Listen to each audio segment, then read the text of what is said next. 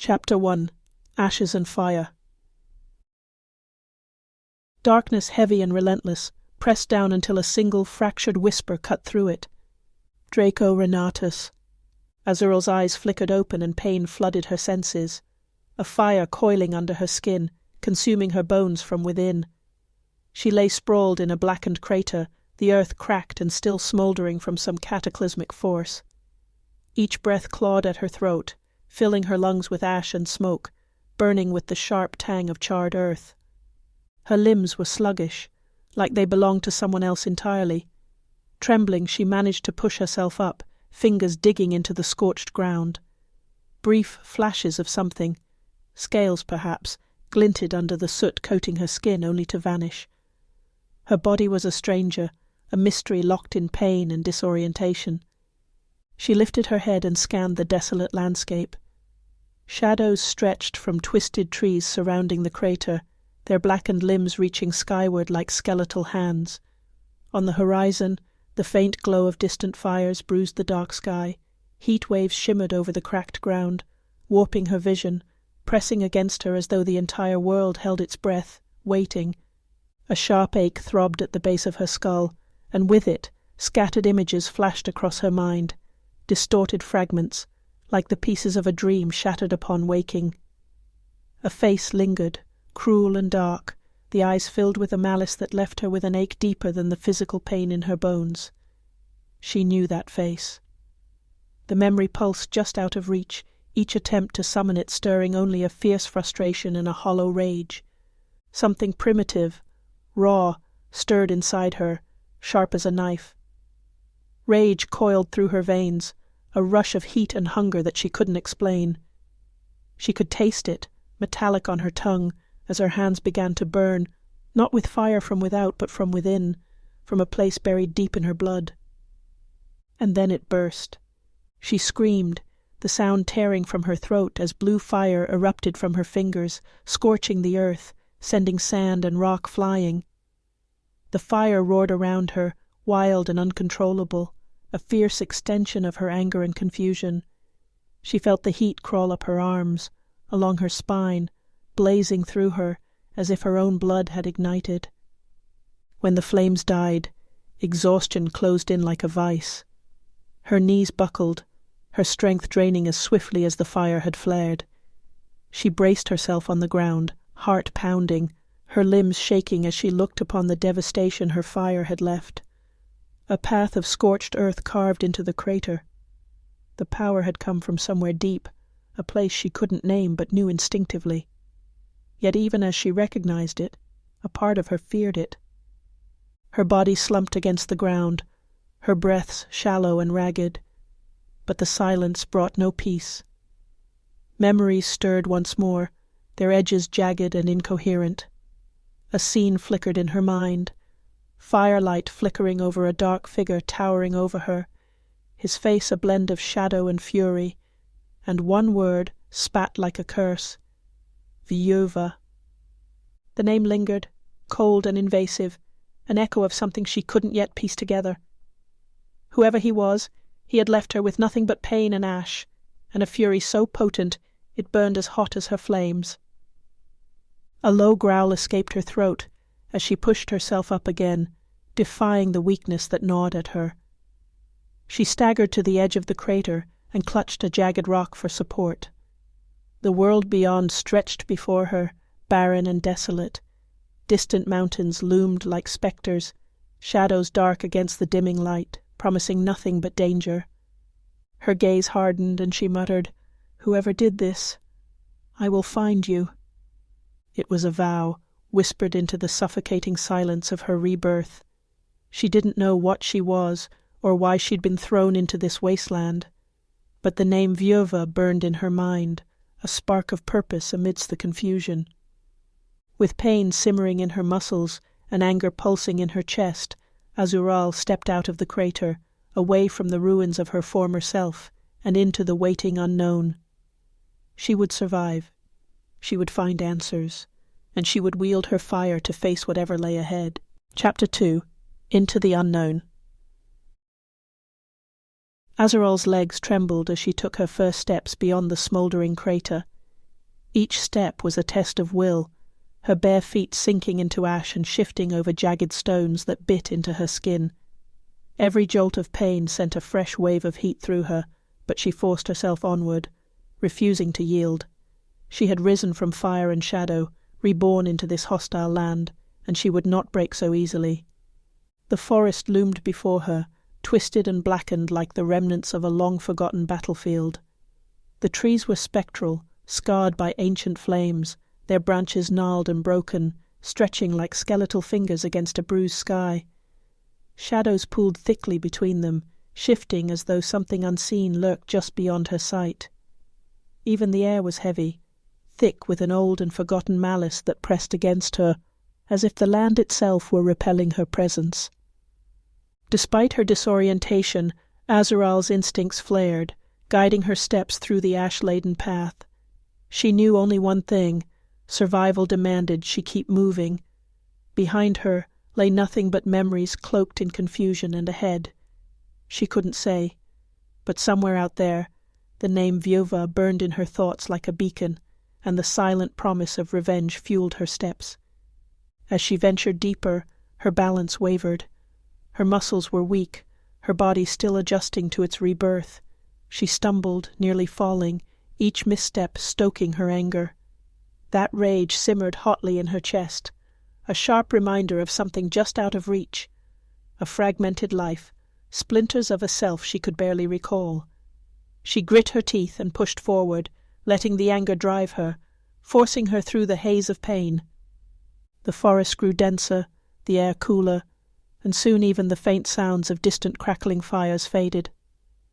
Only the murmur of unseen creatures and the subtle rustle of leaves reached her ears. She sensed movement at the edge of her vision, but each time she turned, the forest closed in tighter, hiding whatever watched her. The silence thickened, heavy with anticipation, as if the very earth were holding its breath, waiting for her to trespass further. She paused, her gaze scanning the trees ahead. In the stillness, fragments of memory drifted unbidden, a flash of a man clad in dark armour, shadows clinging to him like a second skin, his eyes cold as iron. She remembered fire, no betrayal. The sensation pulsed through her like a fresh wound, jagged and raw. Vieuva. The name echoed again in her mind, cold and bitter, rekindling the fury within her. She clenched her fists, nails digging into her palms, and something primal coiled in her chest, a need to hunt, to destroy. She didn't know who or what this Vieuva was to her, but she knew enough to understand that he held the answers to her fragmented past, answers she would tear from him if she had to. Her path wove between charred trees and through dense thickets, her body growing steadier with each step. Slowly she felt her strength returning, her senses sharpening. She took in a deep breath, letting the cool, bitter air scrape against her lungs, and kept her focus on the path, even as her mind lingered on the dark figure she could barely remember. A low sound, the faint crunch of twigs underfoot, caught her attention. She froze, every muscle taut, as a prickle of awareness crawled up her spine. She was no longer alone. Something lurked in the shadows ahead, something watching her with a hunger that made her skin prickle with unease. From the underbrush, a dark shape flickered, small, deliberate, predatory. Her gaze narrowed as she caught the faint glint of amber eyes, gleaming with an unnatural light. The creature lunged before she could draw breath, its body a blur of fur and teeth, too fast for her to fully register. Azural threw herself to the side, barely evading the creature's jaws as it struck the ground with a snarl. She scrambled back, heart pounding, and finally took in the twisted form before her. It resembled a large cat, but its body was wrong, its limbs too long, its fur dark and matted as though soaked in shadows. Its eyes gleamed with an intelligence that was deeply unsettling, and its snarl was more like a growl, the sound of something unnatural. The creature circled her, muscles rippling under its dark pelt, its gaze fixed on her as it prowled, sizing her up. She could feel its intent radiating from it, a cold, relentless need to kill, to consume. Every instinct screamed at her to run, to flee before those claws and teeth could tear her apart, but she forced herself to stay steady. Her hand shook, a flicker of blue light beginning to pulse in her fingertips, the fire within her responding to her fear.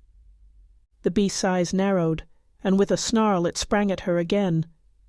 She twisted, raising her hand on instinct, and with a shout let her anger loose. Blue flames erupted from her palm, a searing blaze that slammed into the creature's side. It screamed, a high-pitched wail that filled the forest, and the acrid smell of burning fur filled the air as it staggered back, engulfed in fire. But Azural's strength wavered, the flames faltering as exhaustion clawed at her limbs. She fell to her knees, breath heaving, and watched the creature writhe and collapse, its body twisting in agony until finally it lay still, the blue fire flickering and dying against the blackened ground. She slumped forward, struggling to breathe, her pulse roaring in her ears. The acrid scent of charred fur and smouldering earth hung heavily around her, but through the haze of exhaustion she felt a dark satisfaction. She had survived.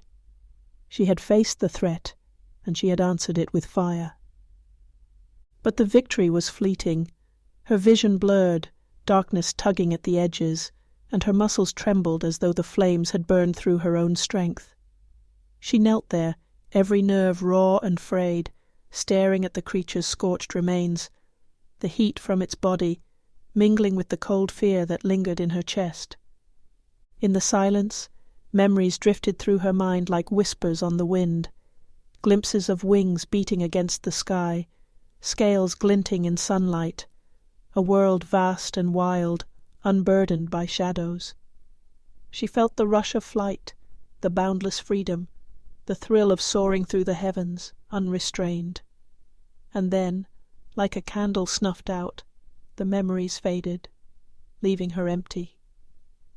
Yet one memory, one name remained, lingering like the embers of a dying fire. Vieuva. The name hung in her mind, dark and potent, an oath and a curse both. Whoever this Vieuva was, he held the key to her fractured past, to the life she could barely remember. He was the face in the shadows, the one who had left her in ashes. With a slow, trembling breath, Azural pushed herself to her feet. Her gaze hardened with resolve. She didn't understand the fire within her, didn't yet grasp the power or its limitations. But she knew enough. She knew that she had been reborn with a purpose, and she would use that fire to find the answers she needed, to seek out Vieuva and demand retribution. Pain and exhaustion clung to her like shadows, but she ignored them, each step a renewed promise, each breath a declaration. She had left the crater behind, and now she left the creature's ashes as well, striding deeper into the forest darkness, guided by rage and memory. She didn't know where her path would lead, or what dangers awaited in the shadows, but she knew this: she would survive, she would grow stronger, and she would remember. Chapter 3. The Rogue Knight's Gambit. Azural moved through the forest, her steps cautious, each one sharpened by an edge of pain.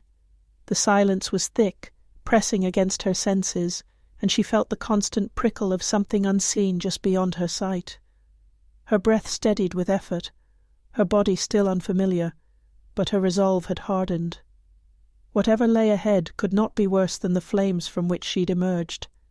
Then a sound, a footfall, barely louder than a whisper against the undergrowth.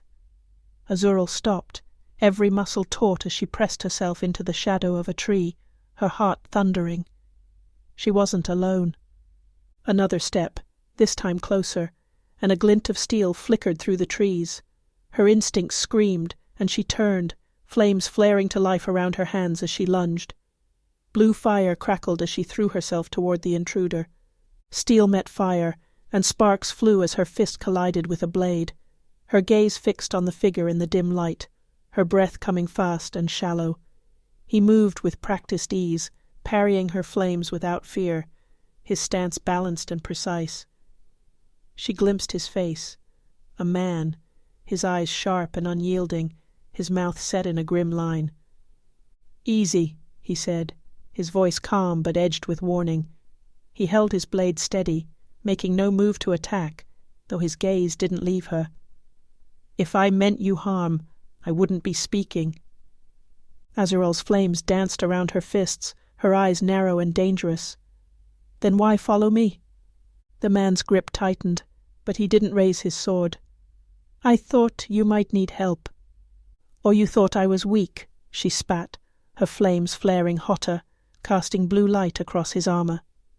He raised an eyebrow, a flicker of interest in his expression. "Weak? No, not weak. Just unstable." His gaze dropped to her hands where the fire wavered. "You can barely control it, can you?"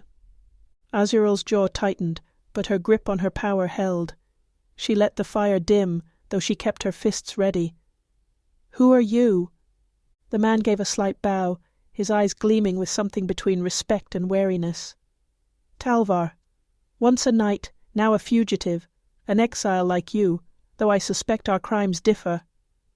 Azural scoffed, her eyes scanning him for any sign of deceit. "I don't know you, and I certainly don't trust you. Exile or not, knights don't wander through cursed forests without a reason." Talvar's lips twisted into a bitter smile. "I'm no knight any more. The kingdom I served branded me as an outlaw. The soldiers hunting me are as relentless as they are unmerciful, and I doubt they'd spare you either. So I thought I'd offer an alliance." Azural eyed him, the fire in her hands flickering. "Why help me?" "Because survival out here favors those who don't travel alone," he replied, his tone matter of fact. "And because I've seen the way you fight." He nodded toward the smoldering remains of the beast she'd left behind, his eyes narrowing. "Few could have left that in such a state. You're no ordinary fugitive." Azural didn't respond, her mind caught between suspicion and curiosity. His gaze held no deception, only a guarded sincerity, tempered by something darker, a wariness she understood all too well. "If you're hunted by the same forces, they'll find you soon enough," she said coldly, testing him. He inclined his head. "Perhaps, but they'd expect me to travel alone, and they'd never expect me to have an ally with fire in her blood." Azural's anger flared, her fists igniting again. "I don't need anyone." Talvar met her defiance with a calm gaze, the hint of a smile on his lips. "Perhaps not, but you need answers. You won't find them in ashes, and you certainly won't survive this forest with nothing but fire and fury."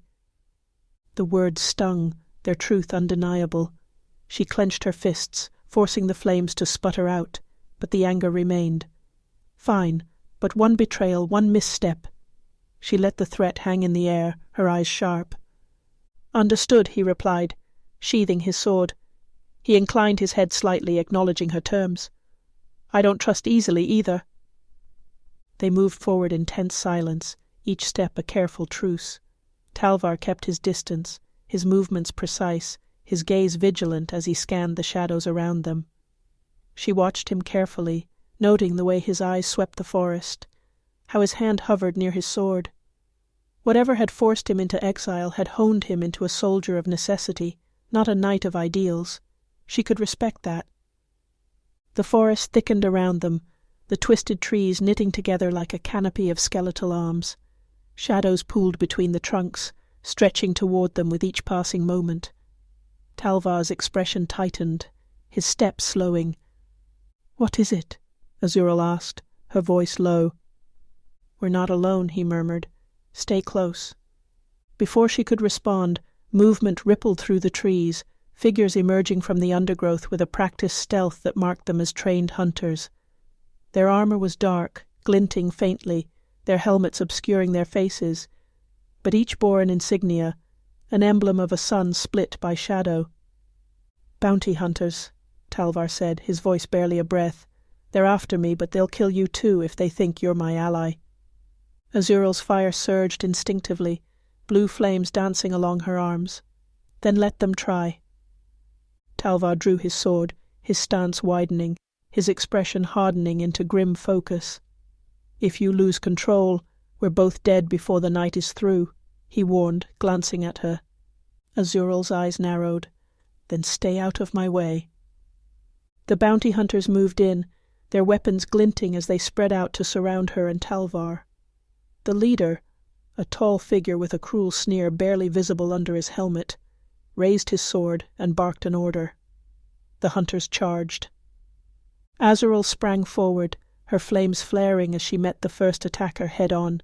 She swung her hand, blue fire slicing through the dark as her flames seared through his armor, sending him sprawling back with a scream. Beside her, Talvar fought with precision, each strike of his sword calculated and exact, his movements a practiced dance of steel. They fought as though they had done this before, each instinctively covering the other, their movements weaving together in a deadly rhythm. But as Azural's fire surged, a darker, wilder force pushed at her control. She felt it rising within her, a tempest of heat and rage that threatened to consume everything. Her vision blurred, her heartbeat quickening as the flames crackled around her, licking at the air with fierce hunger. A bounty hunter lunged, his blade cutting through the shadows, and she struck out with a burst of fire, her movements almost unconscious. The flames roared, filling the clearing with searing blue light, consuming her opponent with terrifying ease. Talvar glanced her way, his eyes widening in alarm, but he held his ground, his sword a blur as he cut down another foe. Azural felt the fire cresting, pushing her to the brink of control. With a final surge she released it, blue flames flooding the clearing, sweeping over the last of the hunters. Their screams were brief, swallowed by the blaze, leaving only smouldering armor and the faint scent of charred earth. When the fire receded, the forest fell silent once more, the ground scorched and steaming in the aftermath. Azural staggered, her breath ragged, her vision swimming. She felt the fire retreat, leaving her limbs weak and trembling. She looked up to find Talvar watching her, his expression sharp with something between concern and caution. "That fire of yours," he murmured, sheathing his sword. "It's as dangerous to you as it is to your enemies." Azural glared at him, but her words faltered. He was right, and the truth of it gnawed at her. She could feel the power within her, vast and uncontrollable, a force that obeyed nothing but its own will. She didn't respond, unwilling to show the weakness that lingered in her bones. Talvar held her gaze, his voice softening. "I've seen power like that before. It's unbound, and it won't stop until it consumes everything in its path." She looked away, fighting the doubt clawing at her. Her fire had saved her, yet she knew, deep down, that it could just as easily destroy her, but she wouldn't admit that, not to him. After a moment Talvar's tone turned practical. "We should move. There may be more of them." Azural nodded reluctantly, forcing herself to stand taller, to bury the weakness that lurked beneath her skin. She followed him deeper into the forest, her gaze fixed on the path ahead, even as her mind churned with unease. As they walked, Talvar's voice broke the silence, low and cautious. "I don't know why you're here, or what you're running from, but I can see you're after something. If you want to survive long enough to reach it, you'll need to control that fire of yours." Azural clenched her fists, feeling the heat simmer just below her skin. "I'll control it. I'll master it, and I'll use it to destroy the one who left me in ashes." Talvar's eyes gleamed with understanding, though he kept his tone neutral. "Then perhaps we're not so different, you and I." The words surprised her, but she didn't respond. They continued in silence, the weight of the battle settling over them, an uneasy truce lingering between them. As dusk fell and shadows grew longer, they found a small clearing surrounded by dense thickets. Talvar set a watchful stance, his hand hovering near his weapon. Azural kept her gaze on the forest beyond, feeling the quiet stirrings of memory. Wings against the sky, dark eyes filled with hatred, a name whispered in her mind like a dark promise. Vieuva. Whoever he was, whatever he had done to her, she would find him, and she would unleash the fire within her to finish what he had started. Chapter 4. The Enchantress Appears.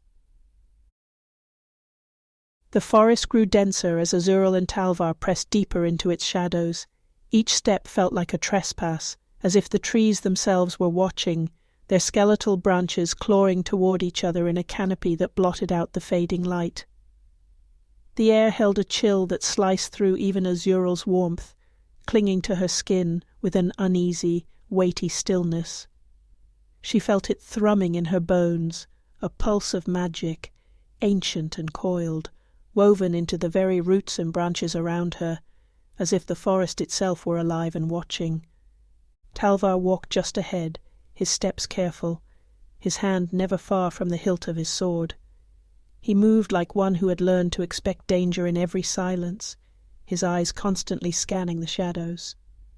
"Stay close," he muttered, his voice barely louder than a breath. "There's something wrong here." Azural didn't argue. She sensed it too, a quiet pressing force, as if something unseen were drawing close, brushing against her spirit in a way that sent chills through her veins. It was old, cold, and curious, lurking just beyond sight. Her body was tense, each footfall carrying her farther from the certainty of her fire and deeper into a place where something darker might wait. Then, just as the silence seemed to stretch on endlessly, a voice drifted through the trees, soft as a whisper. "Draconis Ignis Aeterni." Azural stopped cold, her pulse quickening. The voice was melodic, gentle, yet it cut through the quiet like a knife. It tugged at her, drawing her attention with an unnatural pull that seemed to bypass thought and reach straight into her chest. She looked to Talvar, whose expression had turned wary and alert. "Not another step," he hissed, his gaze darting around the forest. "I don't trust this." The voice continued, soft but insistent, as if woven into the very air. "Azural, you were always meant to return." A figure appeared from the shadows, stepping forward with a smooth, unhurried grace. She was slight, cloaked in deep violet robes adorned with strange symbols that shimmered faintly in the dim light. Her dark eyes held an unreadable intensity, and her face, framed by dark, softly curling hair, was calm, almost amused, as though she'd been waiting for them. Azural's hands flared with blue fire, the warmth pulsing outward as though instinctively pushing back against the stranger's calm, unsettling presence. Her gaze sharpened, wary. "Who are you?" she demanded, her voice edged with suspicion. The woman inclined her head slightly, her gaze calm and unwavering. "I am Soraya," she replied, her voice smooth as silk, "and I have been waiting for you." Talvar stepped forward, his stance defensive, his hand tightening around the hilt of his sword. "Waiting?" he echoed, his voice laced with suspicion. "Convenient. Explain yourself, or we'll assume you're a threat." Soraya regarded him with an amused glint in her eyes, her expression unruffled. "You are cautious, knight, a wise trait, if somewhat exhausting for your allies." Her gaze shifted back to Azural, softening. "I came for her." Azural tensed, the fire around her hands flickering brighter. "If you know me, then you know I don't trust anyone who appears out of shadows speaking in riddles." Soraya's smile faded slightly, though her expression remained calm. "Then allow me to be plain." She raised a slender hand, and a faint glow emanated from her fingertips, symbols appearing in the air between them, symbols Azural recognized without knowing why. They pulsed faintly, and as the light grew, Azural felt a familiar sensation, a tug on something deep within her. Images flickered in her mind, memories, fragmented and blurry. She saw herself standing amidst a battlefield wreathed in flames, her hands ablaze, facing down a dark figure whose gaze was filled with hatred. She felt the rush of fire, the thrill of strength, the bitterness of betrayal, and the echo of a promise long buried. The visions faded as swiftly as they'd come, leaving Azural feeling raw and vulnerable, her breath shallow. She forced herself to stand tall, eyes narrowed. "What was that?" Soraya's gaze held a strange understanding, as if she felt the weight of each fragmented memory. "A glimpse of who you once were, and who you may yet become," she said softly, her voice low and resonant, stirring something deep within Azural, a sense of purpose, and something half-forgotten, ancient and fierce. You are more than what you see before you, Azural. You are the Draconis Ignis Aeterni, a force reborn in times of great need, with the power to restore or to destroy. Azural's heart pounded, her fists clenching as the title stirred something fierce within her, a purpose, a truth she could almost reach, but could not fully grasp. So you say, but I don't know you, and I don't trust you.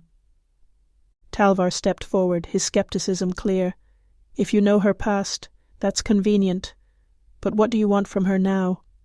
Soraya met his gaze, unflinching. I seek to help her reclaim what is hers. I have knowledge, skills she will need to control her fire before it consumes her. Her voice softened as she looked back at Azural. You do not yet understand the power within you, Azural. Without guidance, it could destroy you. Azural felt the fire flicker in her veins, her pride prickling at the suggestion of her own instability.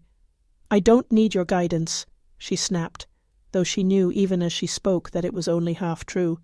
I've survived this long without anyone's help. Soraya inclined her head, her expression patient but insistent. Perhaps, but you've barely scratched the surface of what you are capable of. She lowered her hand, the symbols fading from sight, though their memory lingered in Azural's mind. If you wish to learn, I can show you. Talvar's eyes narrowed, suspicion etched in every line of his face. It's not lost on me how you've appeared at exactly the right time. What's in it for you? Soraya's calm smile returned. I have my own reasons, but they don't concern you, knight. She looked back to Azural, her expression sincere. I am here because you will need allies if you are to face the darkness awaiting you. That darkness is tied to you in ways you have yet to understand. Azural's suspicion remained, but she could feel the truth of Soraya's words, even if she wished she didn't. Something about the woman's gaze was compelling, a sense of familiarity, as though she was a piece of a puzzle Azural had been searching for. She glanced at Talvar, who looked at her with clear skepticism. Talvar's hand gripped his sword tightly, his voice low and hard. We don't need her. Trusting someone who just appears from shadows. That's a recipe for betrayal. Azural's gaze flickered between Talvar and Soraya, her instincts at war with each other. She could feel Talvar's words tugging at her doubts, yet something about Soraya's presence felt right, despite the danger it might bring. She took a slow breath, turning back to Soraya. If you truly wish to help, then answer this, she said, her voice edged with warning. What is it you want from me? Soraya's expression softened, her gaze unwavering. I want only to see you become who you are meant to be, she replied, her voice filled with a quiet resolve. The world needs you, Azural, even if you do not yet know why, and I believe that together we can bring balance to the darkness that threatens it. The weight of Soraya's words settled over her, and despite herself, Azural felt the faintest spark of hope. She didn't want to trust this stranger, but she couldn't deny the pull that drew her toward Soraya. For reasons she couldn't explain, it felt as though this woman knew her in ways even she did not. After a long moment, Azural nodded, letting her fire dim. Fine, I'll accept your help, she said slowly. But know this, if you betray me, I will burn you to ash. Soraya met her gaze without a hint of fear, her voice gentle. I would expect nothing less. Talvar's scowl deepened, but he inclined his head, his hand still resting on his sword. If you're coming with us, I'll be watching you closely, he warned, his voice low. Soraya's lips twitched in a faint smile. Then we understand each other, knight. With the uneasy alliance formed, the three of them moved deeper into the forest, their steps echoing in the stillness, each of them casting wary glances at one another.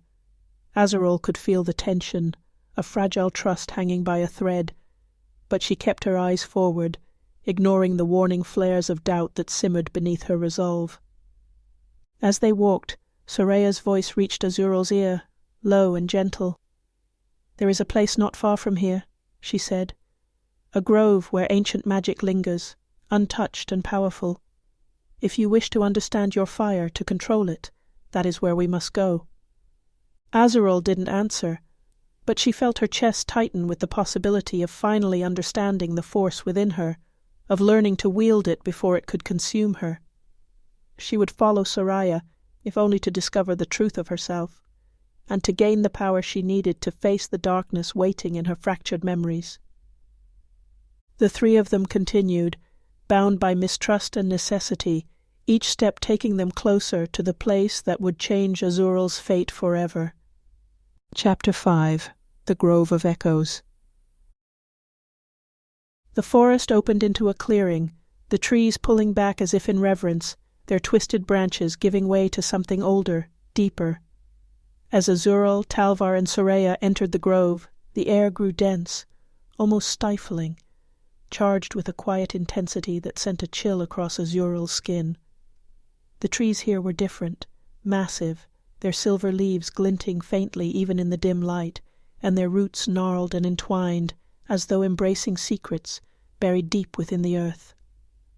"This is it," Soraya murmured, her voice hushed, as though the place demanded silence. "The Grove of Echoes. Here memories linger longer, and past lives can be glimpsed. It is a place of remembering and of reckoning." Azural's gaze swept the grove, a knot of unease tightening in her chest. She felt it, the weight of countless lives imprinted in the earth, memories pulsing like heartbeats, flickering on the edges of her awareness. Shadows seemed to cling to the air itself, a faint whisper of something old and watchful. "What exactly are we here for?" she demanded, her voice low but taut with mistrust. She didn't like the feeling of the place, how it seemed to know her somehow, as though it were watching her with ancient, judgmental eyes. Soraya's expression softened, her gaze almost sad. "To awaken the fire within you, to unlock what you have forgotten, and reclaim what you once wielded with purpose. But be warned, this grove will not give you answers freely. It will test you." Azural set her jaw, the fire simmering just below her skin. "I'm not afraid of tests." Talvar shifted, his gaze sweeping the perimeter, the mistrust clear in his stance. "We're trusting a place filled with magic and memories to just help her?" he asked, his voice laced with doubt. "This feels like a trap." Soraya met his gaze, her eyes steady. "The grove does not trap, it reveals, and for Azural it may be the only way to harness her fire before it consumes her." Azural's hands curled into fists, the fire flickering along her fingers in response to her defiance. She stepped toward the center of the grove, where a circle of ancient stones waited. Each one was worn smooth by time, etched with shifting symbols that seemed to dance in the dim light, like shadows across water. Her heartbeat quickened as she neared the circle, a mix of fear and anticipation filling her chest. "Stand within the circle," Soraya instructed, her voice barely more than a whisper. "Let the grove awaken what lies dormant within you.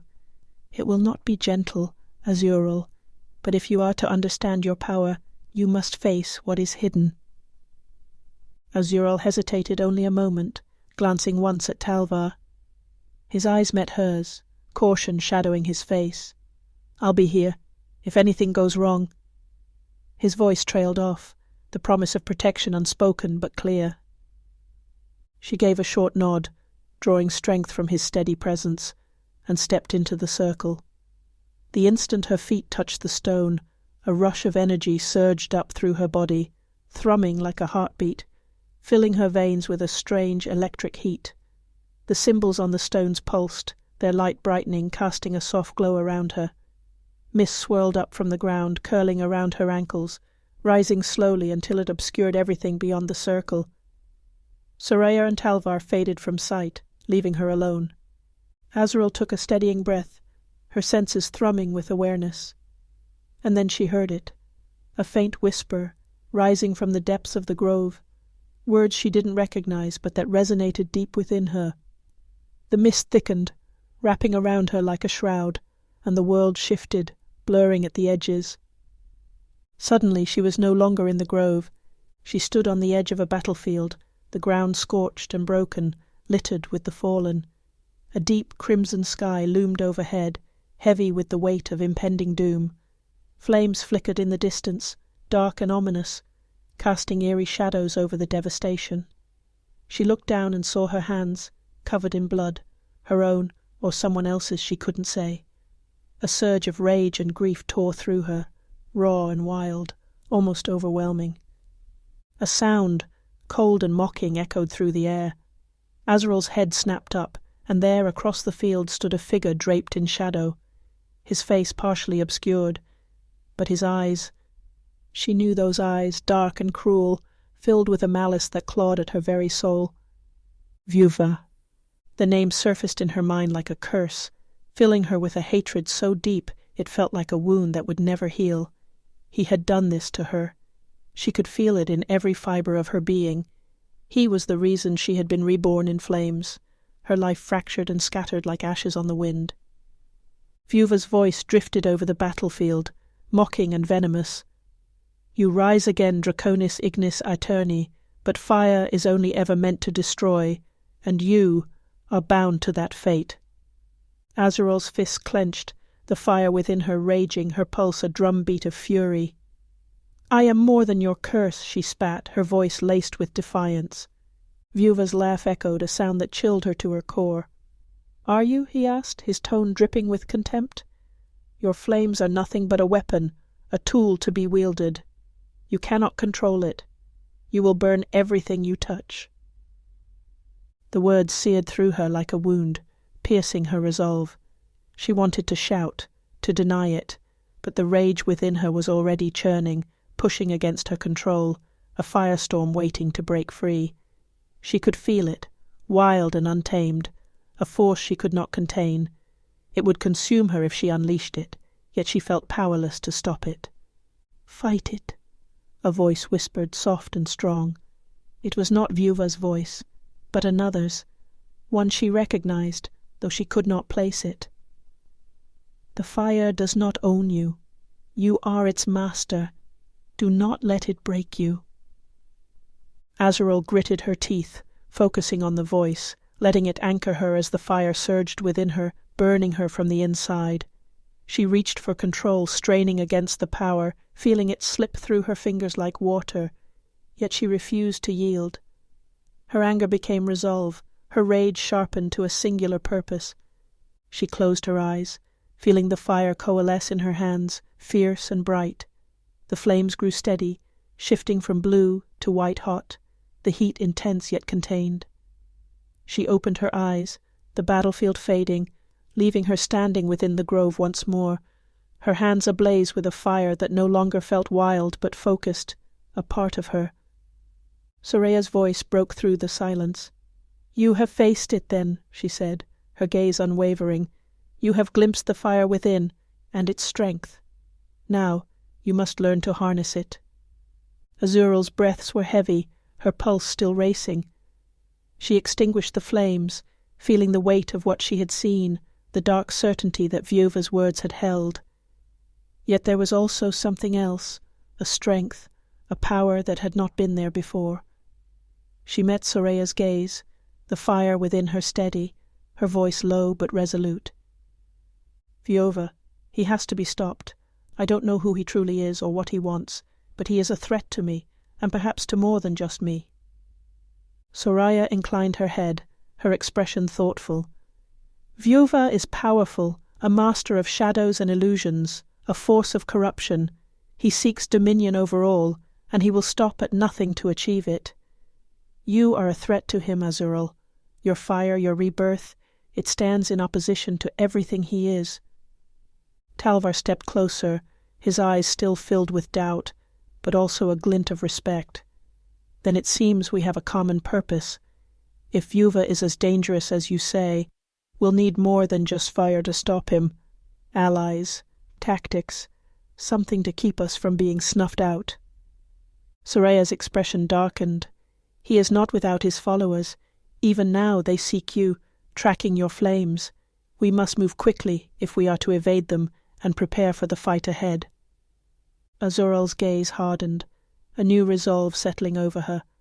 She clenched her fists, feeling the warmth of her fire simmering within her, waiting for her command. Vieuva's words still echoed in her mind, but she would not let them define her. She was more than her fire. She was a weapon, yes, but one forged to protect, to reclaim what had been taken, and to find herself again. "Then let them come," she said, her voice fierce and unyielding. "I will face Vieuva, and I will burn away his shadow." They stood together in the grove's fading light, a fragile alliance bound by purpose and danger, each knowing that their path led into darkness. But Azural felt her fire steady, her heart resolute. She was ready to face whatever waited, to embrace the flame within her and confront the darkness that sought to consume her. As they turned to leave, a chill wind swept through the grove, carrying with it the faintest echo of a whisper, one that only Azural seemed to hear. "Draconis Ignis Aeterni," it murmured, "your fire will change the fate of all." Chapter 6. Shadows and Allies. Azural led the way out of the grove of echoes, her steps quicker, steadier, driven by the fire that now thrummed through her like a heartbeat. The grove's heavy silence gave way to the restless murmur of the forest, yet she felt no relief, only a quiet urgency that burned with the same intensity as her anger. The visions had left her shaken, but the clarity they offered made her purpose unmistakable. Vieuva, the name lingered, a promise of vengeance. Talvar kept close, his eyes scanning the forest with wary focus, his hand never far from his sword. Soraya trailed behind, her gaze thoughtful and unreadable. Despite her new resolve, Azural couldn't shake her distrust of Soraya. The woman seemed as much a part of the shadows as the grove itself, but her guidance had been more help than harm, so far. After an hour of silent travel, Talvar finally spoke, his voice low and wary. "What exactly do you remember about this Vieuva?" he asked, his gaze flickering between the forest's shadows and Azural. "You've spoken of him like a curse." Azural's fists clenched, her eyes flashing with an inner fire. "Not enough to tell you everything," she replied, her tone edged with frustration.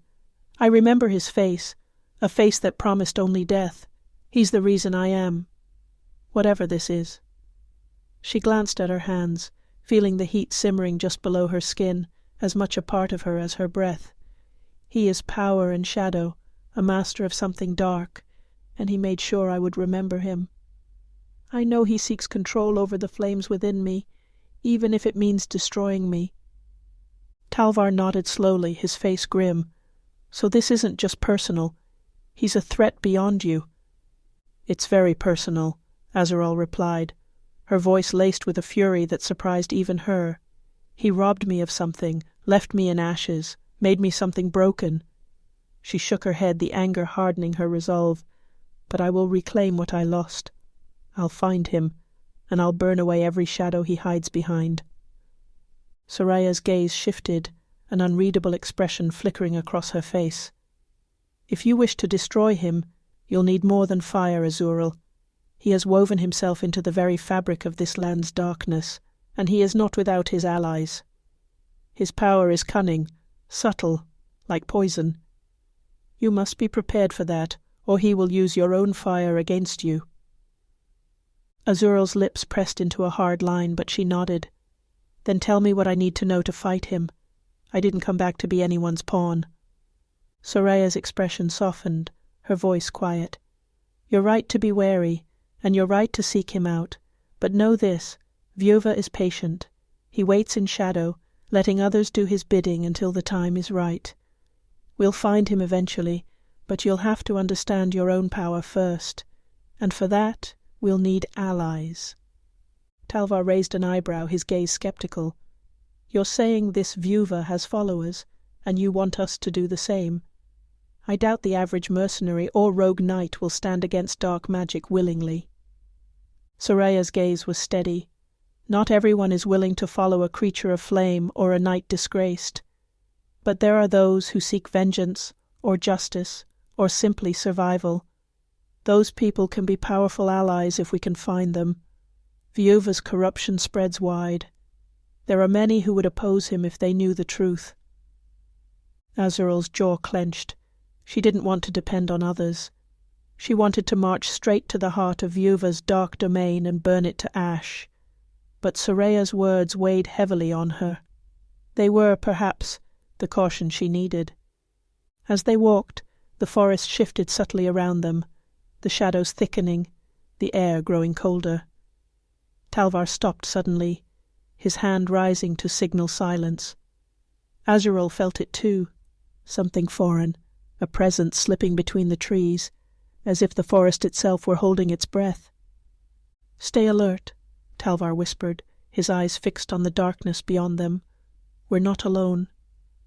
The forest fell silent, and then a sound cut through it, a low, rumbling growl that seemed to come from all directions at once. The shadows shifted, and from them emerged figures cloaked in dark armor, their faces obscured by helms carved with twisted designs. Each bore the same insignia, a sun split by shadow, the mark of Vieuva's followers. The leader, a towering figure with a blackened sword in hand, stepped forward, his voice a low, mocking rasp. "So, the Draconis Ignis Aeterni rises from the ashes after all. I wondered if the stories were true." Azural's fists clenched, the fire sparking at her fingertips. "If you know who I am, you know this is your last chance to leave." The leader's laugh was cold, hollow. "Bold words from a creature who barely controls her own flames. Vieuva will be pleased to know you've wandered straight into his grasp." Talvar's hand was on his sword, his stance tense. "If you serve Vieuva, you serve a liar and a coward. You won't live long enough to regret that mistake." The dark figure sneered, his blade glinting as he raised it. "We'll see who lives." In an instant they charged, weapons flashing in the dim light. Azural felt the heat rise in her veins, her fire surging to life as she met the first attacker with a blast of blue flames that seared through his armor. The flames crackled, hungry and fierce, and she felt the thrill of it, of power finally unleashed. Beside her, Talvar's sword danced, each strike precise and deadly, his movements fluid and fierce.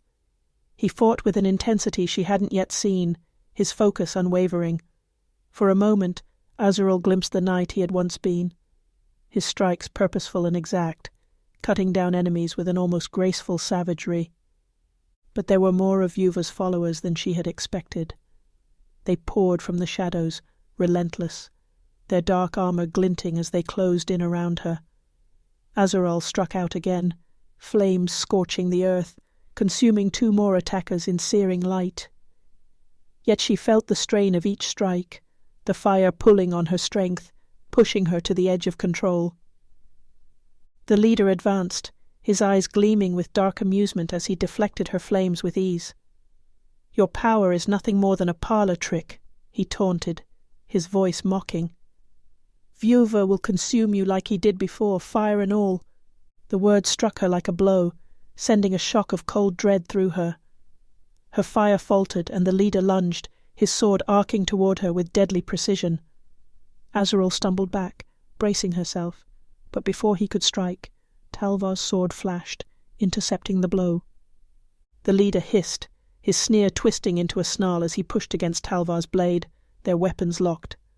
"You're nothing but a traitor, a fallen knight clinging to shadows," he spat.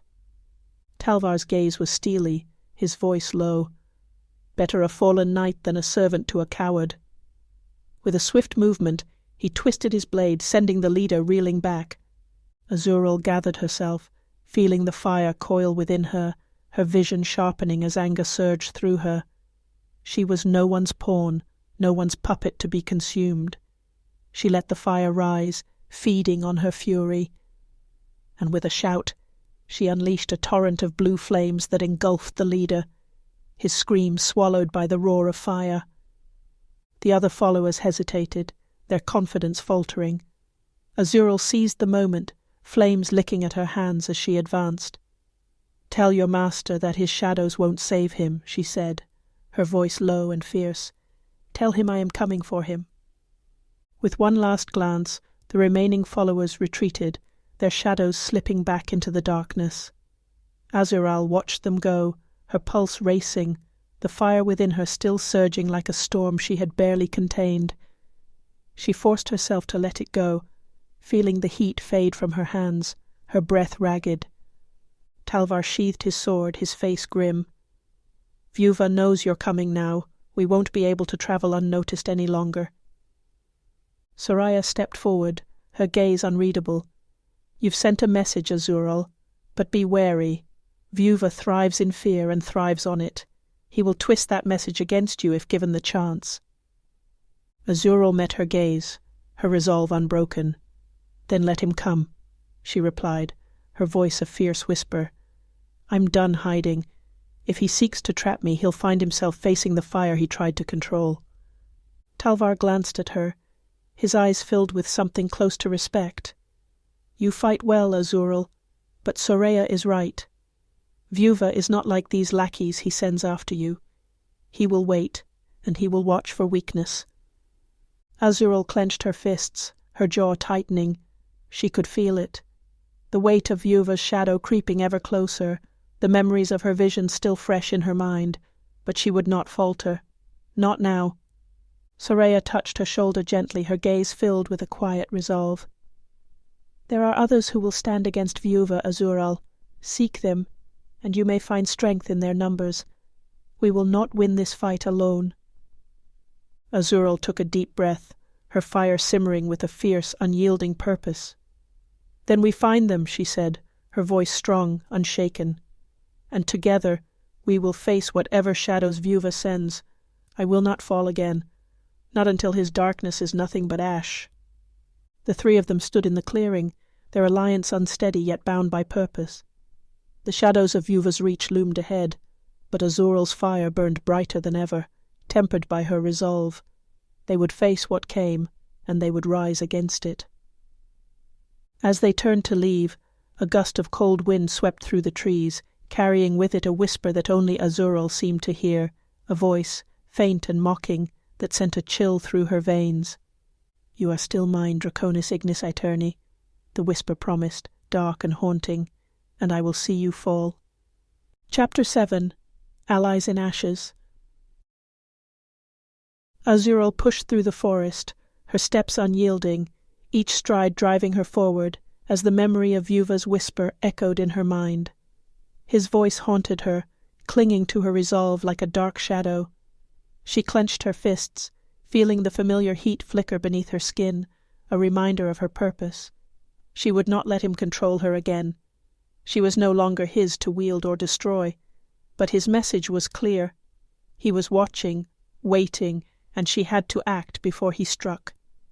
Talvar and Soraya moved in silence beside her, each marked by their own vigilance. Talvar's hand hovered near his sword, his eyes scanning the dense forest, while Soraya walked with her head high, seemingly undisturbed by the shadows that crept along the path. Finally, Talvar broke the silence, his voice barely a whisper. "Soraya, you mentioned others who might stand against Vieuva, people with enough reason to fight him. Do you know where to find them?" Soraya nodded, her gaze distant. "I know places where his darkness has left scars, villages that have felt his reach, families broken by his curse, people who would fight if given a reason." Azural's gaze hardened. "Then we find these places and give them that reason." But Talvar looked doubtful. "Not everyone will want to fight. He's twisted loyalty with fear before, making allies out of enemies. We may find resistance instead of support." Soraya met his gaze, calm but firm. Fear is his greatest weapon, but anger can turn fear into resolve, and some have nothing left to lose. They trekked through the forest until it opened up to reveal a small village nestled within a hollow. It was eerily quiet, cottages lined up in neat rows, their roofs bowed with age and wear. Smoke drifted from a few chimneys, thin and ghostly. Azural felt a heaviness in the air, a bitter tension that clung to the village like fog. "Something's wrong here," Talvar murmured, his gaze narrowing. "It feels hollow." Soraya nodded, her expression somber. "Vieuva has touched this place. You can feel it in the air." They entered cautiously, and as they stepped into the village, wary faces peered from behind doors, watching with suspicion and fear. Azural felt her fire stir within her, ready for battle, but she kept her hands at her sides. They needed information, not a fight. An older woman, her eyes shadowed and lined with worry, emerged from her cottage, meeting their gaze with a hesitant defiance. "Who are you?" she demanded, her voice trembling. "Why come to a place forgotten by the world?" Azural stepped forward, her voice steady. "We're here for those who've suffered under Vieuva's shadow, people willing to fight him." The woman's eyes widened, a flicker of anger flaring behind her fear. "We've all felt his shadow," she replied, bitterness coating her words. "Vieuva's followers took my son, took many sons, many daughters, left us hollowed out, afraid, with nothing but grief." A murmur rose as others gathered, drawn by the woman's defiance. They wore expressions of fear, anger, and desperation. Azural could feel their pain, raw and simmering like embers in a dying fire. Talvar stepped forward, his voice calm but strong. "If you've lost people to Vieuva, you don't have to stay powerless. We plan to end his rule, but we need allies. Those who know the stakes, who have a reason to stand against him. Join us, and there may yet be justice for those you lost." The villagers shifted, their expressions wavering between disbelief and reluctant hope. One man, tall and broad-shouldered, stepped forward, his face etched with grief. "You speak of justice, but who are you to fight Vieuva? He will find you, and he will destroy you." Azural's gaze hardened, her hands curling into fists. "I've faced him before, and survived. I rose from the ashes because of him. He's powerful, but he's not invincible. I will destroy him, or die trying. You can stand with me, or you can let him take more from you." The man hesitated, a silence falling over the gathering. But then he nodded, stepping forward with grim determination. "If you can bring him down, I'll fight. I've already lost everything he could take." One by one others murmured their agreement, some more hesitant than others. Slowly they stepped forward, offering their support, their faces etched with an anger that had smoldered too long. It was a fragile hope, but Azural knew that even a fragile spark could grow into a blaze. Soraya's voice broke through the murmurs, calm and steady. "You will not face him alone. There are other villages like this one, other people who will stand if they know they're not alone." As the villagers dispersed, a feeling of purpose settled over the group. Azural felt her resolve sharpen, her fire simmering in anticipation. With each ally they gained, Vieuva's shadow felt a little thinner, his power a little less absolute. He may have been watching, but he would not see them cower. Talvar stepped beside her, his gaze steady. "You've given them something to fight for," he said, a hint of admiration in his voice. "Vieuva has sown fear, but you've shown them what that fear can become." Azural's gaze was fierce, her fire burning brightly in her veins. "Vieuva thinks he can control everything with shadows and fear, but I am not afraid." She glanced at Soraya, a slight smirk tugging at her lips. "And he should fear my flames." They left the village at dusk, a dozen villagers joining them, armed with whatever they could find. The air was thick with tension, but Azural felt an unusual steadiness. These people were here because of what they'd lost, but also because of what they hoped to regain. Night closed in as they travelled deeper, and when they finally stopped to rest, Azural found herself staring into the dark, the memory of Vieuva's smile and his taunting words playing in her mind. She knew he would strike again soon. She could feel it, like a storm building on the horizon, but she would be ready. As they settled around a small fire, Soraya's thoughtful gaze met Azural's. "You have something he never expected," she murmured. "People who believe in you, allies who would stand by you. He'll see it as weakness, but it's anything but." Azural looked around at her gathered allies, feeling the weight of their presence like a shield. She was still wary, still carrying her doubts, but with each ally they gained, Vieuva's darkness seemed a little more distant, his power a little less absolute. She clenched her fists, feeling the fire steady within her, familiar and fierce. They would continue, they would gather strength, and they would face Vieuva's shadow until it fell. Because her fire was no longer just her own, and as they prepared to move on, she knew that no matter the cost, she would see his shadows consumed by her flame. Chapter 8. Into the Dark. The night pressed close as Azural's small band continued deeper into the forest. The villagers moved quietly behind her, their resolve bolstered by the anger and grief they carried like armour. Each face was set in a fierce determination, eyes flickering with fear and hope. Talvar walked beside her, his gaze alert, while Soraya followed, her expression calm, her eyes unreadable. As they advanced, the forest began to change. The trees grew taller and more twisted, their bark blackened, their branches reaching out like skeletal fingers that blotted out even the faintest starlight. The ground beneath their feet was cold and damp, as if something unnatural had leached the life from the earth itself. Azural felt the air grow thick and heavy, a dark energy pressing down on them. She could sense the faint remnants of magic lingering in the shadows, and it made her skin prickle with unease. She knew this was Vieuva's influence, a corruption that seeped into the very land. Talvar broke the silence, his voice low. "Are you certain about this?" His gaze moved over the villagers, his face tense. "These people aren't trained for whatever may be waiting for us out here. They're driven, yes, but that may not be enough." Azural's gaze hardened. "They know what they're up against, and they chose to come. Vieuva has stolen too much from them. They deserve to stand and fight, even if the odds aren't in their favor." Soraya stepped closer, her voice calm but firm. "They'll need to know what they're facing, Azural. They need purpose, not just vengeance." Azural took a breath, then turned to the villagers who watched her, their expressions a blend of hope and apprehension. She raised her voice, letting it carry through the quiet night. "Vieuva thinks he can control us through fear," she began, her tone steady and fierce. "He has taken what matters to each of you, cast you aside as though your lives were nothing.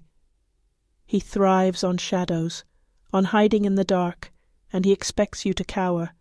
But I say we take that power back. We will find him, and we will tear down his darkness, even if it means facing the worst he has to offer." The villagers looked to each other, murmuring words of encouragement and anger, and Azural could see a new fire lighting their faces. They stood a little straighter, held their weapons a little tighter. Whatever doubt they'd had was now eclipsed by purpose. A quiet rustle in the bushes brought their attention back to the shadows, and Talvar stepped forward, sword drawn. His gaze swept the darkness, his posture tense. "We're not alone." From the underbrush emerged a figure draped in dark, ragged robes, their face hidden beneath a hood. They moved slowly, deliberately, as though they had been waiting for them. The figure stopped a few paces away, then lifted their head, revealing eyes that glowed faintly in the dark. Azural tensed, her hands curling into fists, the fire already simmering at her fingertips. "Who are you?" she demanded, her voice sharp.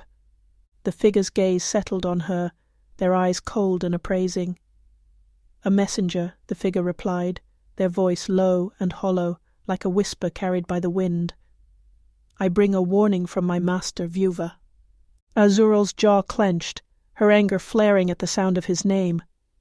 She took a step forward, her hands igniting in blue flames. "If he has something to say to me, he can face me himself." The messenger's lips twisted into a dark smile. "Vieuva does not waste his time on those who are already lost to him. He knows what burns within you, Azural, and he knows you cannot control it. You're a flame in the wind, doomed to consume everything you touch. He simply waits for the moment you burn yourself out."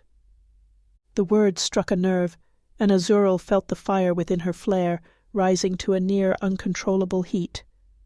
She gritted her teeth, fighting to keep it steady, to hold back the urge to unleash it. "Tell him I'm not the one who will burn. He is." The messenger let out a soft, mocking laugh. "Your fire is wild, unbridled. You think you can face him, but you are already his. He marked you once, and that mark will lead you to ruin." Soraya stepped forward, her gaze cold and fierce. "Enough of his taunts. Vieuva's power lies in the shadows, but it is not unbreakable. Tell him we are coming, and that his reign over these people ends here." The messenger's gaze shifted to Soraya, a flicker of surprise in his eyes. "Ah, the enchantress," he murmured, his tone laced with disdain. "Do you truly believe you can protect her? You've seen what she is, what lies dormant within her. She's a weapon, a force that will only end in destruction." Soraya's voice was calm, unshaken. "A weapon does not define itself. It is wielded with purpose. Azural is more than what he made her, and she is no longer his to control." The messenger's smile faded, and he took a step back, his gaze lingering on Azural. "Then be prepared. Vieuva's shadows will find you, and they will be your undoing." With that, he faded back into the shadows, his form disappearing as if he had never been there. The darkness closed in around them, and silence fell once more. Azural let her fire die, her fists unclenching as she took a steadying breath. She could still feel the heat of her anger simmering, the temptation to let it blaze unchecked. But Soraya's words held her back, grounding her. Talvar glanced at her, his expression concerned. "Are you all right?"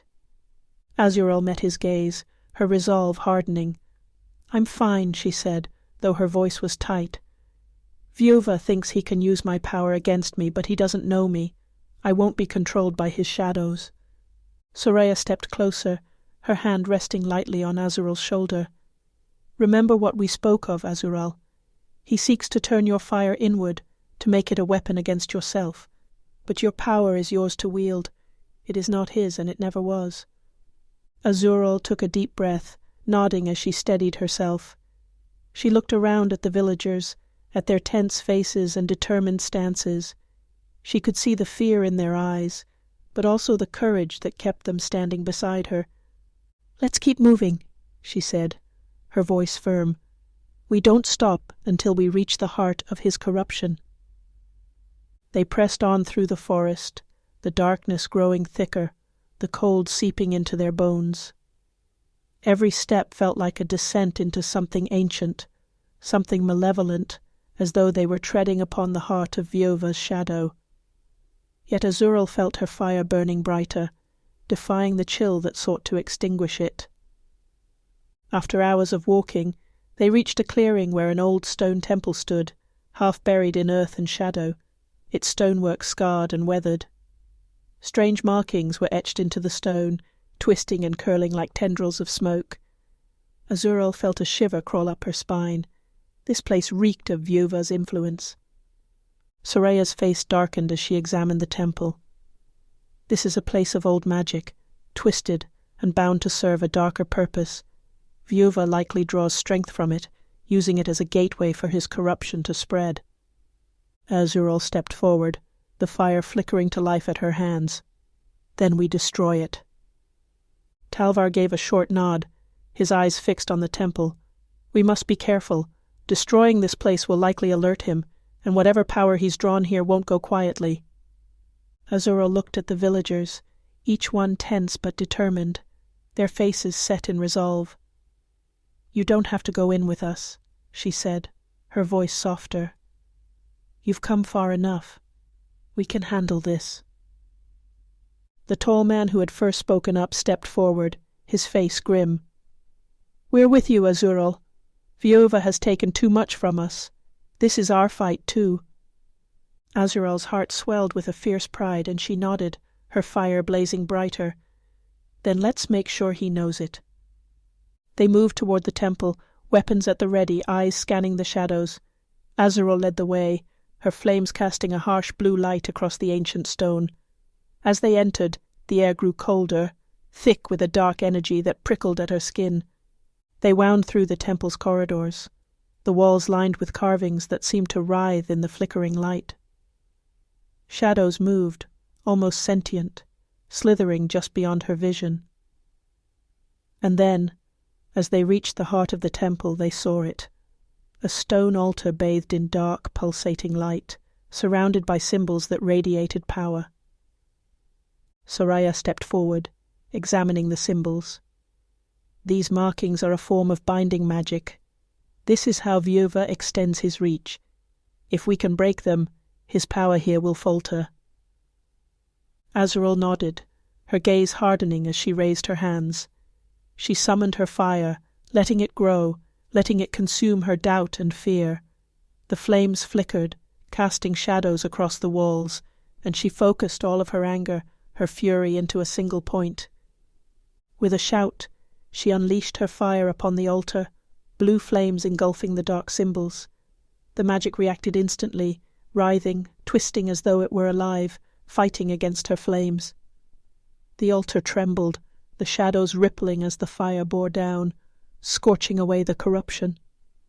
The temple shook, the walls cracking as the binding magic began to unravel. A deep guttural scream echoed through the stone, a voice filled with rage and desperation. "Azural!" the voice hissed, chilling her to the core. "You cannot break what I have bound. You are mine." Azural's fire flared brighter, defying the voice, and she shouted back, "I am no one's." With a final surge, her flames engulfed the altar completely, reducing it to ash and rubble. The scream faded, leaving only silence, and the oppressive darkness began to lift, dissipating like mist in the sun. They stood there, breathing heavily, watching as the temple walls crumbled, the last remnants of Vieuva's corruption fading from sight. Azural felt a strange calm settle over her, a clarity she hadn't known before. Talvar clapped her on the shoulder, his voice filled with admiration. "You did it," one step closer to taking him down. Soraya gave her a nod, a proud smile on her face. "This is just the beginning, Azural. The path to Vieuva is long and filled with shadows, but you have shown him that you are not afraid." Azural took a steadying breath, looking at the villagers who stood with her, their faces filled with a fierce, unbreakable hope. She knew now that Vieuva's shadows were not invincible, and that her fire, wild as it was, could be a light in even the darkest places. "Let him know we're coming," she whispered, her voice filled with the strength of her newfound allies, "and let him fear the fire he tried to control." Chapter 9. The Gathering Storm. The ruined temple smouldered in the faint morning light, the last embers of Azural's fire curling up from the blackened stone. The air was thick with the scent of charred stone and scorched earth, and the dark magic that had once clung to the place now felt faint, like a ghost dispersed by the dawn. Azural's small band moved away from the ruins, the villagers walking with a renewed sense of strength, their expressions grim but resolute. They had seen Vieuva's magic broken before them. They had seen the fire that defied him. For the first time, they could imagine standing against him, and winning. Talvar walked beside her, his gaze steady, though his expression was tinged with caution. That was a strong blow to him, Azural, but it was still only one of many places where his power lingers. He'll be watching us more closely now, sending his agents with orders to stop us. Maybe even strike before we're ready. Azural nodded, her thoughts racing. She could feel Vieuva's presence lurking at the edge of her mind, the sense of his power ever closer. She knew Talvar was right. Vieuva would not wait patiently while she dismantled his influence. Soraya fell into step beside her, her voice calm. "We need allies, more than we have now. There are places in this land that resist him, even under his shadow, places where people remember what freedom feels like. If we gather enough of them, we could strike at him directly." Azural frowned, but her mind turned over Soraya's words. Each encounter with Vieuva's followers, each moment in the darkness of his temples, had shown her the depths of his hold on the land. Yet the people still had a will of their own, a flame that flickered even in the shadows. They had been frightened, divided, but now there was a spark, one that could catch if only she could fan it. She turned to her companions, her voice strong. "Then we find them, villages, fighters, anyone willing to stand against him. We give them something worth fighting for." They travelled through the morning and into the afternoon, moving swiftly over rocky hills and through dense forest. The villagers who had joined them carried weapons and supplies with grim determination, their steps resolute. Azural could see the change in them. They had begun this journey in fear, but they now walked with purpose, their backs straight, their eyes clear. As they walked, Soraya recounted stories of hidden strongholds, places that had defied Vieuva's reach. "There are people out there," she said, "survivors who hide in the wastelands and forests, holding on to the last remnants of what was once free. Some of them have skills and knowledge of Vieuva's tactics. They would be invaluable." Talva's gaze was thoughtful as he listened. "Then let's find them. The more we know, the better prepared we'll be." Their path led them through the thick of the forest, and by dusk they reached a clearing where a cluster of makeshift huts and tents rose from the ground, hidden from sight by the dense trees surrounding it. A few guards stood watch, their expressions wary, but they held their ground as Azural and her group approached, their eyes narrowing with distrust. Azural stepped forward, her voice clear and firm. "We come seeking allies. We're here to break Vieuva's hold on this land." The guards exchanged glances, and one of them, a woman with a scar running down her cheek, crossed her arms, a hint of defiance in her gaze. "Many have tried to stand against Vieuva. Few have returned to speak of it." Azural met her gaze without flinching. "Then you'll have the chance to see it yourself. We've already destroyed one of his temples, broken the chains he had over a nearby village. Vieuva isn't invincible. He can be fought." The woman's eyes narrowed, assessing Azural. Her gaze shifted to Soraya and Talva, taking in their wary yet steadfast stances. After a moment, she nodded and signalled to her fellow guards. "Very well. If you've truly stood against him, our leader will want to hear what you have to say."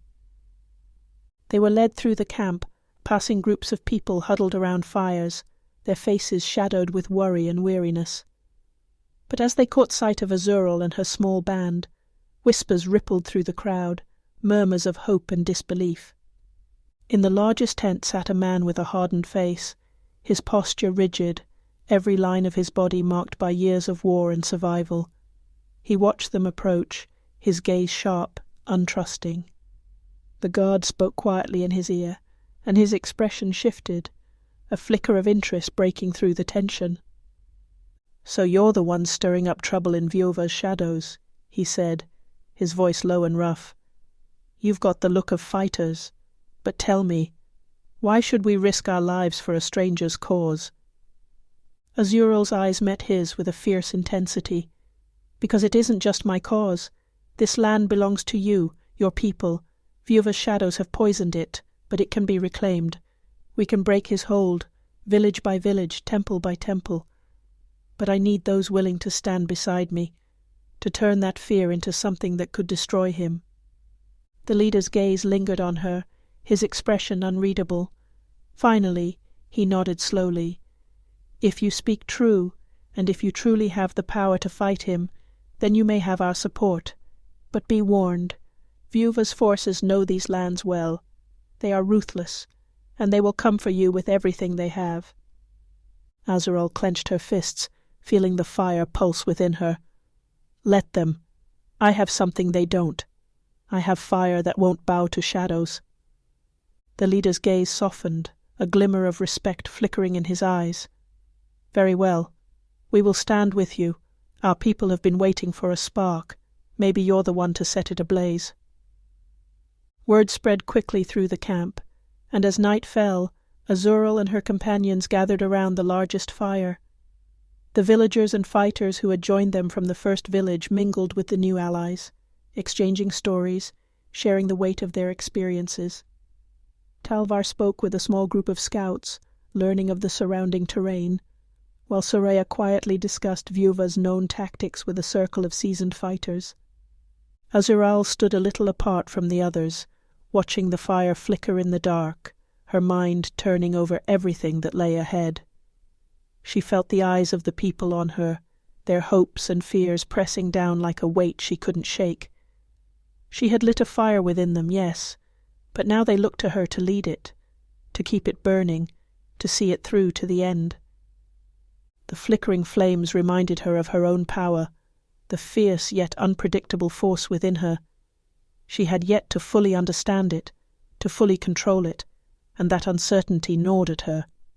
She clenched her fists, feeling the heat simmer beneath her skin. I will not fail them. I cannot fail them. A voice broke her thoughts, Soraya standing beside her, her gaze gentle but knowing. It's not an easy thing to carry the hopes of others, she said softly. But they see strength in you, Azural. You have given them something they thought they had lost. Azural glanced at her, her expression tense. I only hope it's enough. I still don't understand this fire within me. I barely know who I am, let alone what I'm capable of. Soraya nodded, her gaze thoughtful. The fire is wild, yes, but it is also yours. You are not defined by it, nor by the shadows that sought to control you. Vieuva may have tried to mark you as his, but you have defied him. Remember that. Whatever he did to you, it does not bind you. You are free to choose. Azural's jaw tightened. Then I choose to destroy him, to burn away every shadow he's cast over these lands. Soraya's expression softened, and that choice is what makes you stronger than he could ever be. They stood in silence, watching the fire, feeling the weight of what lay ahead. Talvar joined them, his face somber, though his gaze held a fierce determination. I've spoken with the scouts, he said. There's another of Vieuva's temples not far from here, hidden deep within the mountains. It's heavily guarded, but if we can take it down, it would deal a powerful blow to his influence in this region. Azural's eyes hardened. Then we move at dawn. The more we weaken his hold, the closer we get to facing him. Talvar nodded, his voice steady. It won't be an easy fight. His forces are trained to keep him shielded. We'll need everyone at their best. Azural glanced back at the gathered allies, the faces lit by firelight, each one marked by a story of loss, each one fueled by the shared hope of reclaiming their home. She could feel the fire within them, a fierce unity that Vieuva had tried to extinguish, but had only strengthened. She turned back to Talvar and Soraya, her voice low but resolute. We'll give them the fight of their lives, and we'll burn his shadows to the ground. They nodded, and as the night deepened, the sense of purpose among their allies grew, a quiet yet unbreakable resolve. Azural felt it like a fire in her blood, a surge of determination that blazed hotter than any fear or doubt. Dawn would come soon, and with it, another battle, a step closer to ending Vieuva's reign and reclaiming what he had stolen. Azural knew that she carried the hope of these people, that they looked to her as their flame in the dark. And as she stood there, the first light of dawn breaking over the horizon, she knew she would not let them down. Vieuva's shadows awaited, but she was ready to face them head-on, to bring her fire to the heart of his corruption. Tomorrow they would fight, and tomorrow the flames would rise. Chapter 10. Flames on the Mountain. Dawn broke cold and pale as Azural's growing band of allies gathered in the shadow of the mountain. The air was sharp and thin, carrying the faint scent of snow and rock, and the world was silent, but for the low murmur of voices and the quiet rustle of weapons being drawn and checked. Azural stood at the forefront, her eyes fixed on the looming peak before them, where one of Vieuva's hidden strongholds awaited. The mountain temple was said to be his most well-protected, a fortress woven with dark magic, one of the places where he drew power to extend his influence over the lands below. It was dangerous, a place built to intimidate and deter, but Azural felt only the steady pulse of fire in her blood, a fierce readiness that sharpened her senses and settled her resolve. The last encounter with Vieuva's messenger had rattled her, but her anger had only hardened. Talvar joined her side, his armor strapped tight, his sword sheathed and ready. His gaze followed hers up the mountain path, his face calm but tense. This will be unlike anything we've faced so far.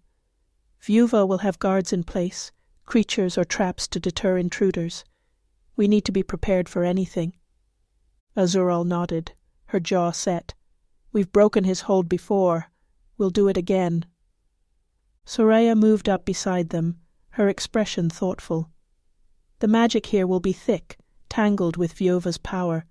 We may be able to use it against him if we're careful. But be wary. This close to the source, his influence will be stronger.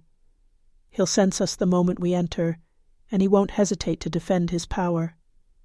Azural turned to the gathered fighters, a mix of villagers, rebels, and others who had joined their cause, each bearing the marks of survival and struggle. She saw fear in their eyes, but also determination, a shared sense of purpose that flickered like embers waiting to catch. They looked to her, and she felt the weight of their trust, their need for something to believe in. She raised her voice, letting it carry over the still morning. "Today we strike at the heart of Vieuva's corruption. We fight not just for ourselves, but for everyone he's taken from us, our families, our homes, our hope. We've seen his darkness, but we carry our own fire. We can break him piece by piece until there's nothing left but ashes." The murmurs of agreement grew louder, and she saw the fear wane as her words took root, transforming doubt into resolve. She turned to Talvar and Soraya, giving a sharp nod. "Let's move." They began the ascent, the narrow mountain path winding steeply upward, each step carrying them closer to the dark temple that loomed above. As they climbed, Azural could feel the weight of Vieuva's presence, an oppressive force that seemed to thicken the air. Her fire responded, sparking in her veins, as though her very body rebelled against the dark magic saturating the mountain. At the edge of a sharp cliff, the path widened, and there, blocking the entrance to the temple, stood a group of Vieuva's guards. They were clad in blackened armour, faces obscured by helms bearing his twisted emblem, a sun split by shadow. Their weapons glinted in the weak light, and their stances were rigid, disciplined. It was clear they had been waiting. One of the guards stepped forward, his voice echoing coldly. "Turn back. None approach the mountain of Vieuva and live." Azural felt the fire flare within her, her anger sparking like a struck match. She raised her hands, blue flames licking at her fingers, and met the guard's gaze with defiance. "Then you should have brought more men." Without waiting for a response, she unleashed a burst of flame, her fire searing through the air as it struck the guards. The blast forced them back, and her allies surged forward, weapons drawn, meeting the guards in a clash of steel and fury. The battle unfolded around her, chaotic and fierce. Talvar moved through the fray, his sword a silver blur as he struck down one guard after another, his movements precise and deadly. Soraya weaved her own spells, whispers of magic swirling around her as she created barriers to protect the fighters, and unleashed tendrils of shadow to entangle Vieuva's soldiers. Azural fought with an intensity she hadn't known before, her flames hotter, sharper, her control tighter. Each blast of fire sent her enemies reeling, her anger fueling her strength. The guards fell back, their formations breaking under the relentless assault. But for each one that fell, another seemed to emerge from the shadows, their dark armour blending with the mountain's harsh terrain. They pressed onward, carving a path up the mountain, and leaving scorched earth and fallen enemies in their wake. But as they neared the temple entrance, Azural felt the dark magic intensify, a sickly pulse of energy that radiated from within the stone walls. Her skin prickled with unease, but she forced herself to keep moving, her fire blazing in defiance of the darkness. Inside the temple, the air was colder, heavy with a thick, cloying scent that made her skin crawl. The stone walls were etched with dark runes, pulsing faintly as if alive, each one connected to the next in an intricate pattern that seemed to wind deeper into the temple's depths. Shadows slithered across the floor and walls, as though aware of their presence. Talvar glanced at her, his expression wary. "This place feels wrong. His power is everywhere." Soraya nodded, her face tense. "These runes are part of a web, a binding spell that strengthens his influence. If we can break the central point, we could shatter his hold on this region." Azural looked down the dark corridor ahead, her fists clenched. "Then we go to the heart of it." They moved forward, her allies close behind, their footsteps echoing in the stone hall. The shadows seemed to gather around them, thickening as they descended deeper into the temple. The air grew colder still, and Azural felt her fire struggle against the darkness, as if something were actively trying to snuff it out. They reached a wide chamber at the heart of the temple, its centre dominated by an altar carved from black stone, covered in intricate symbols that glowed with dark energy. Shadows coiled around it, writhing as though alive, and in the centre of the altar stood a crystal, black as night, pulsing faintly. Soraya's eyes widened. The Heartstone. This is the source of his magic here. If we destroy it, his influence over this region will shatter.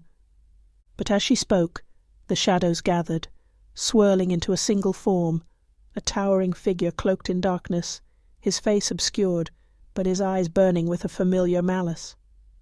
Azural's heart clenched as she recognized him, even in this twisted form. Vieuva. His voice echoed through the chamber, cold and mocking. You think you can break me with such feeble tricks? His gaze landed on Azural, and she felt the weight of his malice press against her, as if it sought to suffocate her very soul. You may carry fire, Azural, but I am the darkness that consumes all light. You are nothing to me. Azural's fists ignited, blue flames crackling along her arms as she met his gaze without flinching. I am more than what you tried to make me. I am the fire that will consume you. Vieuva's laughter echoed, a sound filled with contempt. You cannot control the power within you. It is chaos, and it will destroy you long before it ever reaches me. Azural's jaw clenched, her anger rising to a fever pitch. She could feel the flames building, a storm of fire that surged within her, fierce and hungry. She stepped forward, drawing on every ounce of her strength, focusing the flames into a single fierce point. With a shout, she hurled a torrent of fire at the Heartstone.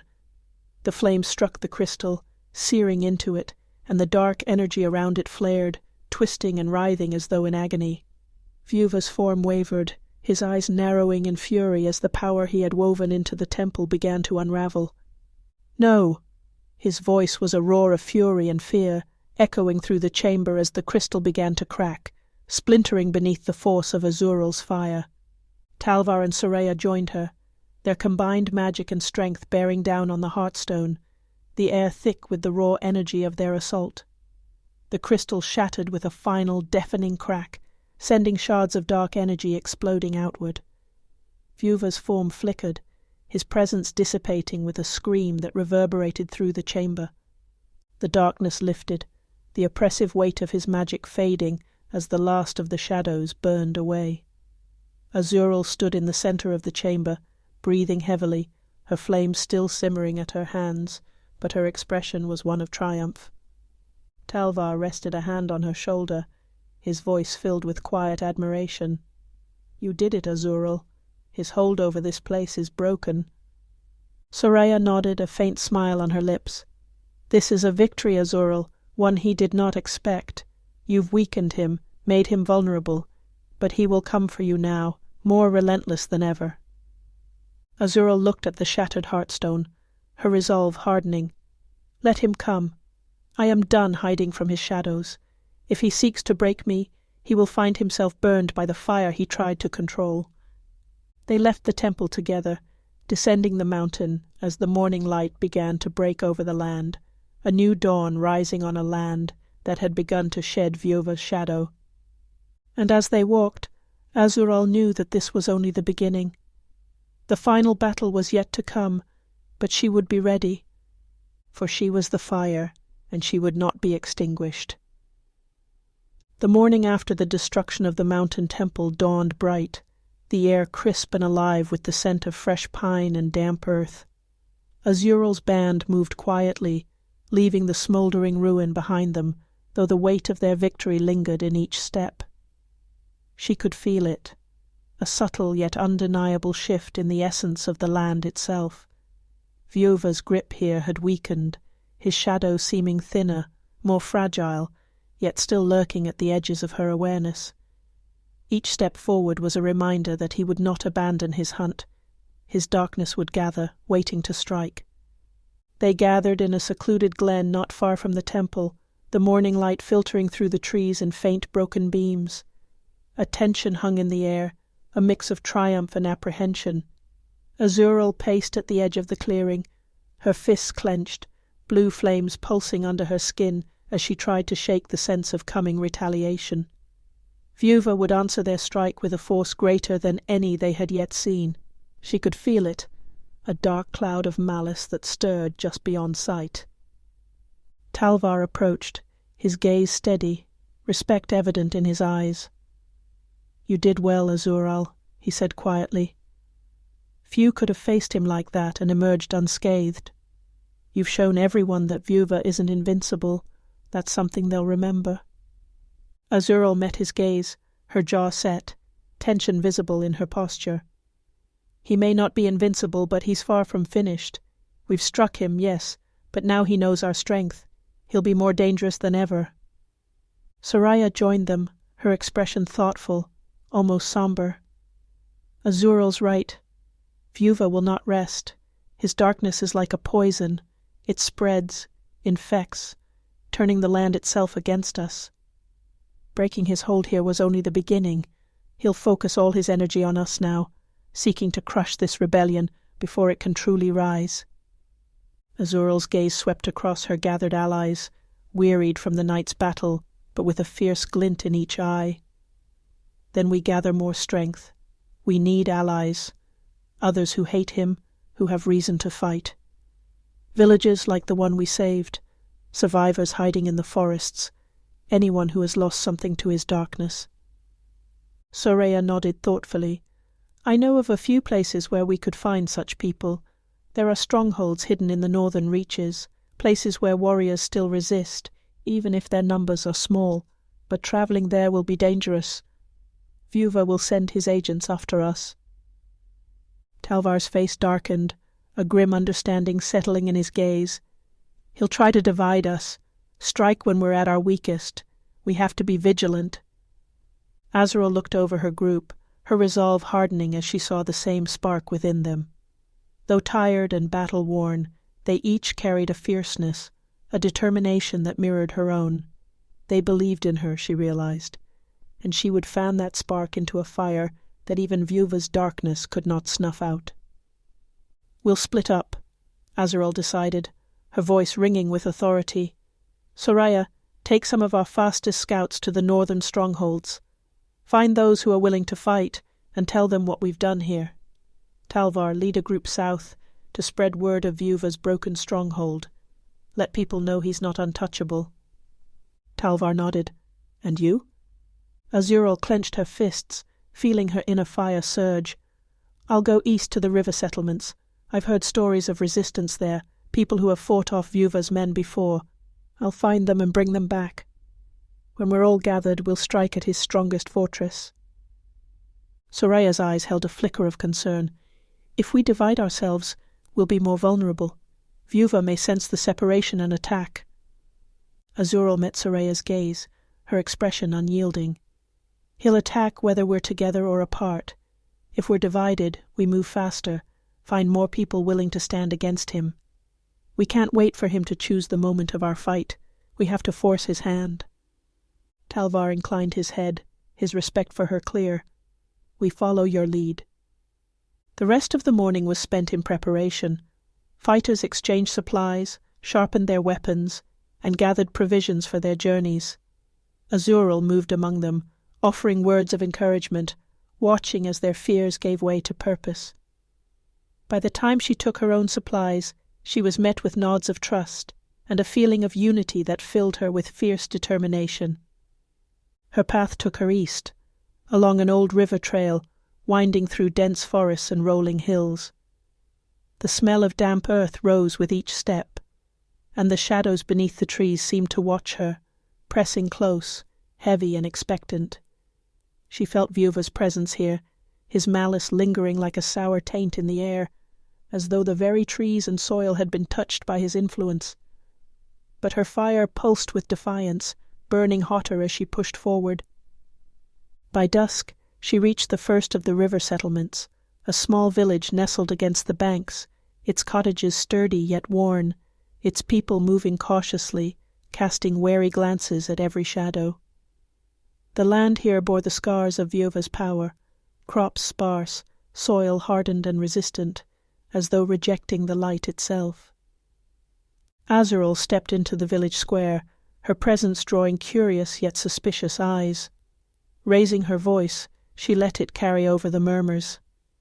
"I come with news of Vieuva's defeat," she announced, steady and strong. "His mountain stronghold has been destroyed. His power weakens, and he knows it. I seek those who would stand against him, to end his shadow over this land, once and for all." A murmur rippled through the crowd, faces lighting with a mix of fear and hope. An older man with a scarred face and worn armor stepped forward, his gaze sharp and questioning. "Vieuva is no easy enemy," he said, his voice roughened by age and experience. "Many have tried to fight him, but none have succeeded. What makes you think you can?" Azural met his gaze unflinchingly. "Because I have faced him and survived. I carry a fire that he cannot control. I have already broken his chains over one village, and I will continue until his hold over these lands is nothing but ash." The man studied her, skepticism warring with the glimmer of belief in his eyes. Slowly, he nodded. "Then you may have found an ally. There are those among us who would fight, if given a reason to believe." Azural inclined her head, her voice resolute. "Let this be your reason. We will not stop until he is gone from this land." As evening deepened, the villagers gathered to hear her story. She spoke of the temple battle, the fire she had unleashed, and the allies she had gathered. For the first time in years, they heard words filled with promise. Words that ignited a spark of resistance against the darkness they had known. Later that night, Azural sat in the village's small meeting hall, her thoughts restless. She felt the weight of responsibility pressing down, the lives that now looked to her as their light against Vieuva's shadow. Doubt gnawed at her, whispering that she was just one, that her power was raw, that the darkness might consume her before she reached her goal.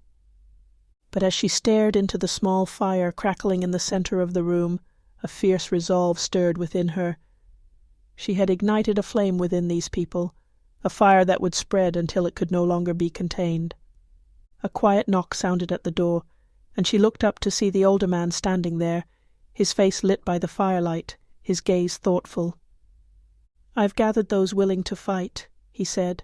"Not all believe, not yet, but they will follow you for now." Azural nodded, rising to her feet. "Then tomorrow we move on. Vieuva will know we're here soon enough. We can't afford to stay in one place." The man's gaze lingered on her, a flicker of respect in his eyes. "You carry a heavy burden, Azural. Vieuva will stop at nothing to break you, but I see a fire in you I haven't seen in a long time. If anyone can stand against him, perhaps it's you." Azural met his gaze, her voice filled with quiet conviction. "I don't plan on stopping until he's gone. For every person he's taken, for every life he's ruined, he will pay." The man inclined his head, a faint smile on his weathered face. "Then you have our loyalty. Lead us, and we'll stand with you." As the man left, Azural sat by the fire, feeling its warmth seep into her bones, steady and fierce. She thought of Talvar, of Soraya, of those who had placed their trust in her, and felt her resolve solidify. Vieuva's power was vast, his reach deep, but she knew now he was not invincible. Piece by piece, stronghold by stronghold, she would dismantle his empire. With dawn would come new allies, new fires to stoke, and as she drifted into a light sleep, she could almost hear the whispers of those she had freed, voices that promised they would stand with her until the end. Chapter 11. Whisper of Betrayal. The dawn light was pale as it crept through the eastern trees, casting long shadows over Azural's camp. Her group had grown. What had once been a scattered band of rebels was now a small but determined army, a gathering of villagers, fighters and survivors who had been emboldened by news of Vieuva's weakness. Yet, as their numbers swelled, Azural felt an unease stir deep within her, a tension that coiled tight in her chest. The air felt heavier this morning, charged with a strange stillness, as if the land itself were holding its breath. Azural's instincts prickled, warning her of something amiss, but she couldn't place it. She scanned the camp, noting the early risers sharpening weapons, trading supplies, and murmuring quietly among themselves. Soraya was speaking with a group of scouts, while Talvar gathered the latest reports from their sentries. She knew the importance of rallying her allies, of building trust and unity, but this morning the whispers among her followers were different, hushed and strained, as if something sinister lurked just beneath the surface. Soraya approached her, a look of concern shadowing her face. "Azural, there's something you should know." Her voice was low, careful, as if choosing her words with deliberate caution. "Some of the scouts reported strange activity in the forest last night. They believed they saw figures moving along the perimeter, cloaked and moving in unnatural silence. I fear Vieuva's agents are watching us." Azural's jaw tightened, the fire within her flaring instinctively at the thought.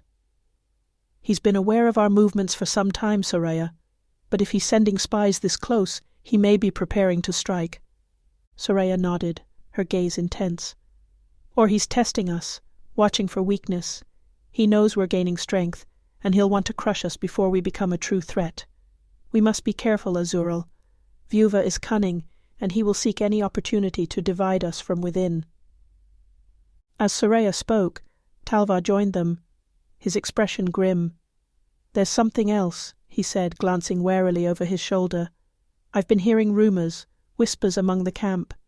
Some of the new recruits. They're questioning your leadership, Azural. They're saying you're too reckless, that you're taking us all to certain death." Azural's fist clenched, the anger simmering beneath her skin. She had expected doubt, expected resistance from those who had been hardened by years of living under Vieuva's shadow. But to know that it had taken root here among her own allies stung deeply. "Do you know who started these rumors?" she asked, her voice quiet but steely. Talvar hesitated. "It's hard to say. They spread like wildfire, but it's possible that one of Vieuva's agents slipped in among the new recruits, stoking the flames of doubt. It's the kind of tactic he favors, undermining trust, planting seeds of discord." Azural took a slow breath, forcing herself to remain calm. "Then we need to root out the source before it spreads further. Vieuva wants us divided. He knows that if we fall apart from within, we won't need him to crush us." A call rose from the far end of the camp, and one of the scouts hurried over, her face pale with worry.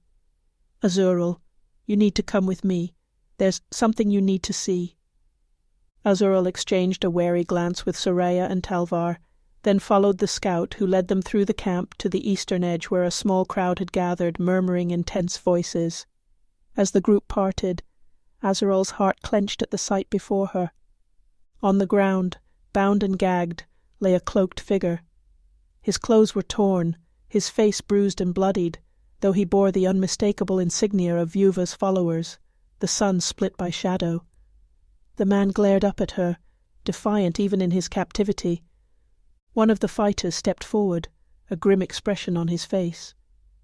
"We found him sneaking through the camp just before dawn. He claims he's here to deliver a message, but he wouldn't say more." Azural crouched down, meeting the man's gaze. "You're a fool to come here," she said coldly. "If Vieuva sent you to spy on us, you won't live to report back." The man smirked, his voice a hoarse whisper. "I come with more than a message. I come with the truth." His gaze swept over the crowd, his eyes gleaming with a dark satisfaction. "Do you know who she truly is?" he said, his voice loud enough for those around to hear. "Do you know what burns within her?" Azural's fist tightened, the fire within her sparking in response to his taunts. "You're wasting your breath," she said sharply. "Whatever lies Vieuva has filled you with, they will die with you."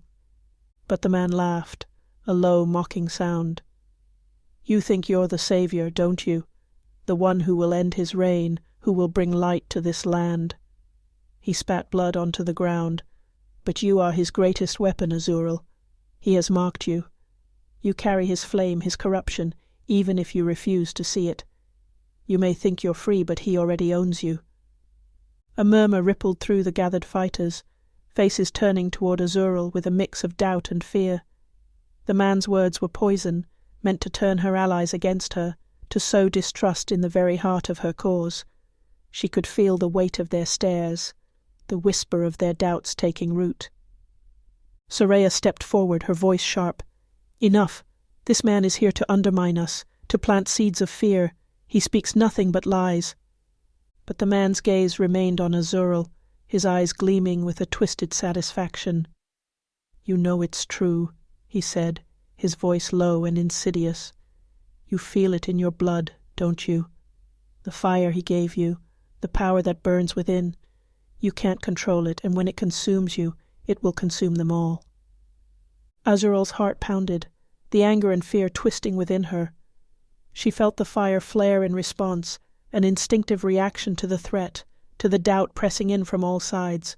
The flames licked at her skin, and for a moment she feared that he was right, that the fire was not hers to control, that it was Vieuva's corruption buried deep within her. But she pushed the thought aside, clenching her fists and letting the flames die. She straightened, meeting the man's gaze with steely resolve. "You may come here with your lies, your poison, but I will not let you spread fear among those who stand with me. Your words mean nothing here." The man sneered. "We shall see. Vieuva's shadows are everywhere, Azural. He knows your every move, your every weakness. You are already his." Azural felt a surge of anger, a pulse of fire that demanded release, but she forced herself to remain calm. "Take him to the edge of the camp," she ordered, her voice steady. "Let him see the strength of our numbers, the resolve of those who stand against Vieuva. And when he sees that his words have failed, send him back with a message." Talvar's brow furrowed, but he nodded, understanding her intent. The guards led the man away, his twisted laughter echoing through the camp as he was taken out of sight.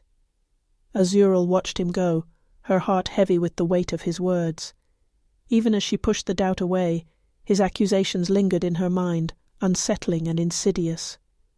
She felt Soraya's hand on her shoulder, grounding her. "His words are designed to break you, Azural," she said softly, "to twist your strength into fear.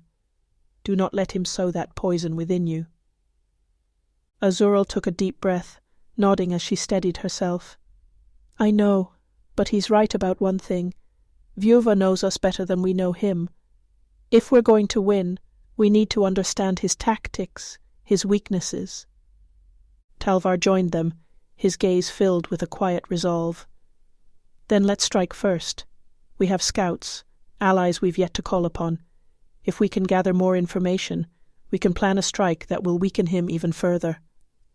Azural met their eyes, her resolve hardening. "Then that's what we'll do. We'll move against him, expose his shadows, weaken his forces.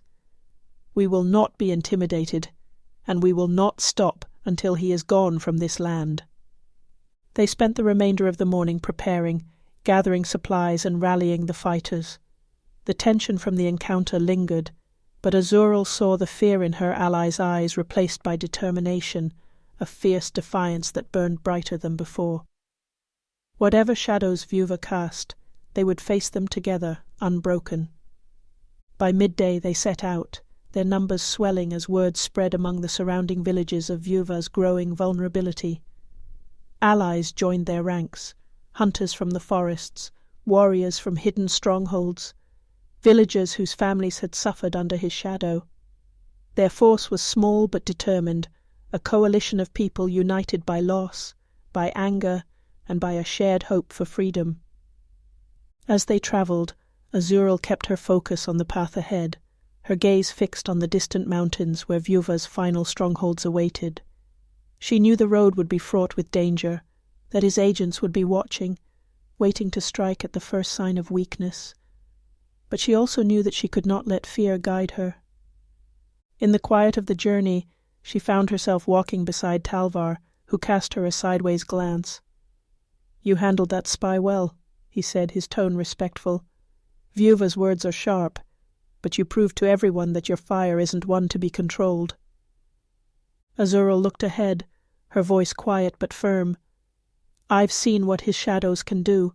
I refuse to let them take root here, in the hearts of those who believe in me. I will not let him break us." Talvar nodded, a faint smile tugging at the corner of his mouth. "Then we'll see this through, Azural, all of us."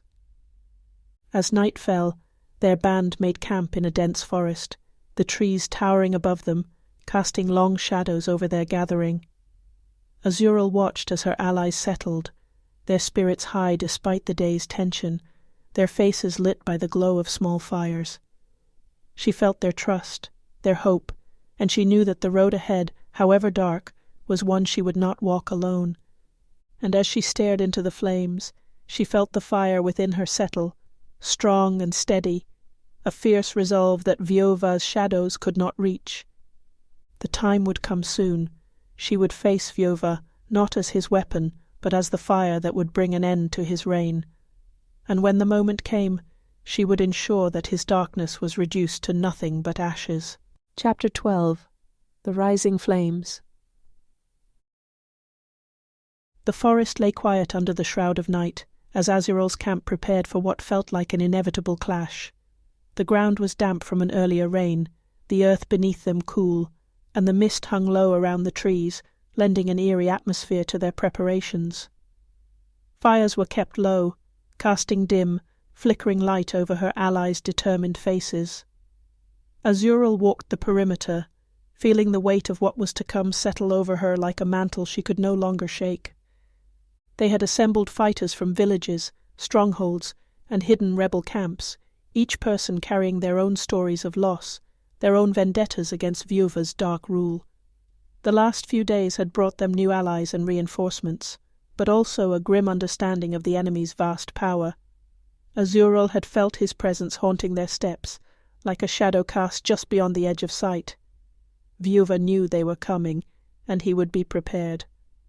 Soraya joined her, her face calm but thoughtful. "We're as ready as we can be, Azural.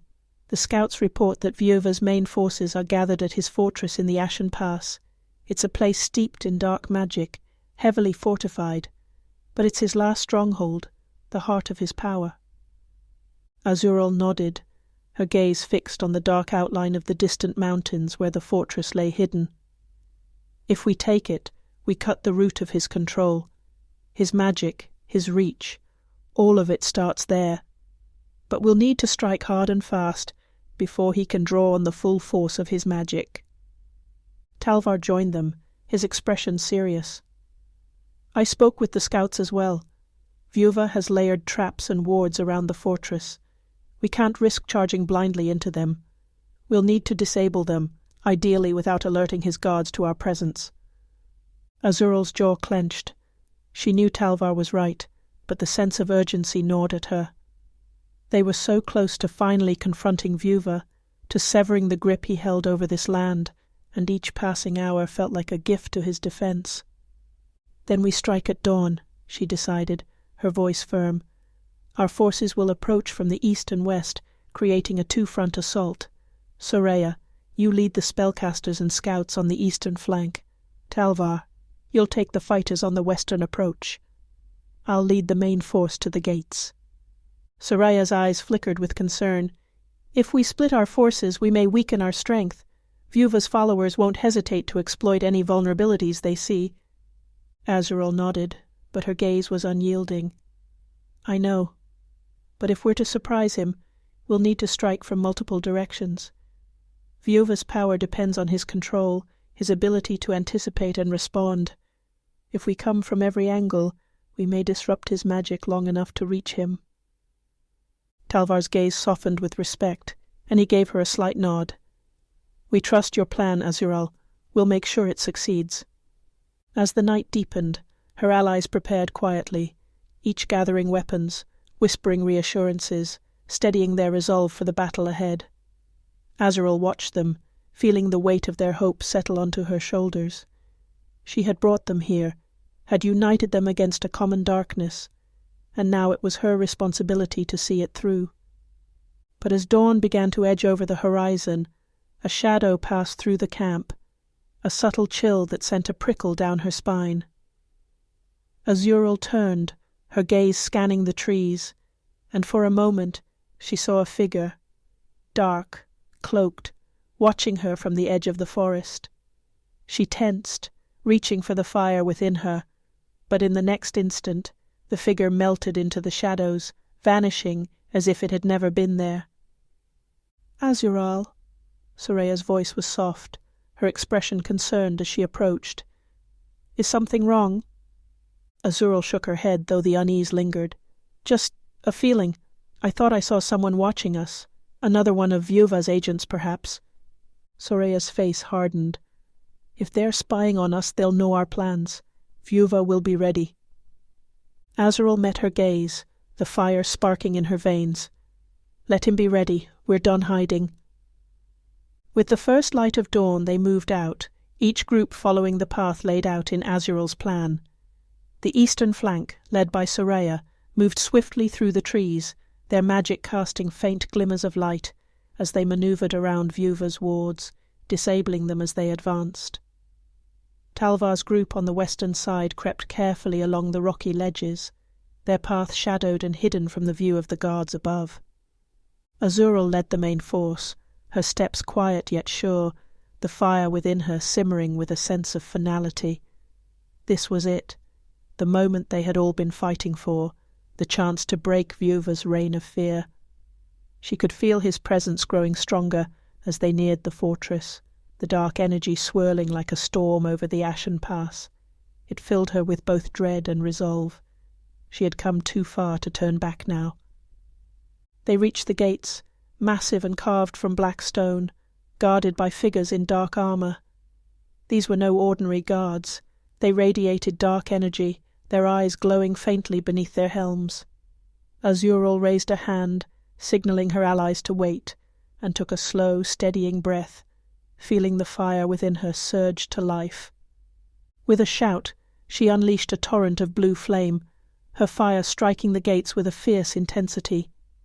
The dark energy of the guards pushed back, a barrier flaring to life around them, but Azural's flames blazed hotter, pushing against the barrier until it cracked, then shattered. Her allies surged forward, meeting the guards in a clash of steel and magic. The battle erupted around her, fierce and chaotic. Her allies fought with determination, their movements precise and deadly as they pushed forward, inch by inch. Azural felt the fire in her veins pulse in time with the battle, each strike and counterstrike feeding her resolve. But as they fought their way into the fortress, she felt the weight of Vieuva's power pressing down on them, a dark force that seemed to seep from the very walls. Inside the fortress, the air grew thick, the shadows darker, more insidious. Every corner seemed to pulse with Vieuva's presence, his magic weaving through the stone like a poison. Azural's steps grew heavier, each one feeling like a test of her resolve. She could feel his gaze on her, a mocking presence that lingered at the edge of her mind. They reached the inner sanctum, a vast chamber lined with columns carved from dark stone, each one inscribed with twisted runes that pulsed faintly. At the far end of the chamber stood Vieuva, his form cloaked in shadow, his eyes gleaming with malice. "So," he said, his voice echoing through the chamber, cold and taunting, "the little firebrand finally arrives. You've brought quite the band of misfits to challenge me. But tell me, Azural, do they know the truth of your power? Do they know what you truly are?" Azural met his gaze, the fire within her blazing defiantly. "They know enough. They know you're a coward who hides behind shadows, too afraid to face the fire that will end you." Vieuva laughed, a cold, mocking sound that sent a chill through the room. "Brave words, but your fire is not yours to wield. It is my gift to you, my curse, and it will consume you as it has consumed all before you." Azural felt a flicker of doubt, his words echoing the fears that had haunted her, but she pushed them aside, focusing on the strength that pulsed within her, a fire that was hers alone. "Your lies don't hold me, Vieuva. This fire isn't yours, it's mine, and I will see it reduce you to ashes." With a cry, she unleashed a surge of flame, blue fire roaring toward him. Vieuva raised a hand, and a barrier of darkness flared to life, absorbing the flames, twisting them, feeding on them. Azural gritted her teeth, feeling the resistance, as her fire pushed against his magic, the heat intensifying as she poured every ounce of her strength into the attack. But Vieuva's laughter echoed through the chamber, his power growing stronger, feeding off the very flames she wielded. "You cannot defeat me, Azural," he taunted. "You are fire, but I am shadow. I consume, I control, and you are but a spark in my darkness." Azural's fire wavered, her strength ebbing as his power pressed down on her, a weight that sought to extinguish her very being. She could feel her allies fighting around her, could hear their shouts, their cries of determination. But her vision began to blur, the shadows pressing in. And then, through the haze, she heard Soraya's voice, strong and clear. "Azural, remember who you are. This fire is yours, not his. He fears you because he knows he cannot control you." Azural's heart steadied, her resolve hardening as Soraya's words anchored her. She was not Vieuva's puppet, not a tool to be wielded. She was her own force, her own flame, and she would not be bound by his darkness. With a final surge she drew on every ounce of strength within her, feeling the fire blaze brighter, hotter, a fierce and unbreakable force. She met Vieuva's gaze, her voice steady. "You may be shadow, but I am fire, and I will see you burn." Her flames erupted, a storm of blue fire that engulfed the chamber, pushing back the darkness, searing through his barrier, consuming everything in its path.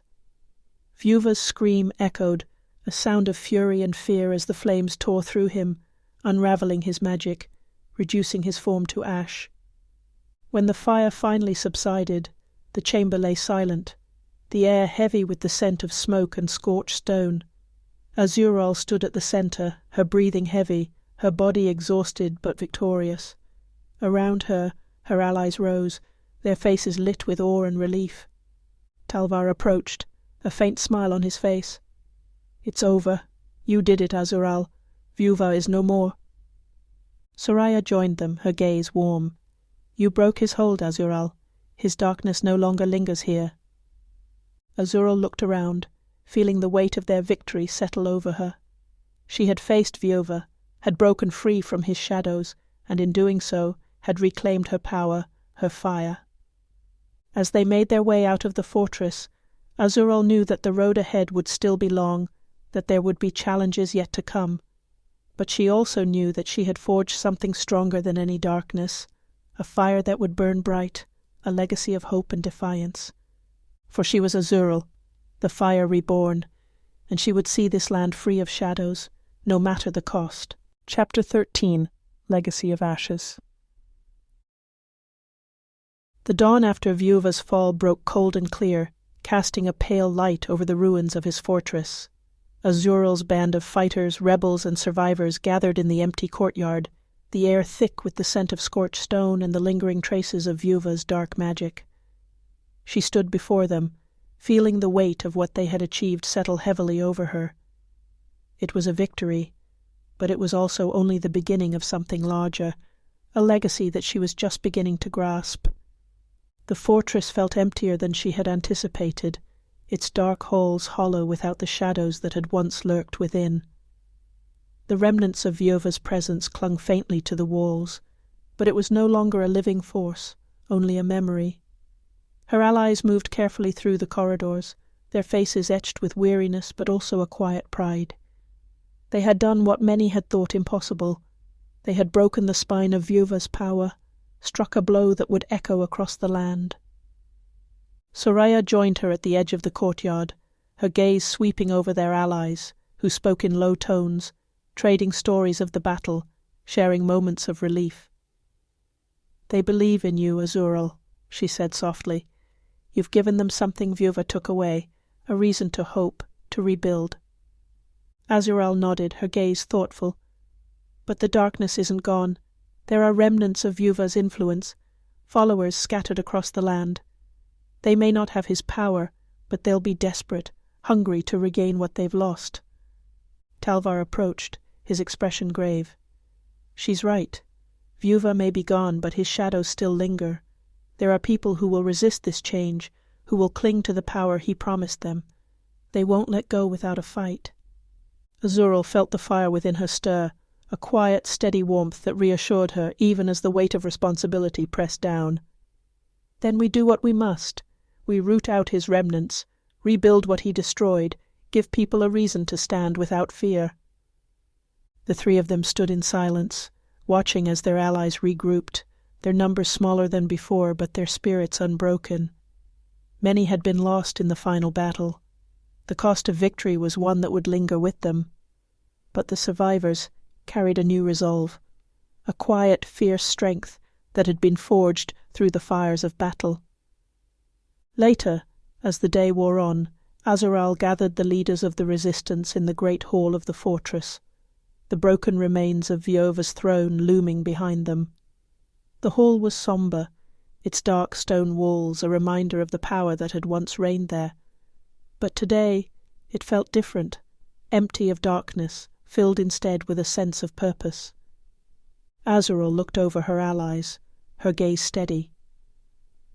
Vieuva's reign of shadows has ended, but his legacy of fear remains. There are people who still feel his influence, who live under the weight of the darkness he spread. It's up to us to show them that they don't have to fear anymore. One of the village leaders, an older woman with a scarred face, nodded, her expression fierce. We will tell them. We will tell everyone that Vieuva is gone, that his power has been broken. People need to know that they can rebuild, that they can live without fear. Talvar's voice was quiet but resolute. We can't undo the damage he did, but we can help them rebuild. We'll need to organize, establish places of safety for those who still live in the shadow of his influence. Soraya placed a hand on Azural's shoulder, her expression soft. And you, Azural, you are the fire that lit this rebellion, that brought hope back to these people. They will look to you as their leader. Azural tensed at the words, the weight of them settling over her like a heavy mantle. She had fought to bring Vieuva down, had shouldered the burdens of others, but she hadn't thought beyond that final battle, beyond the moment when his darkness would no longer stain the land. She had never imagined herself a leader, a symbol for those who sought to rebuild. I didn't do this to lead, she said softly, her gaze distant. I did this because I had to, because no one else could stand against him. Talvar's gaze was steady. And that's exactly why they will follow you. You didn't seek power, and that's why they trust you. You've shown them what it means to stand against darkness, to be more than just a weapon. The others murmured their agreement, their eyes fixed on her with a respect and trust that felt both humbling and daunting. Azural took a deep breath, feeling the fire within her simmer, a quiet strength that steadied her. Then I'll do what needs to be done, she said, her voice firm. We will rebuild. We'll find those who still serve his memory, and will ensure they no longer cast shadows over the innocent. And together we'll create a future free of fear. The decision made, they spent the next days organizing, sending messengers to nearby villages, spreading the word of Vieuva's defeat. People began to arrive, survivors who had heard whispers of the rebellion, families who had lived in hiding, fighters who had resisted from the shadows. They came with wary hope, with stories of loss and survival, and Azural listened to each one, feeling their grief and their resilience strengthen her resolve. As the days passed, Azural found herself at the heart of a growing alliance, each person looking to her as the leader they had needed for so long. She moved among them, listening, guiding, learning their stories and sharing her own. Slowly, the fortress that had once been a symbol of Vieuva's tyranny transformed, its walls echoing with laughter, its halls filled with people who had once feared to speak freely. One evening, as she stood on the battlements overlooking the forest, Soraya joined her, a quiet smile on her face. You've done well, Azural. They look to you with hope, not fear. You've given them a reason to believe again. Azural gazed out over the land, feeling a quiet peace settle over her. I never thought it would end like this, she admitted. For so long I was consumed by anger, by a need for revenge. But now, it feels like something more, something worth protecting. Soraya nodded. That is the power of fire. It destroys, but it also gives life. You have found a way to wield it for something greater than yourself. Azural's gaze softened. Perhaps, but I couldn't have done it alone. You and Talvar, the people who stood beside me, you all gave me the strength to keep fighting. Soraya smiled, her eyes warm. And now you give that strength to others. That is the legacy you've built.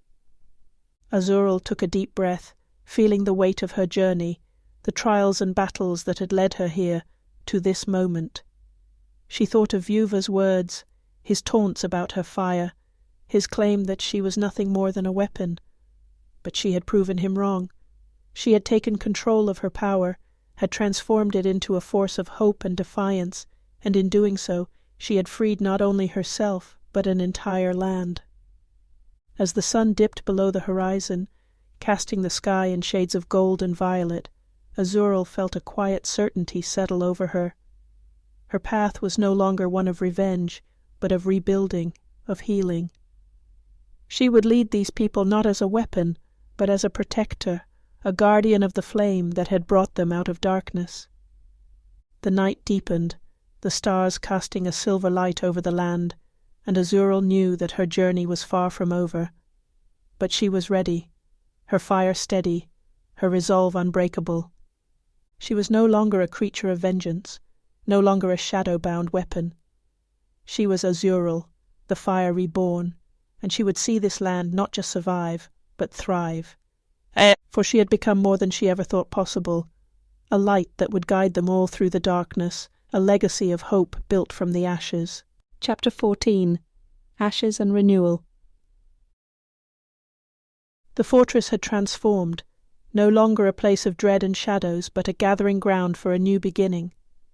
As the days passed, Azural's followers continued to arrive from distant villages, some worn and weary, others defiant and eager to help rebuild. The dark past of this place lingered, but it was fading, replaced by a sense of purpose, by the hum of conversations, and the warmth of fires shared among allies. Azural moved among her people, her gaze calm yet vigilant. She had come to accept her role as their leader, though the weight of it still pressed heavily on her. Each day she listened to stories of loss, of survival, of families torn apart by Vieuva's cruelty, and each day her resolve deepened. She had become something more than herself, an emblem of hope, a force for change. But even with Vieuva's defeat, the remnants of his influence remained scattered across the land. His followers, scattered and leaderless, still clung to the scraps of his dark legacy, sowing fear where they could, resisting the new era that Azural and her allies were building. Soraya approached her one evening as the sun dipped below the mountains, casting a warm light over the fortress. "Our scouts have returned with news," she said, her voice calm but serious. "They found a group of Vieuva's former lieutenants hiding in the western woods, trying to rally those who remain loyal to him. They're stirring fear again, claiming that Vieuva's power will rise from the ashes." Azural's expression hardened. She had hoped that Vieuva's defeat would have shattered the last of his followers' loyalty, but she knew better than to underestimate the tenacity of those clinging to darkness. Fear, once rooted, was difficult to uproot, and Vieuva's hold had been insidious. "Then we root them out," Azural said, her tone firm. "We can't let fear take hold again. We have to show them that their shadows hold no power here." Talvar joined them, nodding in agreement. "The people need to see that Vieuva's darkness is truly gone, that it cannot rise again. If his lieutenants are allowed to rally, they'll sow division, spread rumours, keep the wounds he inflicted open." Soraya looked at Azural, her gaze thoughtful. "We could go together, show them the strength that ended Vieuva's rule. But it's your choice, Azural.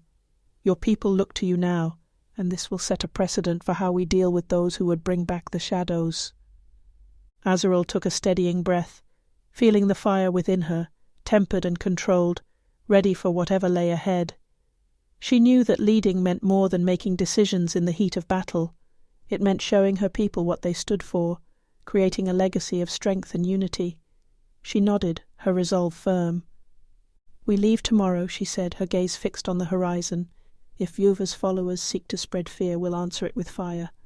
But we'll give them a choice: stand down, or be scattered like the ashes of their fallen master." At dawn, she and a small group set out, Talvar and Soraya by her side, along with a handful of trusted fighters who had stood with her since the beginning. They travelled swiftly, the familiar rhythm of marching bringing back memories of their journey to Vieuva's fortress. But this time the atmosphere was different. A sense of purpose bound them together, not merely survival or vengeance. The western woods were dense and silent, a quiet tension hanging in the air as they drew closer to the hideout of Vieuva's lieutenants. Shadows clung to the trees, though they felt less sinister now, more like the remnants of something that no longer held true power. Azural felt the fire within her stir, a reminder of the strength she wielded, of the promise she had made to see this land free. As they approached a clearing, Talvar raised a hand, signaling them to stop. He pointed ahead, where a small group of men and women dressed in dark cloaks gathered around a makeshift camp. They spoke in low voices, glancing over their shoulders as though expecting to be caught. Azural recognized the symbols they wore, remnants of Vieuva's dark legacy, sigils that marked them as his most loyal followers. Azural stepped forward, letting the fire in her hands ignite, casting a blue glow that pierced the dim light of the forest. Her voice rang clear, steady. "You cling to shadows that no longer hold power. Vieuva is gone. Your time is over." The lieutenants turned, their faces a mixture of fear and defiance as they took in the sight of her, of the fire she wielded. One of them, a tall, gaunt man with cold eyes, stepped forward, his expression twisted with resentment. "You think his power died with him?" He spat, his voice filled with a venomous certainty. "Vieuva's shadow lives on, in the hearts of those who still fear, in the wounds he left behind. You are nothing but a spark. You cannot erase him." Azural met his gaze, her expression unyielding. "You're wrong. I am more than a spark. I am the fire that will burn away his darkness, root and branch. Your shadows hold no sway here." The man sneered, but she saw the flicker of doubt in his eyes, the hesitation as he faced the force of her resolve. The other followers shifted uncomfortably, some glancing at each other with uncertain eyes, as though beginning to realize that Vieuva's promises no longer held power. Talvar stepped forward, his voice firm. "You have a choice. Lay down your loyalty to a fallen master, or face the same fate he did. The people of this land will not tolerate fear and oppression any longer." The gaunt man's face twisted, but as he looked into the faces of his companions, he saw their wavering, the seeds of doubt taking root. One by one they lowered their weapons, their expressions filled with reluctance, but also a weary acceptance. They had clung to Vieuva's power out of fear, out of a need to belong to something greater, but now that darkness was gone, and all that remained was the truth they could no longer deny. Azural took a slow breath, feeling the weight of this moment, the significance of their surrender. She let her fire die down, stepping forward to address them, her voice quiet but strong. "You can still choose a different path," she said. "Help rebuild what Vieuva destroyed. The past cannot be undone, but you can make amends. Be a part of the change that this land needs." The former lieutenants looked at each other, their expressions filled with hesitation, but also a flicker of hope. Slowly they nodded, their loyalty to darkness fading as they recognized the possibility of a new beginning. They returned to the fortress with their new allies, the remnants of Vieuva's followers, now part of the effort to rebuild. The people watched with a mixture of curiosity and caution, but Azural's steady presence reassured them. She had not only defeated Vieuva, but had shown them that even those who once served darkness could change, could find redemption. Days turned into weeks as the land began to heal. Fields once blighted by Vieuva's magic grew green again, villages rebuilt their homes, families reunited, and children played freely in places once haunted by fear. Azural's legacy spread, reaching villages and strongholds she had never seen, her name whispered as a symbol of hope, of resilience. One evening, as the sky blazed with the colors of dusk, Azural stood on the fortress walls, gazing over the land she had fought to free. Soraya and Talvar joined her, their faces filled with quiet pride. "You've given them something they thought they had lost forever," Soraya said, her voice soft.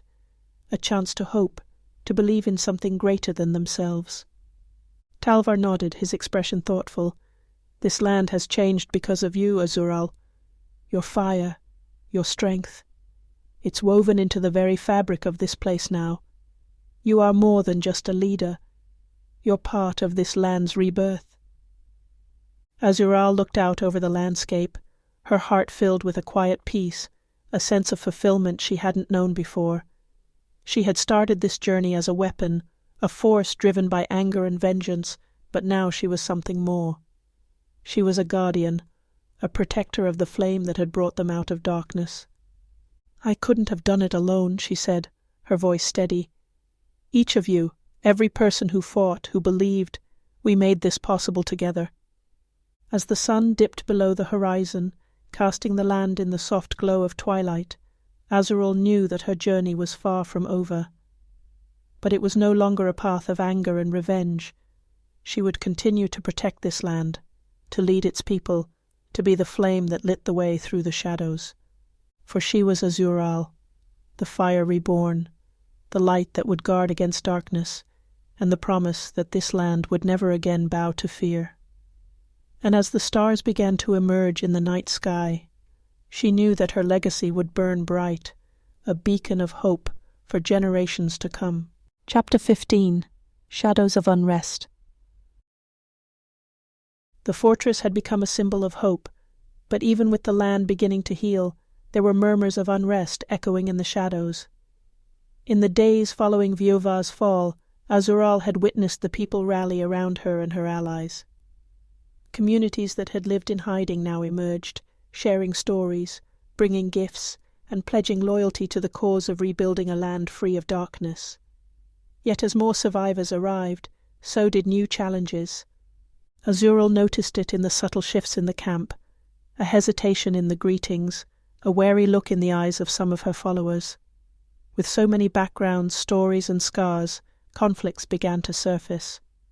A few of Vieuva's former followers, those who had chosen to stay and atone for their past allegiance, were met with distrust. Old grudges simmered, as those who had suffered most found it difficult to accept that their former enemies could be allies. One evening, as Azural made her way through the fortress courtyard, she overheard a heated exchange between two villagers, their voices sharp and filled with old bitterness. "They destroyed my village, my family," one of them shouted, his voice choked with grief. "How am I supposed to trust them? They may have laid down their weapons, but their hands are still stained with the blood of our people." The other, one of Vieuva's former followers, responded with a restrained sadness. "I know what I did. We followed Vieuva out of fear, out of desperation. I am here now because I want to make amends. We all suffered under his reign." Azural stepped forward, her presence drawing the attention of those gathered nearby. The courtyard fell silent as she looked between the two men, her expression calm but commanding. She understood their pain, their need for retribution, but she also knew that this anger, if left unchecked, would unravel everything they had fought for. "We cannot rebuild this land if we tear each other apart," Azural said, her voice carrying over the gathered crowd. "Yes, the scars of what Vieuva did run deep, and I do not ask you to forget. But I do ask you to try and forgive. This land has seen enough hatred. If we cannot come together now, then he wins, even in death." Her words hung in the air, and she could see the tension ease, though the distrust didn't vanish entirely. The two men exchanged wary nods, and Azural could see that their wounds would take time to heal. But for now, it was enough. As the crowd dispersed, Soraya approached, her gaze thoughtful. "You have a way of reaching them, Azural, but I fear that these divisions run deeper than words alone can mend." Azural nodded, her expression weary. "I know, Vieuva's shadow remains not as a threat, but as a memory, a scar. People cannot forget what they've lost so easily, and some of them will always look to those who followed him with anger. Soraya's voice softened. Then perhaps there is a way to turn that pain into something stronger. We could create a council, a gathering of leaders from each village, each faction, including those who once served Vieuva. Let them speak their truths, air their grievances, and find a way forward together. The idea struck a chord in Azural. A council could be the very thing they needed to bring unity, to give the people a voice in shaping this new land, to transform their wounds into a foundation of strength. That may be the answer, Azural replied, her resolve growing. If they can be part of the rebuilding, if they feel their voices are heard, perhaps they can find common ground, something to fight for beyond vengeance. The next day, she called a meeting in the great hall, inviting leaders from each village, fighters from each faction, and even those who had once served Vieuva. The hall was filled with a tense silence, the air heavy with the weight of unspoken pain and resentment. But as each person took their place, Azural saw in their eyes a glimmer of willingness, a desire to create something better. She stood before them, her voice steady. "We are here because we all want a future free from fear. I ask each of you to speak, to share your experiences, your grievances. This council will not erase the past, but it can help us shape a new future, one built on trust, however fragile it may be." One by one they shared their stories, their losses, their reasons for joining the fight. The tension was thick, the emotions raw, but as the hours passed, Azural saw something shift. Old wounds were laid bare, but so was the shared hope that had brought them together. It was a beginning, imperfect, fraught with lingering distrust, but a beginning nonetheless. By the end of the day, they had crafted a pact, a commitment to rebuild, to protect each other, and to ensure that no power like Vieuva's would ever rise again. Each faction, each village would have a voice, and together they would work to mend the scars of the past. As the council adjourned, Talvar approached, a faint smile on his face. "You did well, Azural. This council, it gives them a purpose beyond vengeance. They can see themselves as part of something larger." Soraya nodded in agreement, her eyes filled with quiet pride. "You've transformed their anger into a strength that binds them. They may not trust easily, but they will find unity in time." Azural looked around the hall, watching as people lingered in conversation, some still hesitant, others sharing quiet words of encouragement. This council was a fragile thing, and it would take patience and time to solidify. But it was a start, a step toward healing the wounds that Vieuva's reign had left behind. As she turned to leave, a young child ran up to her, clutching a small, wilting flower. She looked up at Azural with wide eyes, her voice barely a whisper. "Thank you for helping us."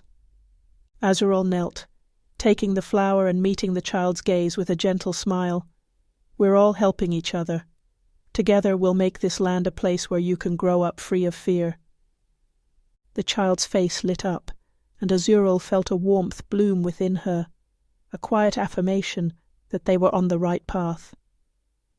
That night, as the camp settled into a rare quiet, Azural stood alone under the stars, her heart heavy yet filled with hope. This council, this fragile unity, would be their legacy, a promise that even the darkest shadows could be healed by the light of understanding and forgiveness. She knew that her journey was far from over, that there would be more challenges ahead, but for the first time she felt a sense of peace. The fire within her had become more than just a weapon. It was a guide, a light that would lead her people forward, away from the shadows, and into a future built on resilience and unity. As the stars glittered above, Azural knew that her flame would burn not as a destructive force, but as a beacon of hope, a reminder that even in the wake of darkness, there could be new beginnings. Chapter 15.5 Seeds of Distrust. The fortress buzzed with a tense energy in the days following the fall of Vieuva. The courtyards that had once been silent and oppressive were now alive with people, some rebuilding, others gathering in clusters to discuss Azural's leadership and the victory they had achieved. Yet despite the progress, Azural could sense the weight of resentment simmering beneath the surface. Azural watched from the balcony, her gaze falling over the crowd. The remnants of Vieuva's followers, those who had surrendered and pledged loyalty, were met with skeptical glances and murmurs from the other villagers. Some whispered of vengeance, others avoided the former followers entirely, their expressions wary. Soraya approached, her face lined with worry. "They're still fractured," she said quietly. "These people carry wounds that go beyond the physical. Vieuva's presence lingered here too long, and the mistrust runs deep." Azural nodded, her brow furrowing as she watched two villagers arguing with one of the former followers nearby. "They need more than my word to believe they can move past the shadow of Vieuva. They need a reason to trust." Talvar joined them, his expression hard. "And if we let these divisions grow, they will turn to anger and betrayal. You need a way to give them ownership in this new world we're building." He paused, then added thoughtfully, "A council, perhaps, where everyone has a voice, including those who once served Vieuva." Azural's gaze sharpened as she considered the suggestion. "A council," she echoed. "They would all have a stake in the future, a place to speak, to share grievances. And it would show them that this isn't just my fight. It belongs to everyone." Soraya's eyes brightened. "Yes, it could give them a foundation, a reason to put aside old hatreds and to look forward. If you call them together and lead with purpose, they'll see the possibility of peace." The next morning, Azural summoned representatives from every village, every faction, including the former followers of Vieuva. They gathered in the great hall, the walls that had once held fear, now hosting the hum of voices, filled with the hope and uncertainty of a new beginning. As Azural stood before them, the hall fell silent. She could feel their eyes on her, some watching with open admiration, others with skepticism. Taking a deep breath, she spoke, her voice steady. "We have won a victory, but the shadows of the past linger," she began, her gaze sweeping over the crowd. "Each of us carries scars from Vieuva's reign. His darkness has left us wounded and mistrustful. But if we are to rebuild, to move beyond what he did, we must come together. This council will be the foundation of our future, a place where each voice matters. If you have grievances, let them be heard here. If you have concerns, speak them freely." A murmur rippled through the crowd. One by one, the representatives stepped forward to speak, some voicing their pain, others sharing stories of survival and resilience. Azural listened, her heart heavy with the weight of their experiences, but also strengthened by their determination. As the day wore on, a quiet resolve began to settle over the gathering. The anger and resentment didn't vanish entirely, but there was a sense of cautious hope, a glimmer of something stronger than fear. By evening they had reached an agreement, a pact to protect the people of this land, to root out any remnants of Vieuva's influence, and to rebuild as equals. For the first time, Azural saw a unity forming, however fragile. Later, as the crowd dispersed, Talvar approached her, a faint smile on his face. "You gave them a reason to believe.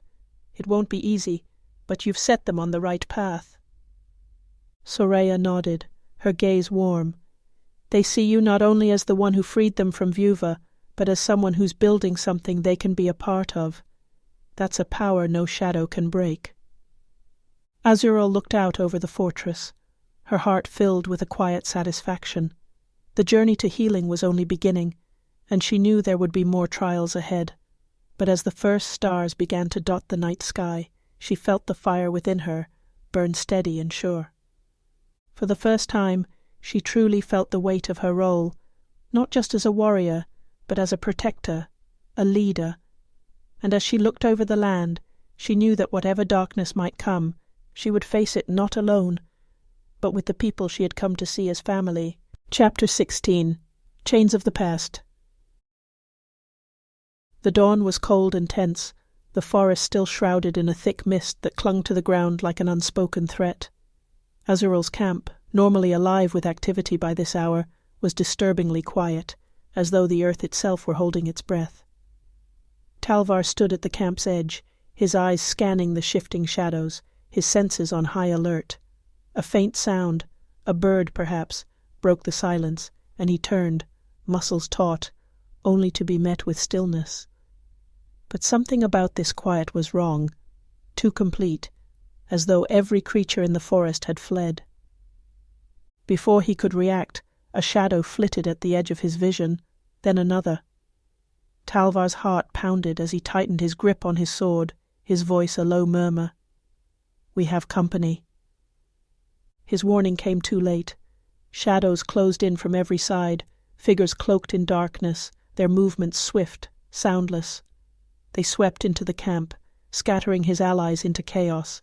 Talvar fought back fiercely, his blade flashing through the half-light, but their numbers grew overwhelming, pressing in like waves. A dark spell struck him from behind, forcing him to his knees. He caught sight of Azural emerging from her tent, her eyes fierce as she reached for her fire, but a chain woven from shadows lashed out, binding her wrists and stifling her flames. Nearby, Soraya was already surrounded, her magic shackled by a dark collar clamped around her neck. She struggled against her captors, her gaze sharp with defiance, but the shadowed figures held her fast. Talvar's vision swam as he tried to rise, only to be struck down again, his strength ebbing as the shadows closed in around them. The attackers dragged them deeper into the forest, their faces concealed, their footsteps soundless against the forest floor. Every time Azural tried to summon her fire, the chains tightened, draining her power, forcing her into silence.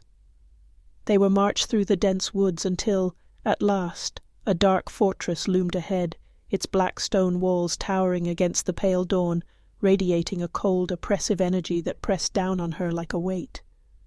Azural glared at the structure, anger flaring within her despite her bonds.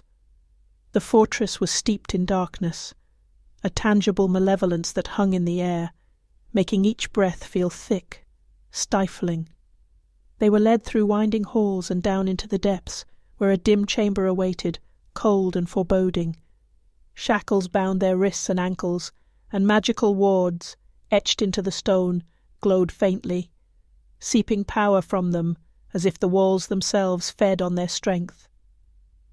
A figure entered the room, cloaked in shadows, his robes trailing across the floor like tendrils of smoke. His face was hidden beneath a hood, but the coldness in his voice was unmistakable. The Draconis Ignis Aeterni brought so low.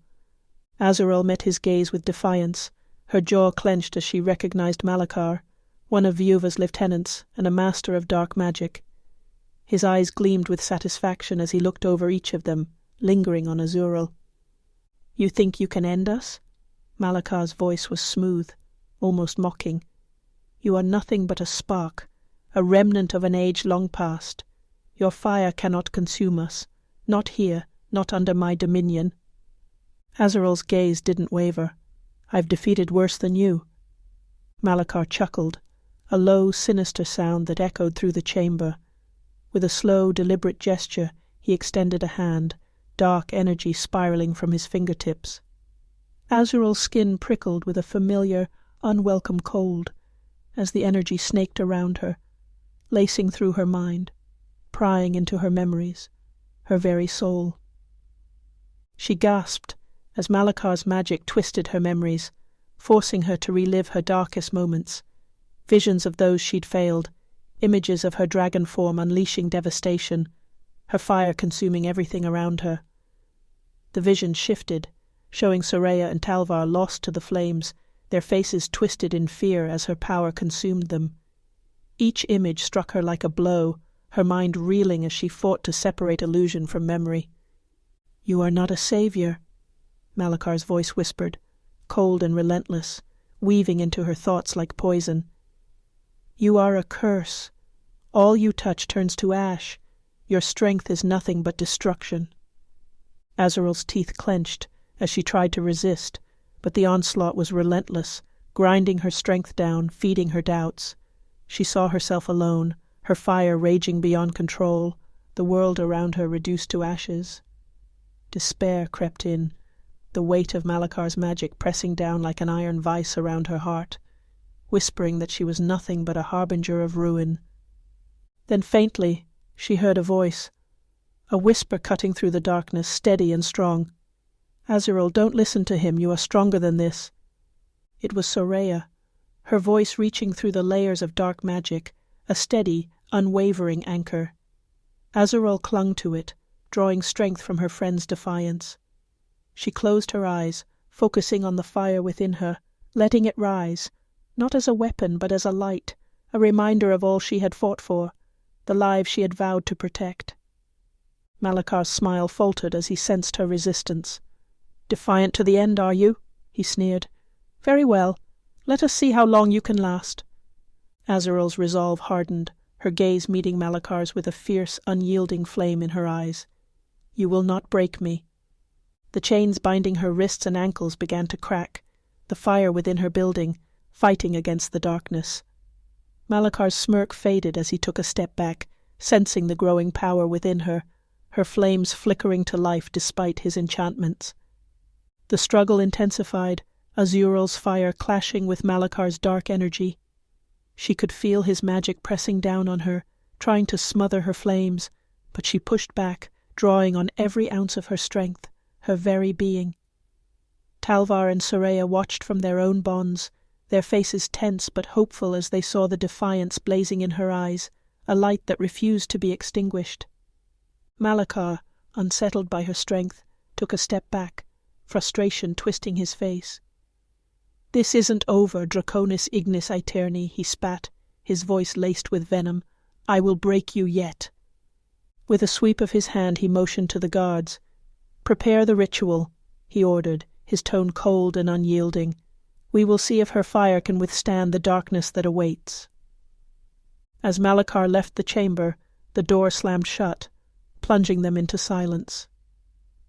Azural's breathing was ragged, her strength waning, but her spirit remained unbroken. She glanced over at Soraya and Talvar, giving them a nod of reassurance, even as exhaustion weighed on her. Soraya's voice, though barely a whisper, was steady with determination. "We'll find a way out, Azural. We've faced worse. This is not the end."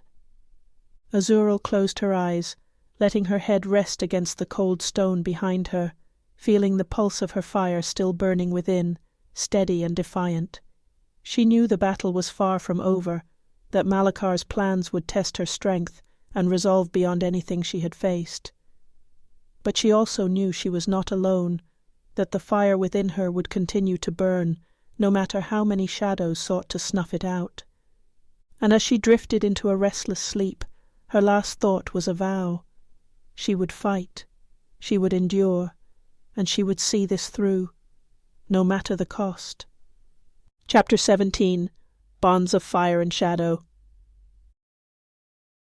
Azural, Talvar and Soraya moved with quiet urgency through the labyrinthine corridors of Malakar's fortress, their footsteps echoing against the cold stone walls. Shadows slithered along the walls like silent watchers, while faint whispers drifted through the air, the echoes of ancient twisted magic that filled every corner of this place. Their escape had been a feat of raw will, Azural's blue flames blazing as she shattered her chains, defiance fueling her every move against Malakar's taunts. But the fortress seemed alive with dark enchantments, pressing down on them as they maneuvered through its oppressive halls, every step filled with the weight of unseen threats. Soraya stopped at an intersection, her gaze sharp as she murmured a spell, her hand tracing symbols in the air. "This way," she whispered, pointing to a narrow corridor on their left. "I sense an exit nearby, but we must move quickly. Malakar won't tolerate defiance." Azural led the way, her flames lighting the path as they pressed on. The weight of Malakar's magic was suffocating, like a vice tightening around her, but she refused to let it slow her. She had faced shadows before, yet this felt different, a darkness that seemed to anticipate her every move. As they reached the end of the corridor, torchlight flickered ahead. Talvar placed a hand on her shoulder, his gaze steady and reassuring. "Azural," he murmured. "Whatever we face, remember, you're not alone." Azural took a breath, her fire pulsing with renewed strength. "Thank you," she whispered back. "Let's end this." They stepped into a wide chamber, the air thick with the scent of ancient magic. Malachar stood at the far end, cloaked in shadow, his eyes gleaming with cold satisfaction. Dark energy swirled around him, amplifying the fortress's malevolent aura. "So," he drawled, mocking, "the mighty Draconis Ignis Aeterni and her loyal followers, did you truly think you could escape my grasp?" He raised a hand, and tendrils of dark magic lashed out, coiling around them like serpents, pressing down with an insidious force. Azural's flames flared in defiance, pushing against the darkness. "You won't hold us, Malachar," she declared, her voice unwavering. "Your shadows may be strong, but they cannot extinguish my fire." Malachar's smile twisted into a sneer. "Let us see if your fire can stand against the shadows of eternity." With a flick of his wrist, the tendrils tightened, draining their strength. Talvar's grip on his sword faltered, while Soraya whispered incantations, her magic sparking against the shadow's relentless hold. Azural could feel the strain, her fire battling the tendrils with a fierce determination, her strength beginning to waver. But then, deep within herself, she sensed a steady, unbreakable core that Malachar's magic couldn't reach. Her resolve hardened, and with a cry she let her fire surge, a burst of blue flames that ripped through the shadowed tendrils. Malachar staggered back, his face twisted with fury as Azural advanced, her flames blazing brighter, pushing the shadows away with each step. In response, Malachar raised his hand, summoning a wave of shadow creatures that rose from the darkness, their twisted forms moving with silent malice. They lunged toward her in a relentless assault.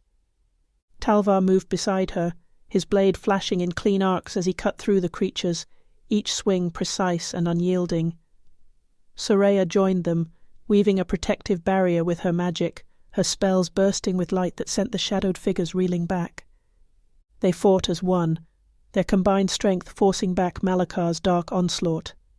Each time a creature fell, another rose, but they held their ground, their unity a force that Malachar's shadows couldn't shatter. Malachar's gaze darkened, his voice laced with venom. "You think this is over? I am the shadow's Draconis Ignis Aeterni.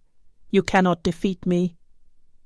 Azural's flames blazed brighter, her voice filled with fierce determination. "You're nothing but darkness clinging to dying power, and I am the fire that will consume you." With a final surge of power, she unleashed a wave of blue flames that roared through the chamber, engulfing Malachar's shadows, searing the darkness with a force that left the air crackling.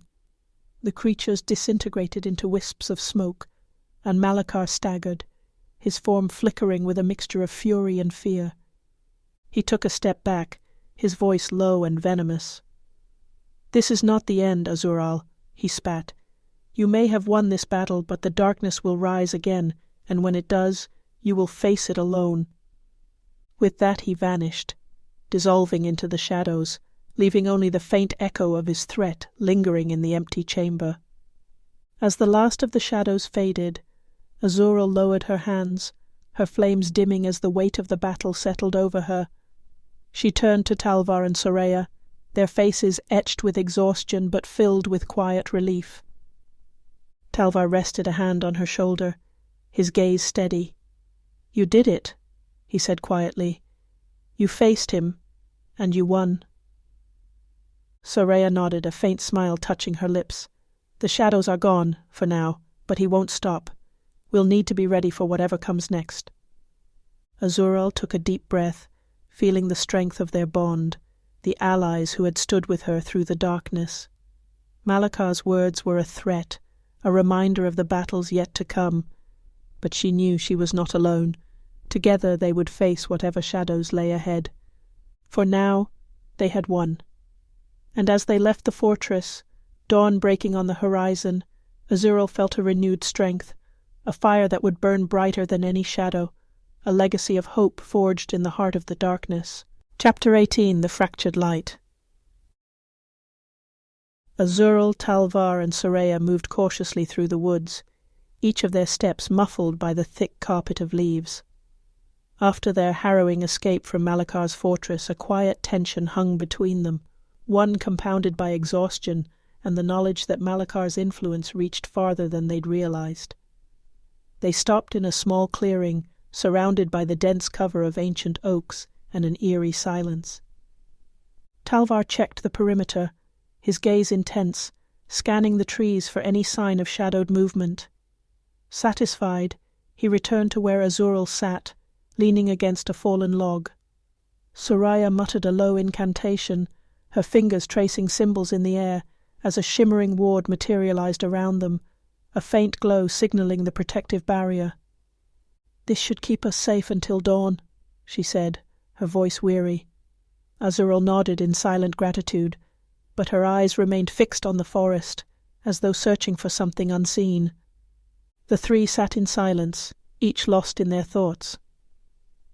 Talvar watched Azural with concern, noticing the distant look in her eyes, the quiet intensity that had grown in her since their encounter with Malakar. Finally, unable to hold back his doubts, he leaned forward, his voice a murmur. "You know we can't fully trust her," he said, his gaze flicking toward Soraya. "Malakar's reach, his corruption. I don't believe she's told us everything." Soraya's expression hardened, but she remained silent, her gaze steady and unflinching. Azural looked at them both, her voice calm, yet carrying the weight of her exhaustion. "I know," she said, looking first at Talvar, then at Soraya. "But we need her just as she needs us. Malakar's influence runs deep, but so does the strength of what we've survived together." Talvar's expression softened, and he gave a reluctant nod. "For now I'll stand with you, but we need answers." He looked pointedly at Soraya, his tone firm. "We've risked our lives for this fight. If there's something you're hiding, we need to know." Soraya looked down, her hand tightening around her staff. After a tense pause, she spoke, her voice low and laced with vulnerability. "I didn't think I would ever have to face him again. Malakar, he was my teacher once."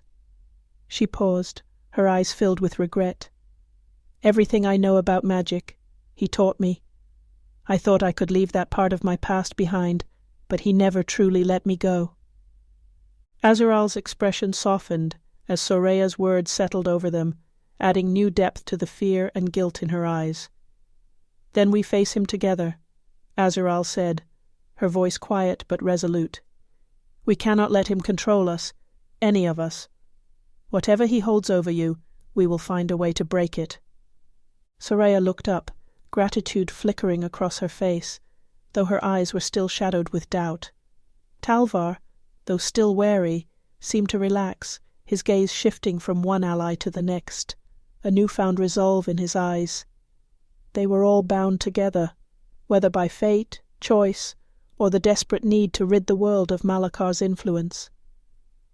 Night descended fully over the clearing, and the trio settled in to rest, each of them taking turns on watch. Azural drifted into a fitful sleep, her dreams filled with flashes of shadow and fire, fragments of memories twisted by Malakar's influence. She felt his presence in her mind, his voice a dark whisper that echoed through her thoughts. "You cannot escape me, Draconis Ignis Aeterni," he taunted, his voice soft, almost a caress. "You are bound to me now by fire and shadow. You will serve my will, or you will perish." Azural struggled against his words, her mind clawing for clarity, for some memory or truth that would break his hold, but the shadows around her only thickened, pressing down, suffocating her flame. She felt herself slipping, the light within her dimming under the weight of Malakar's darkness. Then, faintly, she heard a voice, a familiar warmth cutting through the shadows like a blade. "Azural," the voice called, gentle yet firm. "You are more than this darkness. You are fire, a light that cannot be extinguished." The voice steadied her, anchoring her mind even as the shadows clung to her, resisting her strength. With a surge of defiance she called upon the fire within her, letting it flare bright and fierce, pushing back against Malakar's presence. The darkness shuddered, recoiling, and she woke with a gasp, her skin tingling with the residual energy of her power. She glanced around, finding Talvar and Soraya both awake, their gazes filled with concern. Talvar moved closer, his hand resting on her shoulder, his voice a quiet reassurance. "We're here, Azural. Whatever you saw, whatever darkness he cast, it cannot take you while we stand by your side." Azural nodded, her heart steadying as she looked at her friends, allies bound by a purpose that went beyond vengeance or fear. Malakar's reach was powerful, but she would not face it alone. Together, they would find a way to sever his hold, to end his influence over them, and free the land from his shadow. As dawn broke over the clearing, casting the forest in a pale golden light, they rose, their determination renewed. Their next steps were uncertain, and the road ahead would be treacherous. But they moved forward, united by a shared purpose, knowing that whatever shadows lay ahead, they would face them together. For they were not just survivors, they were fire and light, a force strong enough to stand against the darkness. Chapter 19, Crossroads of Shadows. The dawn was still cold when Azural, Talvar and Soraya resumed their journey eastward.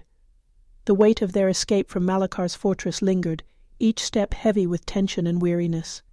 They moved silently, the shadows of the dense forest enveloping them, a reminder of the darkness they had narrowly escaped. Their breaths formed faint clouds in the crisp morning air as they pressed onward, following the old trading routes that would eventually lead them to the fabled crossroads of shadows. As they moved, the forest grew thicker, ancient oaks and twisted pines forming a canopy that blocked out much of the sunlight. Soraya occasionally paused, her fingers brushing the ancient runes engraved on her staff, sensing the shift in the magic around them. "It feels different here," she murmured, "as though we're stepping into a place where the veil between realms is thin." Azural glanced back, her eyes scanning the shadows. "We're getting close to the territory of the Guardians of Lore," she replied. "If they're here, we need their guidance." Talvar raised an eyebrow, his voice skeptical. "And you're certain these Guardians will help us? From what I've heard, they're as likely to test us as they are to offer aid." Azural's jaw tightened. "We don't have a choice. Malakar's reach is growing, and every step we take brings us closer to the Blood Moon. The Guardians may be our only chance to understand how to sever the bond he created."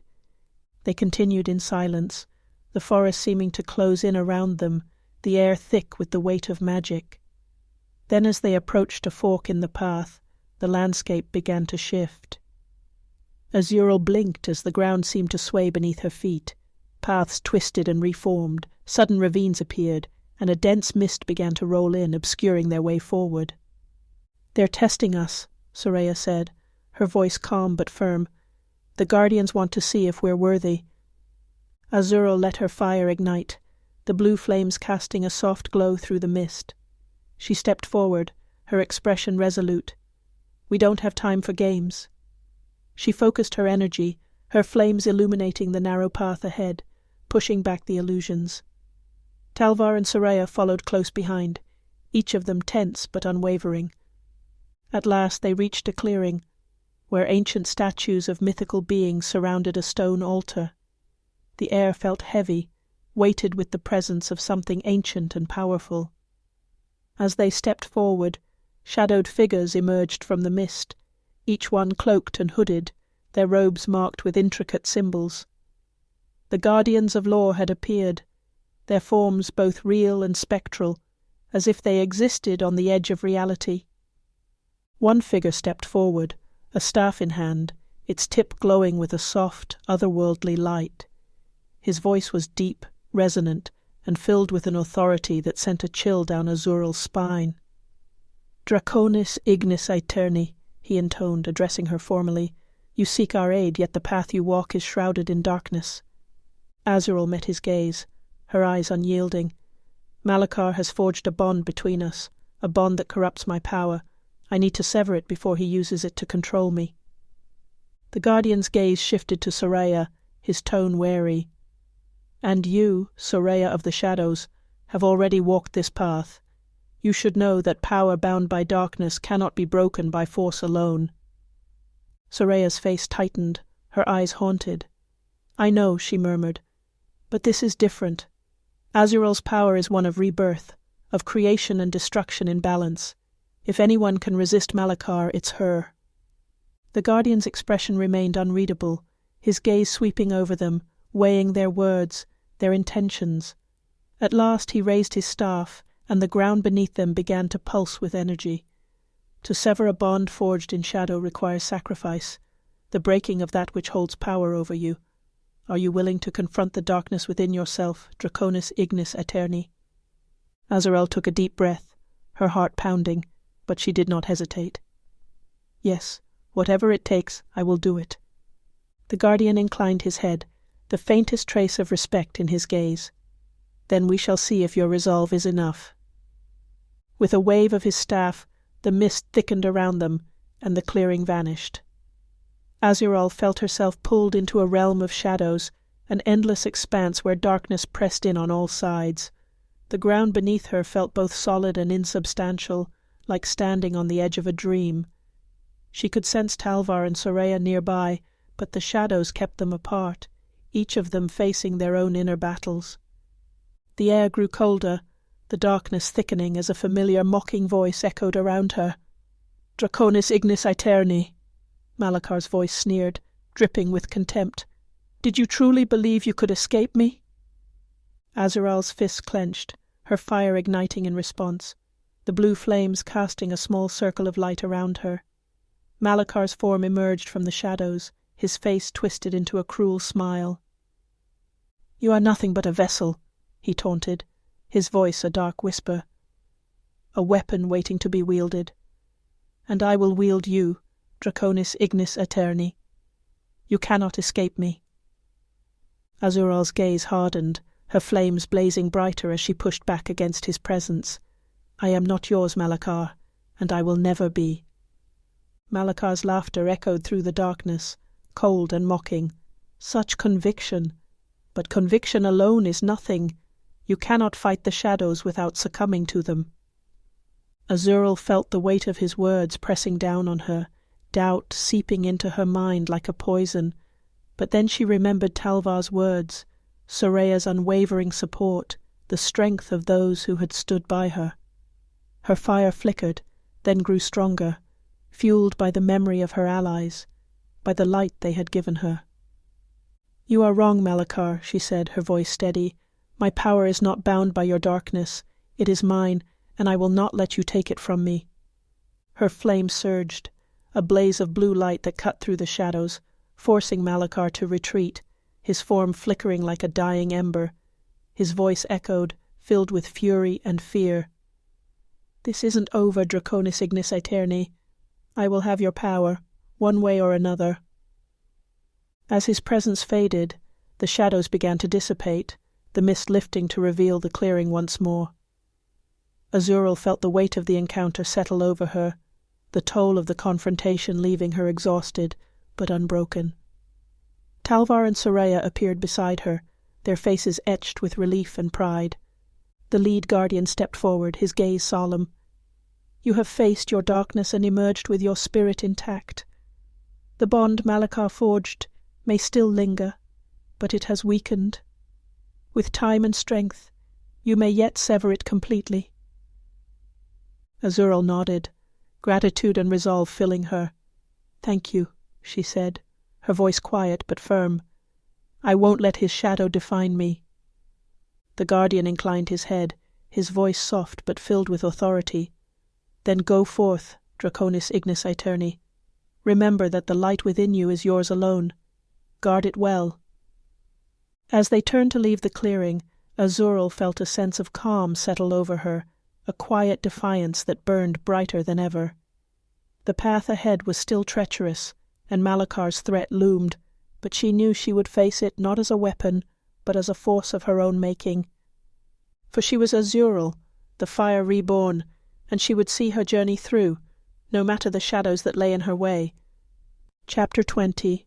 The Secrets of the Past. The morning light broke softly over the Guardian's sanctum, illuminating the quiet clearing where Azural, Talvar, and Soraya stood, listening intently to the Guardian's parting words. They had been preparing for this next stage of their journey for hours, fortified by the Guardian's guidance and the knowledge they had gained from the trial of shadows. Their destination lay eastward, to the fabled forges of Eldara, where ancient magic might hold the final key to severing Malakar's hold entirely. Azural clutched a map handed to her by the lead Guardian, its surface marked with symbols and shifting lines, which seemed to pulse faintly in her hands. The Guardian's voice echoed as he spoke, his words heavy with warning. "This path leads not only to Eldara's fires, but to the very depths of your spirit. The journey will test your resolve as fiercely as any flame. Take heed, Draconis Ignis Aeterni. What you seek to conquer may yet conquer you." Azural met his gaze, her expression resolute. "I understand, and I am ready." The Guardian nodded, his gaze lingering on her, then shifted to Soraya, a faint glimmer of foreboding in his eyes. "Be cautious, Enchantress. Your heart holds a secret that may change your course. Trust your path, but remain vigilant." Soraya's eyes darkened, but she nodded, her expression unreadable. With a final bow of respect, they turned away, leaving the ancient sanctum behind. Their steps were silent, the weight of the Guardian's words settling over them like a shroud. As they trekked through the dense woods, Azural felt an unease growing within her, a quiet dread that pulsed in time with the map she carried. Hours passed, and the forest around them grew wilder, the trees twisting and bending, their branches heavy with darkened moss that dripped like blood in the dawn light. The ground shifted beneath their feet, a subtle reminder of the enchanted nature of these woods. Soraya led the way, her gaze steady, her hand tracing the symbols carved into her staff, as though grounding herself against the unnatural presence of the forest. "We're close," she murmured. "I can feel it." Talvar, ever alert, walked beside her, his hand resting on his sword hilt. He glanced back at Azural, his gaze laced with concern. "You're certain this is the right path?" Azural nodded, though the doubt lingered within her. "If the Guardians are right, then we have no choice. Eldara's forges may be our only hope of fully severing Malakar's influence." As they spoke, the ground beneath them rumbled, and a dense fog began to rise, swirling around their feet, thickening until it became almost impossible to see. Shadows shifted within the mist, figures half-formed, flickering just out of sight. Azural felt a chill creep up her spine, her instincts on high alert. "We're not alone," she whispered, her hand instinctively igniting with a faint blue flame. Talvar and Soraya moved to her sides, their expressions tense, weapons at the ready. Suddenly a figure emerged from the mist, cloaked and hooded, his presence cold and oppressive. His voice echoed, a mocking tone laced with malice. "Draconis Ignis Aeterni, I knew you would come." Azural's heart clenched as she recognized the figure, Vieuva, his form flickering like smoke, his eyes 2 points of fiery light. She stepped forward, her flames blazing brighter, casting a fierce glow against the darkness. "Your hold over me is broken, Vieuva," she said, her voice steady. "Whatever bond you believe remains, I am free." Vieuva chuckled, his expression twisted in mockery. "Free? Do you not see, Azural? You cannot sever the past. The power within you, the fire you wield, was born of shadow. It will always be bound to me." Azural's anger flared, her fire roaring to life, casting blue flames against the mist. "This fire is mine. It will never be yours," she declared, her voice ringing with defiance. Vieuva's smile vanished, his form shifting, growing larger, darker, until he loomed over her, a figure of pure shadow and malice. "Then prove it," he hissed, his voice echoing through the clearing. With a flick of his hand, the shadows condensed, forming into monstrous shapes, creatures with gleaming eyes and teeth bared, advancing toward them. Talvar moved beside her, his sword raised, his stance resolute as he met the oncoming shadows, his strikes swift and unrelenting. Soraya was beside him, her hands weaving a barrier of light that deflected the creatures as they lunged. The three fought in unison, their combined strength holding the darkness at bay. Azural called on her fire, letting it surge through her flames cutting through the shadows, scattering their forms into wisps of smoke. Vieuva's presence pressed against her, his power fueling the creatures, but she stood firm, her spirit unyielding. The creatures recoiled, their forms twisting in agony beneath the heat of her flames, but Vieuva's dark gaze remained fixed on her, his power undiminished.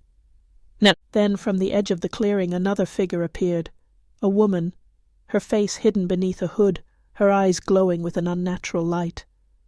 Soraya's expression darkened as she recognized her. "The Ashen Order," she whispered, her voice filled with disdain.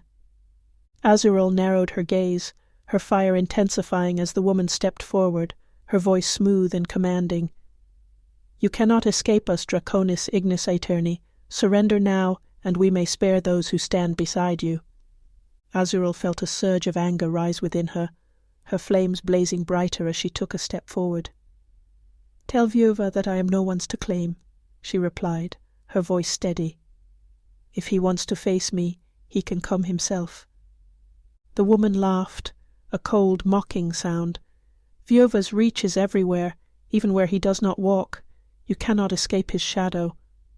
As she spoke, she signalled to her companions, and the shadows surged forward, their forms shifting into monstrous shapes that closed in around them, fangs bared and claws extended. Talvar raised his sword, positioning himself protectively beside Azural, his gaze unwavering. "We fight together," he said, his voice a quiet, steady force. Soraya joined them, her magic flaring, weaving a shield of light that bolstered Azural's flames, creating a barrier of fire and light against the advancing shadows. The three of them stood firm, their strength combined, their resolve unbreakable. They could feel the darkness pressing in, Vieuva's power lingering in the air like a cold, malevolent presence, but they did not falter. With a final surge of power, Azural let her fire roar to life, blazing bright and fierce, pushing back the shadows, scattering the creatures into wisps of smoke. Vieuva's form flickered, his eyes narrowing as he watched his minions fall back, his expression twisted in fury. "This isn't over," he hissed, his voice a cold promise. "You may think you are free, Azural, but you will never escape the darkness that binds you." With that, he vanished, his form dissolving into smoke, leaving only the faint echo of his voice in the silence. Azural felt the weight of his words linger, the chill of his presence clinging to her, but her heart remained steady, her resolve unbroken. She looked to Talvar and Soraya, their faces filled with quiet determination, the bond between them stronger than ever. They had faced the darkness and emerged victorious, but the path ahead remained treacherous, and Vieuva's threat lingered in the air like a shadow, a promise of the battles yet to come. But as they continued on their journey, Azural knew that whatever lay ahead, they would face it together, their fire and light a force strong enough to stand against even the darkest shadows. Chapter 21. The Fires of Eldara. The trio reached the edge of the towering Eldara mountains at dusk, the sky a deep purple bruised with dark clouds. Across a yawning chasm, a colossal fortress, the Forges of Eldara, rose from the mountain's heart, carved directly into stone. Its spires reached skyward, and a thick plume of smoke ascended from a central chimney. The air around the forges shimmered with the glow of distant flames, the aura of ancient magic clinging to the rocks. Azural felt the energy pulsing from the fortress, a familiar hum of power that resonated within her. She took a step forward, her gaze fixed on the faintly glowing entrance across the chasm. The bridge before them was cracked and narrow, overgrown with twisted roots and vines. Talvar put a steadying hand on her shoulder, his gaze shifting from her to the ancient structure with a wary skepticism. "Do you really think this place holds the key to freeing yourself from Malakar's bond?" he asked, his voice just above a whisper. Azural's eyes narrowed, determination sharpening her features. "It's more than a key, Talvar. I can feel it. Eldara's fires. They call to something in me. If we're to have any chance of facing him, we need whatever power lies within." Soraya stepped forward, her fingers tracing symbols in the air, scanning the ancient runes on the bridge. "The forges are sacred ground to those who guard secrets. Tread carefully. Eldara won't let us pass without testing our resolve." With a deep breath, Azural took the first step onto the bridge, her flames casting a soft blue glow around her. Each step felt heavier than the last, the weight of ancient magic pressing down on her. Talvar and Soraya followed, their eyes scanning the shadows around them, alert for any sign of movement. Midway across, a dense fog rolled in, swirling around them until they could barely see their own hands. Shadows flitted at the edges of their vision, voices whispering in an ancient language, their words carrying a faint warning. "This place, it's testing us," Soraya murmured, her voice steady but laced with awe. "The guardians of Eldara want to know if we're worthy." Azural's jaw tightened, her flames flickering in response to the whispering voices. "We don't have time for tests," she muttered, pressing forward.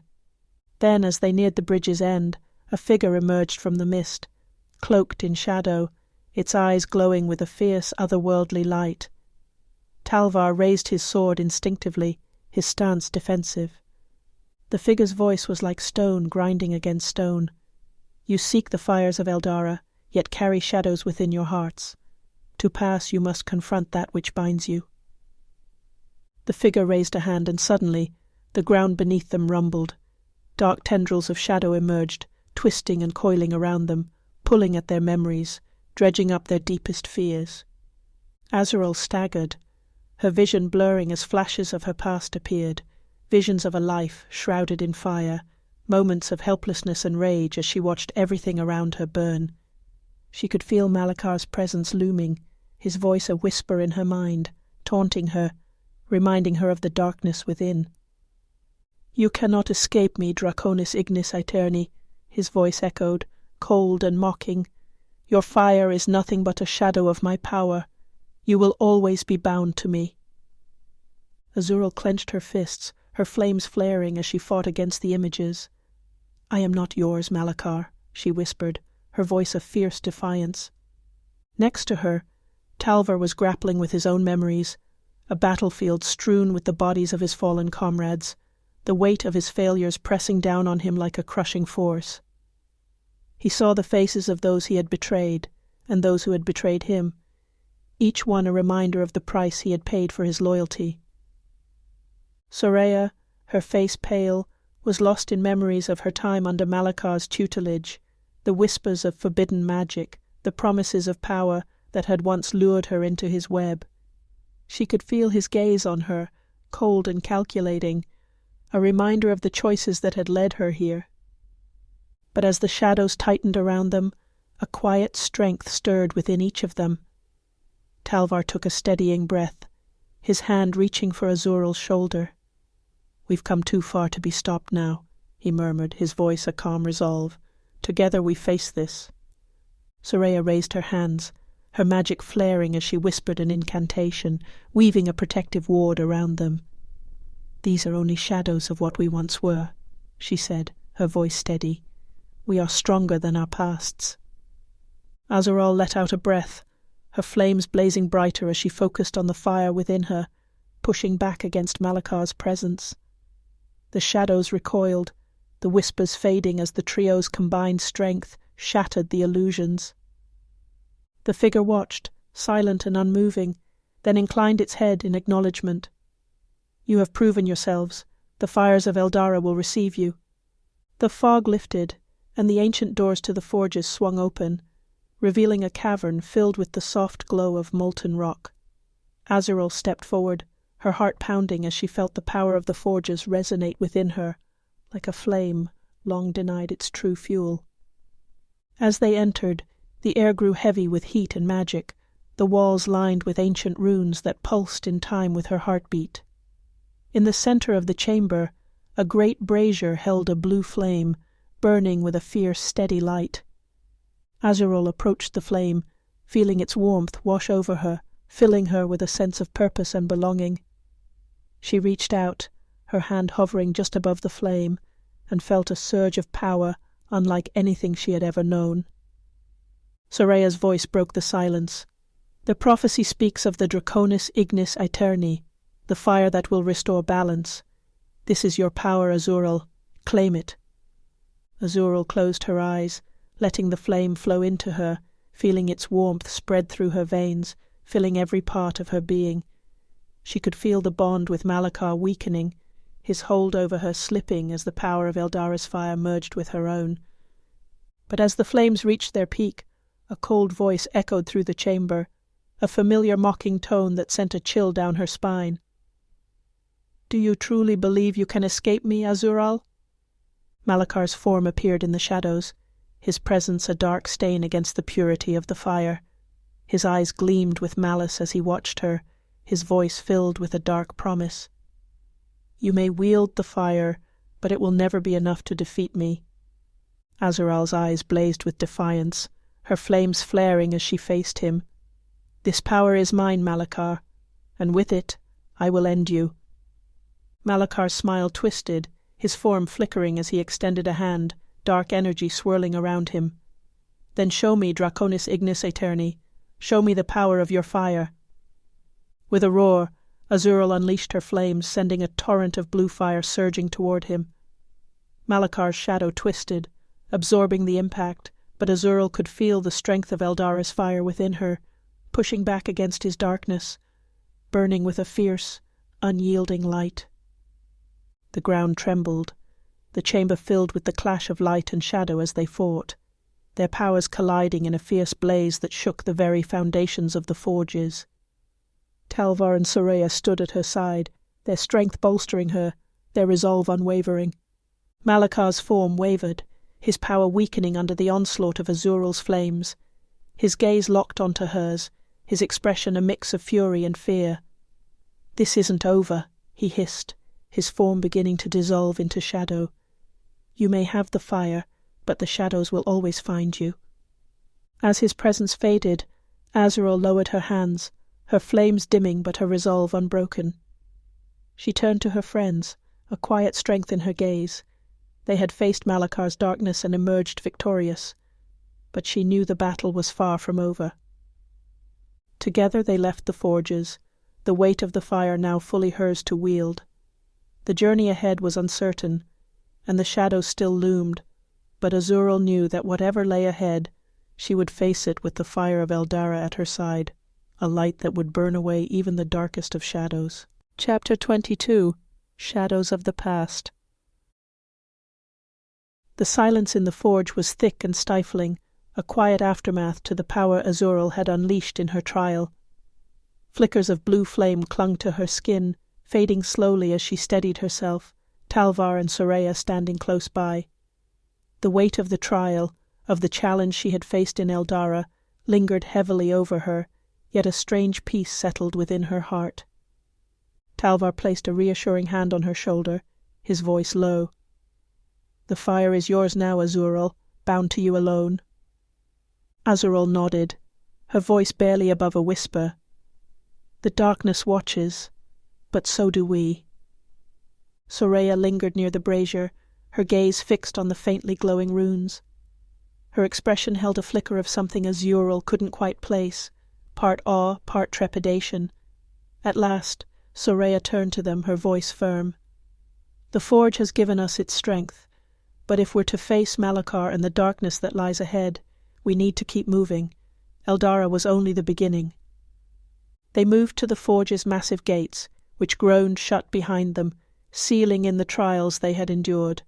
The faint warmth of Eldara's fire clung to Azural like a whisper, but a new resolve was stirring within her. They journeyed through the dense ancient woods, shadows flickering around them as twilight began to descend. The air felt charged, filled with an eerie energy that seemed to press down on them with each step. Soraya kept a wary gaze on the path, her fingers tracing symbols in the air as she muttered quiet incantations of protection. Talvar's sharp gaze remained fixed on Soraya, his stance tense as if bracing for an attack. Finally, he couldn't hold back. "Soraya, you've been hiding something since we left Eldara. We deserve to know why." Soraya's expression darkened, but she didn't respond. Talvar's voice sharpened, frustration edging his tone. "We've all sacrificed for this fight. If there's something we need to know, tell us now." Azural stopped, turning to face Soraya, her gaze piercing yet compassionate. "Soraya, whatever secrets you hold, we're here to face them together." Soraya's shoulders slumped, and she looked down, her voice barely above a whisper. "There was a time when I believed I could escape my past, the power I sought, the responsibilities I ran from, but I couldn't hide from it forever." She looked at Azural, her gaze steadying. "You aren't just the Draconis Ignis Aeterni. You're part of something ancient, something tied to the balance of our world. I thought that by helping you I could finally find redemption for the things I've done."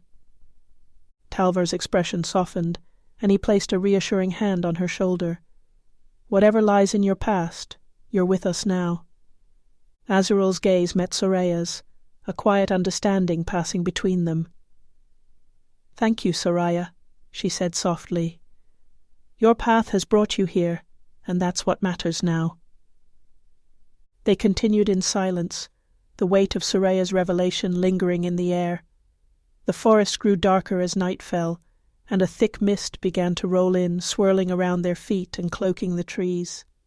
Shadows danced at the edge of their vision, twisting and shifting with an unnatural presence. Soraya's gaze sharpened as she raised her hands, murmuring an incantation to ward off the growing darkness. But as she did, a voice echoed through the trees, a mocking tone laced with malice. "Soraya," it sneered, chilling her to the bone, "still trying to outrun your past?" They froze, their weapons ready as Malachar emerged from the mist, his form cloaked in shadow, his eyes gleaming with a cruel satisfaction. A twisted smile played across his lips as he regarded each of them in turn. "Draconis Ignis Aeterni," he mused, his voice a dark whisper that reverberated through the trees. "Did you think Eldara's fire would protect you from me?" Azural met his gaze, her blue flames flaring in defiance.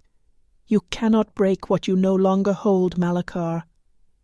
Malachar's smile twisted into a sneer, his gaze shifting to Soraya. "Ah, Soraya, my faithful pupil, always so eager to flee. Did you think you could escape me?" Soraya's face paled, but she held her ground, her voice steady. "You don't own me, Malachar. Not any more." Malachar's laughter echoed through the forest, cold and taunting.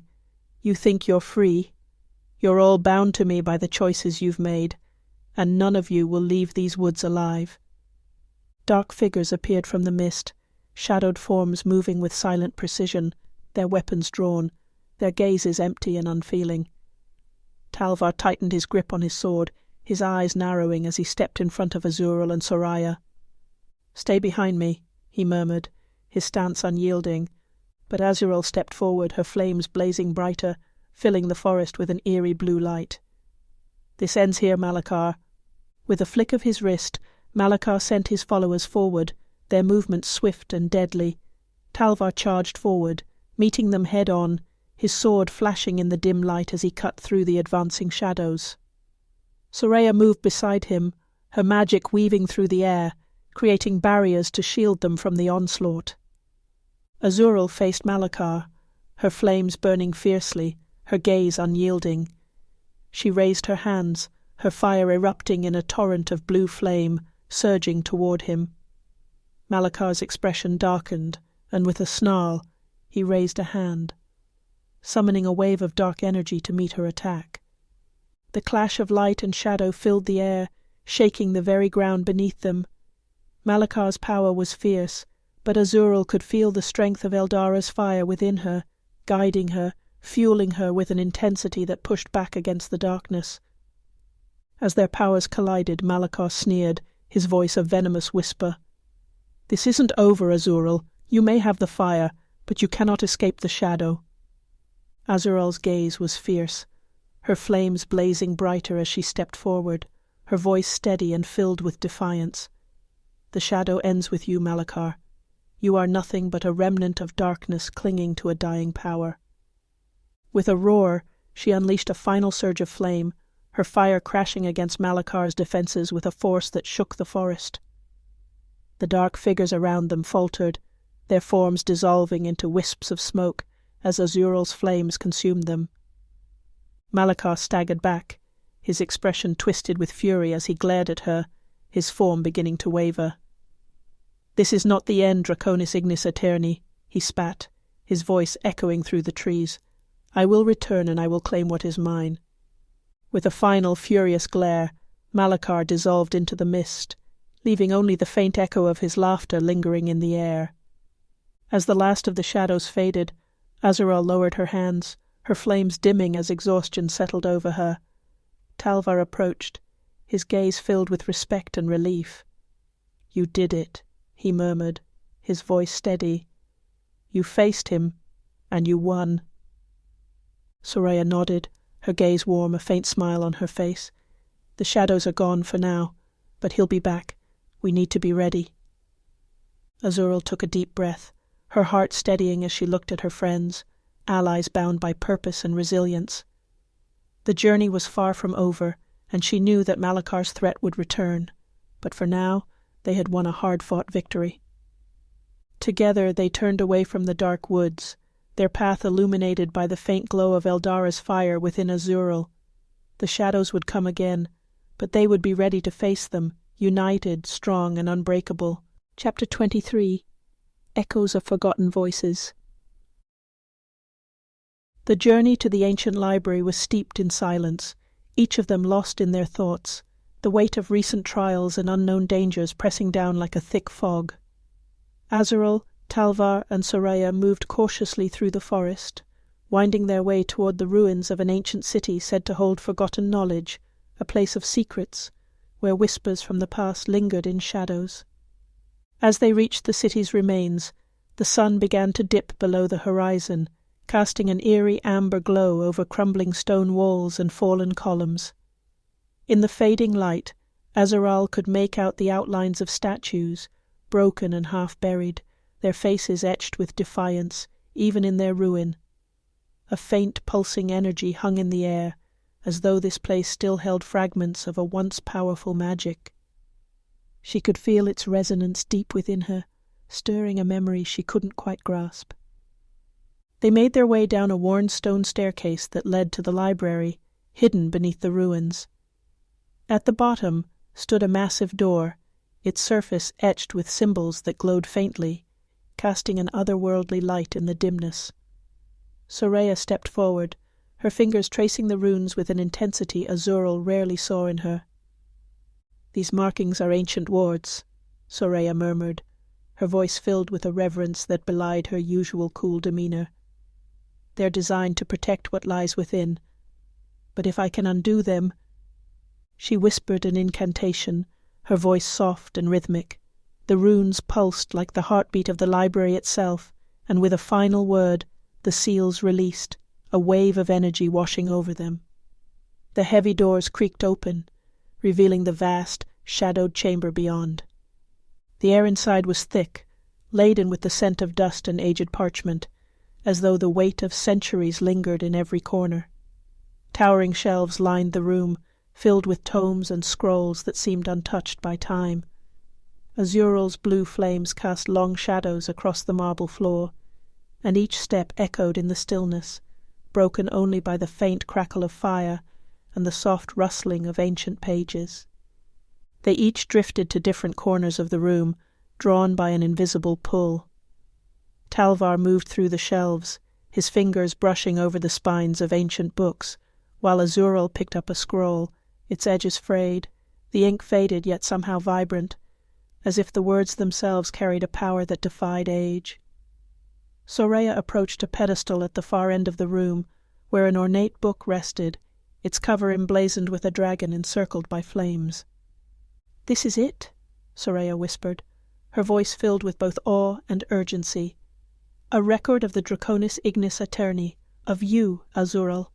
She looked up, her gaze steady as she met Azural's eyes. "It speaks of balance, of a rift, a war of light and shadow that could either heal or destroy the world."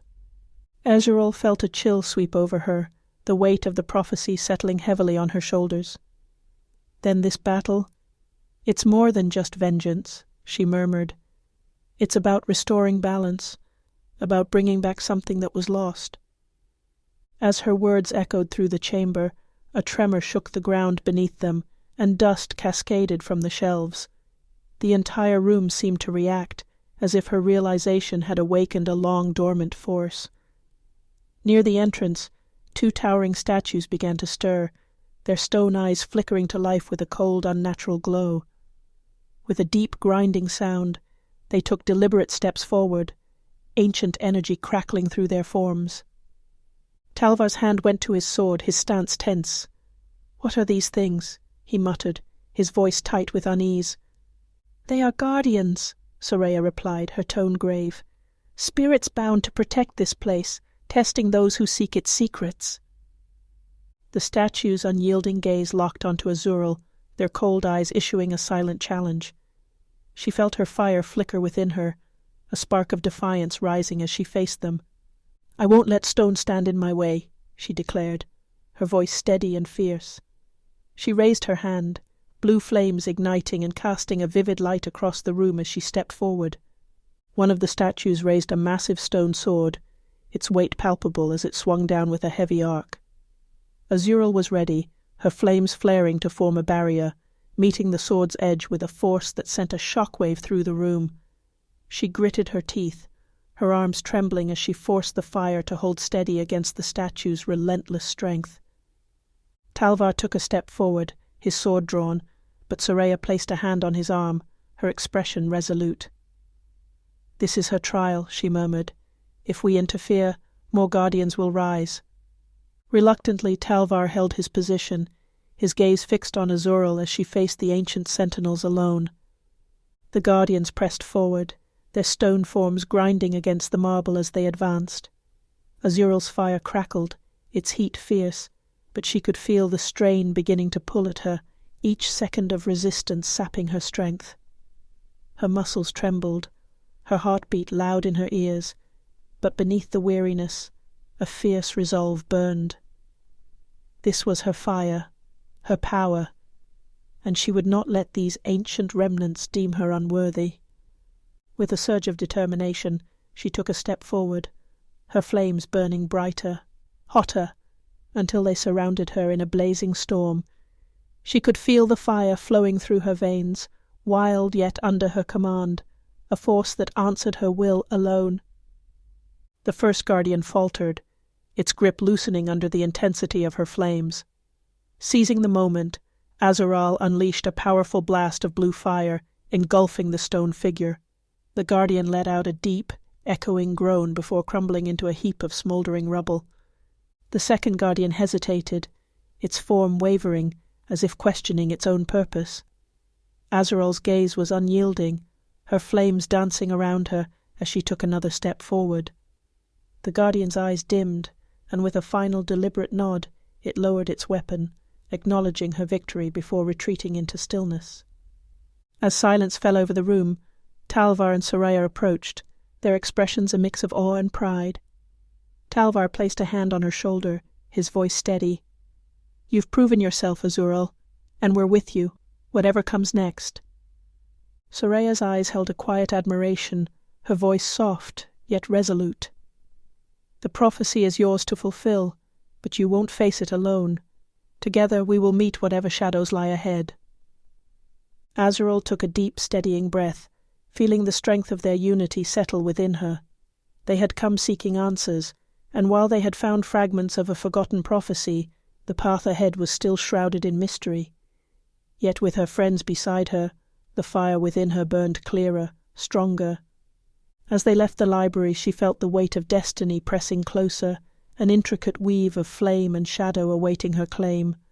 Whatever trials awaited, she knew they would face them as one, fire, sword, and spell, bound together against the darkness.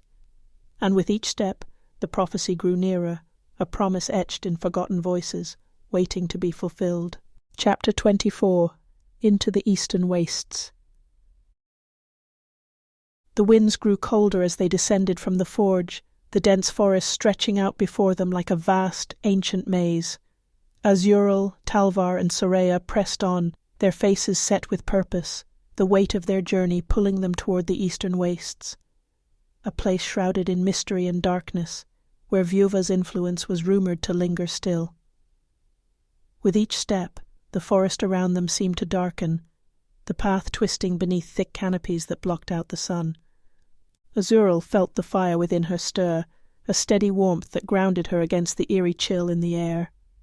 She glanced at her companions, noticing the silent determination in Talvar's gaze and the haunted expression that had settled in Soraya's eyes.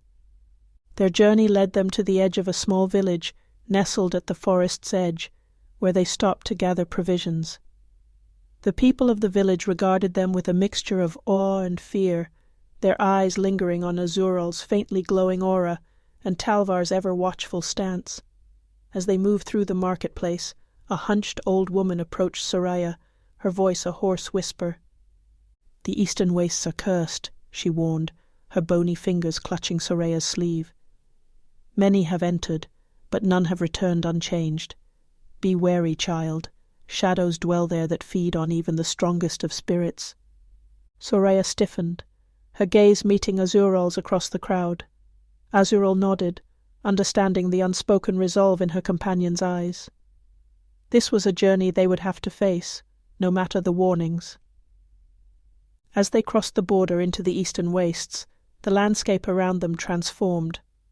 The once verdant forest gave way to desolate plains, the earth cracked and barren, twisted trees standing like skeletal hands reaching toward the sky. The air was thick with a sense of abandonment, as though even the sun itself had turned away from this forsaken land. "This place was once alive," Soraya murmured, her fingers brushing the brittle bark of a twisted tree.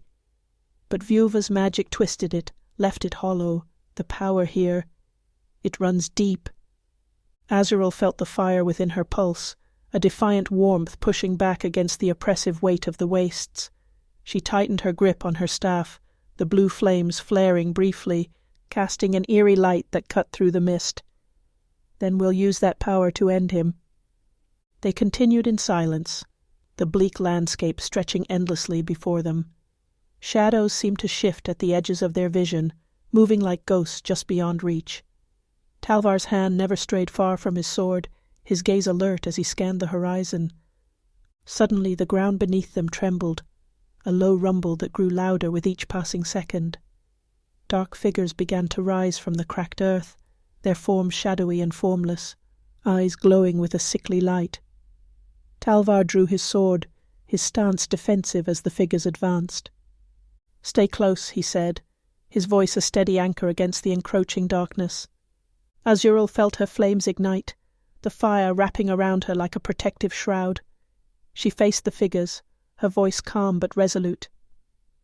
"Whatever these shadows are, they won't stop us." The creatures lunged, moving with unnatural speed. Talvar swung his sword in wide arcs, cutting through their forms, only for the shadows to reform moments later, their laughter a low, mocking echo.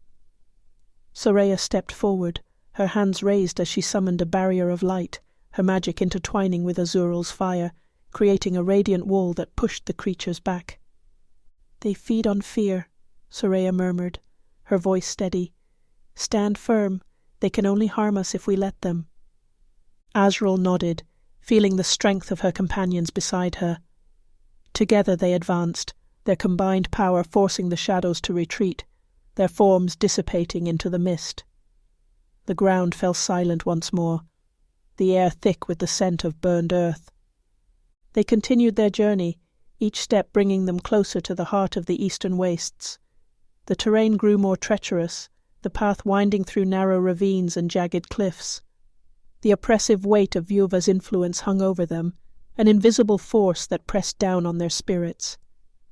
As night fell, they found shelter beneath a rocky outcrop, their campfire casting flickering shadows on the barren landscape.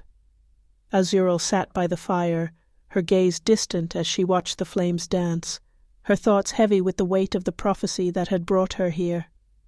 Soraya settled beside her, her expression thoughtful. "You've come far, Azural. she said softly, her voice filled with a quiet respect. "More than most would dare." Azural looked up, meeting Soraya's gaze, her voice a murmur. "I didn't have a choice. This power, this prophecy, I can't ignore it." Talvar joined them, his gaze steady as he took in their expressions. "We're here because of you, Azural," he said, his voice filled with quiet conviction. "Whatever happens, we face it together." Azural felt a warmth settle within her, the strength of their unity, a balm against the fear that gnawed at her heart. She looked at her friends, a sense of gratitude filling her as she realized she was not alone in this fight. For the first time, the weight of her destiny felt less like a burden and more like a shared purpose, a bond forged in fire and trust. They rested in silence, each lost in their thoughts as the fire crackled between them, its light a small but steady beacon against the darkness that lay ahead. As dawn broke, they resumed their journey, the landscape growing darker and more twisted with each passing mile. Azural could feel the fire within her stirring, a primal force urging her forward, guiding her toward the confrontation that awaited. She knew, deep down, that the final battle was drawing near, that Vieuva's stronghold lay somewhere within the shadows ahead. As they crested a ridge, the ruins of an ancient city spread out before them, its stone walls crumbling, overgrown with twisted vines.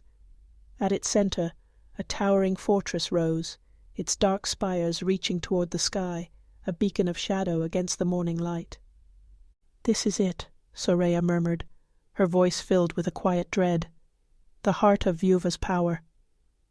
Azural took a steadying breath, her gaze fixed on the fortress, her flames flaring in defiance.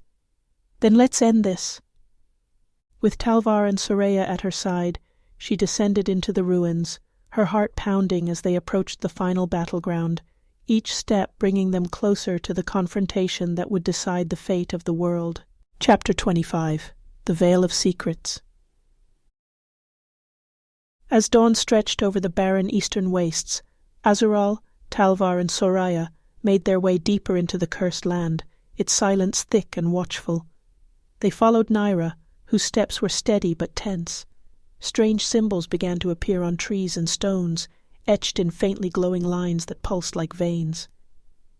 Soraya trailed her fingers over one of them, whispering, "This place was once powerful, but someone, tainted it."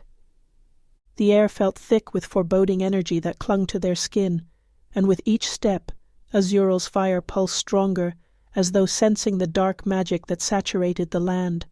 She clutched the shard at her neck, feeling its weight, familiar yet unsettling, as if it too sensed a darkness ahead. "This way," Nira murmured as they approached a hidden pass in the rocks. "It leads to the ruins of Eldralor, where those who first tried to control the wastes lost their way." Her voice was calm, her face a mask that betrayed none of the pain she carried. They descended through twisted paths, the terrain warping and narrowing around them. It felt as if the land itself sought to entrap them, drawing them deeper toward the heart of its corruption. A thick mist began to roll in, blurring their vision and casting eerie shadows across the landscape. Naira turned, her voice tense. "Stay close and hold fast to your purpose. This mist has a mind of its own." The fog thickened, swirling around them, and with it came whispers, soft yet piercing. They called to Azural, half-formed but familiar, their words tugging at her mind. She strained to listen, the voices weaving memories of loss, fire, a voice calling her name. She blinked, suddenly alone, the others swallowed by the mist. Her heart quickened, and she reached for her fire, but her flames flickered weakly, unresponsive. The whispers grew louder, mocking.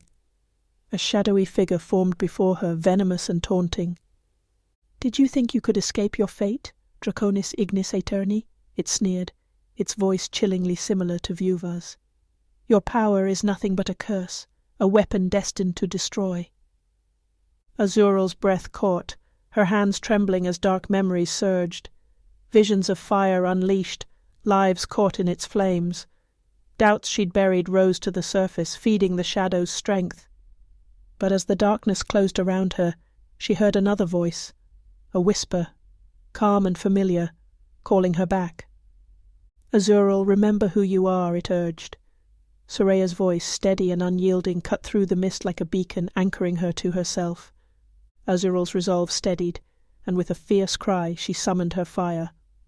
Flames flared to life, blue and brilliant, pushing the shadow back, revealing Talvar and Soraya, each locked in their own struggle. Soraya staggered, her face pale, her magic wavering against the mist's assault. Azural rushed to her side, her flames sweeping through the fog, dispelling it. Talvar, sword raised, fought against shifting illusions of faces from his past. Faces twisted in pain, accusing him of betrayal. His grip tightened, but when he saw Azural's flames cutting through the mist, his gaze hardened, his resolve returning. Together they broke free from the mist, its hold weakening until it dissipated entirely, leaving an eerie silence in its wake. Nira watched them from a distance, her expression unreadable. Soraya shot her a sharp look. "Did you know this would happen?" Nira's gaze was steady. "The mist tests those who enter. Only those strong enough to face their fears can continue. It said those who fail are lost to the wastes." Azural's flames dimmed, her breathing steadying. "If this is what it takes to stop Vieuva, then so be it." They pressed on and soon reached the ruins Nira had spoken of, a once majestic temple, now crumbling and overgrown, an eerie blend of beauty and decay. Shattered statues of dragons and phoenixes lay across the ground, remnants of an ancient battle against darkness. At the center of the ruins was a stone altar, its surface covered in intricate engravings that glowed faintly, casting a soft, ethereal light. Nira led them to the altar, her hands tracing its edges with reverence. "This is where it all began," she whispered. "Those who sought to guard the wastes believed they could harness its power, but Vieuva twisted their intentions, and now only shadows remain." Azural felt a strange pull toward the altar, a resonance that echoed within her. She reached out, fingers brushing the cold stone, and her vision blurred. She stood before a massive shard, larger than any she had seen, its crimson light pulsing with dark energy, corrupting everything it touched. She felt its power, raw, ancient, consuming. And in its shadow stood Vieuva, his figure tall and menacing, his voice a cold whisper. "You think you can wield this power, Phoenix? It will consume you as it has all who came before." Azural's anger surged, but as she took a step forward, the vision shattered, pulling her back to reality.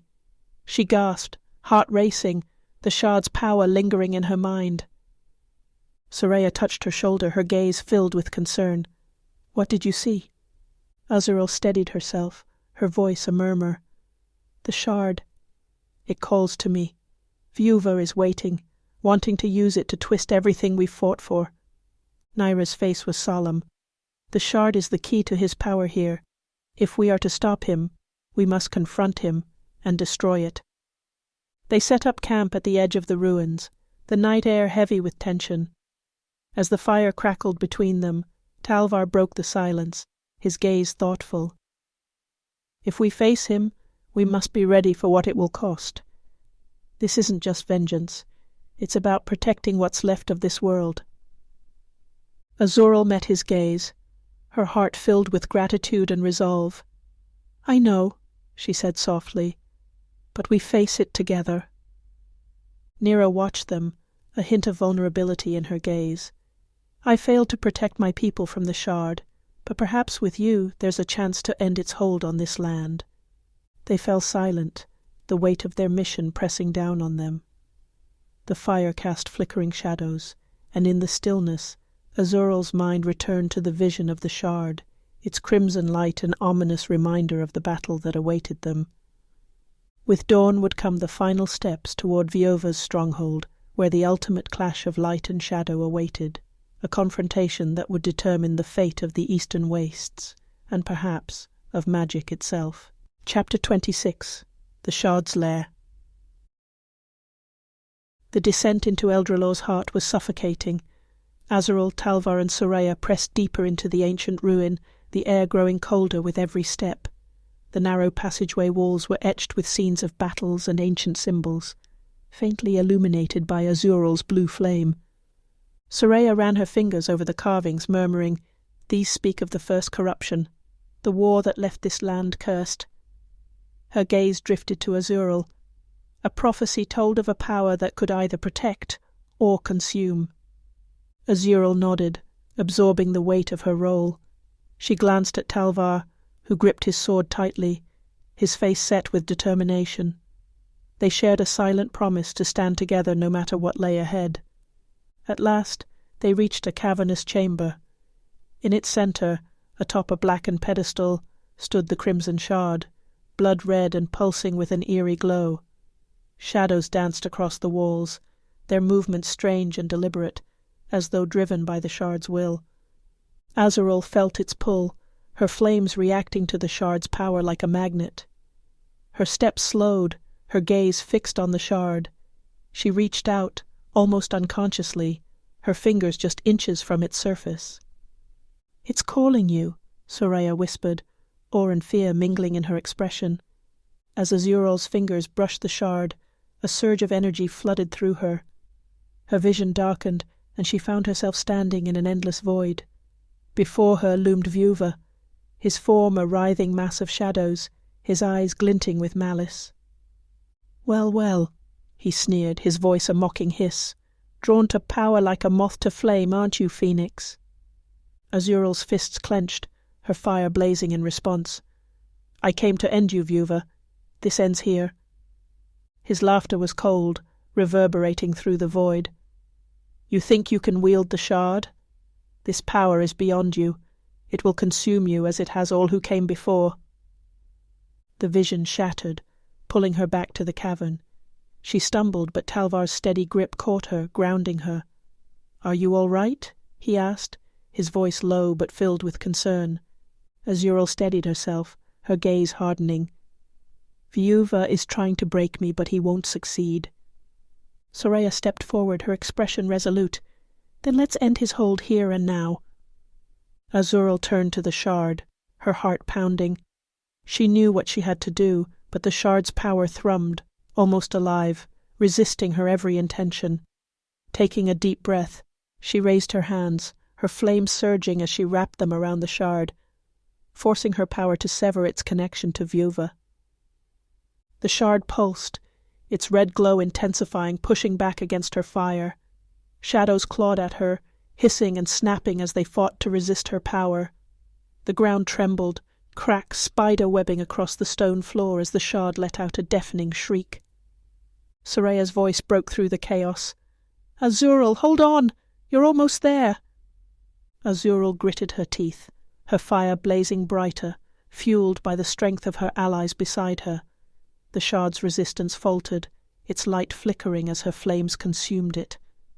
With a final surge, she unleashed everything she had, her flames burning with an intensity that shook the chamber. The shard cracked, then shattered, fragments dissolving into wisps of smoke that faded into the air. The room fell silent, the shadows dissipating like mist in sunlight. Azural took a shaky breath, the weight of the struggle settling over her. She turned to Soraya and Talvar, their faces pale but filled with pride. "It's done," she murmured, her voice barely a whisper. Soraya placed a hand on her shoulder, a soft smile breaking through her exhaustion. "You did it, Azural." Talvar's hand rested on his sword, his gaze fierce as he looked at her. "Whatever comes next, we're ready." Azural's heart swelled with gratitude. They had survived the darkness, but she knew that Vieuva awaited them, his power weakened yet still formidable. The end was near, and she would face it with her allies beside her. Together they would see this through to the end. Chapter 27. The Heart of Darkness. After the shard's destruction, a deep rumble shook the earth, echoing through the stone corridors as if the entire mountain was mourning its loss. Azural, Talvar and Soraya made their way back to the surface, their faces etched with exhaustion, but steeled with resolve. The air was sharper, cleaner, as if Vieuva's darkness was no longer suffocating the land, but they all knew it was only temporary. Vieuva's last stronghold lay ahead. The path wound down through dense woods, and as they descended, the oppressive shadows lifted. Azural's flames burned brighter, fueled by the fire of Eldara, its blue light steady and strong, a beacon against whatever lay ahead. She could feel the strength of her companions. Talvar, his steady gaze unwavering, and Soraya, her steps lighter, her magic crackling with renewed intensity. By nightfall, they reached the outskirts of Vieuva's fortress, a massive stone structure jutting out from a cliff's edge, its walls woven with shadow and dark enchantments. The fortress loomed, silent yet menacing, its towers casting long sharp shadows over the land. Soraya murmured a spell, casting a faint shimmer over the three of them, a cloak of invisibility that softened their presence. "This should buy us enough time to get close," she whispered, her voice filled with quiet determination. "But Vieuva will know we're coming soon." Talvar tightened his grip on his sword, his eyes scanning the walls for movement. "Then we'll make sure he remembers this night." They crept forward, weaving through the twisted terrain, their breaths shallow and measured. The fortress gates stood ajar, as though inviting them in, and Azural felt a prickle of foreboding. She knew this was a trap, yet she felt no hesitation. This was their moment, her moment, to end the reign of shadows. As they passed through the gates, the air grew thick, an unnatural cold settling over them. Shadows writhed along the walls, twisting into strange, dark shapes that watched their every move. At the far end of the chamber, a figure awaited them, Vieuva, cloaked in darkness, his form taller, more monstrous than before. His eyes glowed like embers in the dark, filled with a cold malice. "You come to me as though you have any power here," Vieuva sneered, his voice reverberating through the hall. "You, a spark, a mere flicker in the darkness. Do you truly believe you can stop me?" Azural stepped forward, her flames burning brighter as she faced him, her gaze unyielding. "I've seen your fear, Vieuva. You know this is the end." Vieuva laughed, his form shifting, expanding, shadows pouring from his figure like an endless tide. "I am the shadows, Draconis Ignis Aeterni. I am beyond you." With a flick of his wrist, he sent a wave of dark energy hurtling toward them. Talvar raised his sword, deflecting part of the blast as Soraya's magic flared, creating a barrier of light. The force of the attack drove them back, but Azural's flames surged in response, forming a shield of blue fire that absorbed the rest of Vieuva's attack. "You've consumed this land long enough," Azural said, her voice steady. "Today, your reign of darkness ends." Vieuva's face twisted with fury, his shadows coiling tighter around him, growing denser, more powerful. "Then let us see if your fire can withstand true darkness." The room exploded in a clash of light and shadow. Vieuva's power lashed out in tendrils of darkness, striking with relentless force.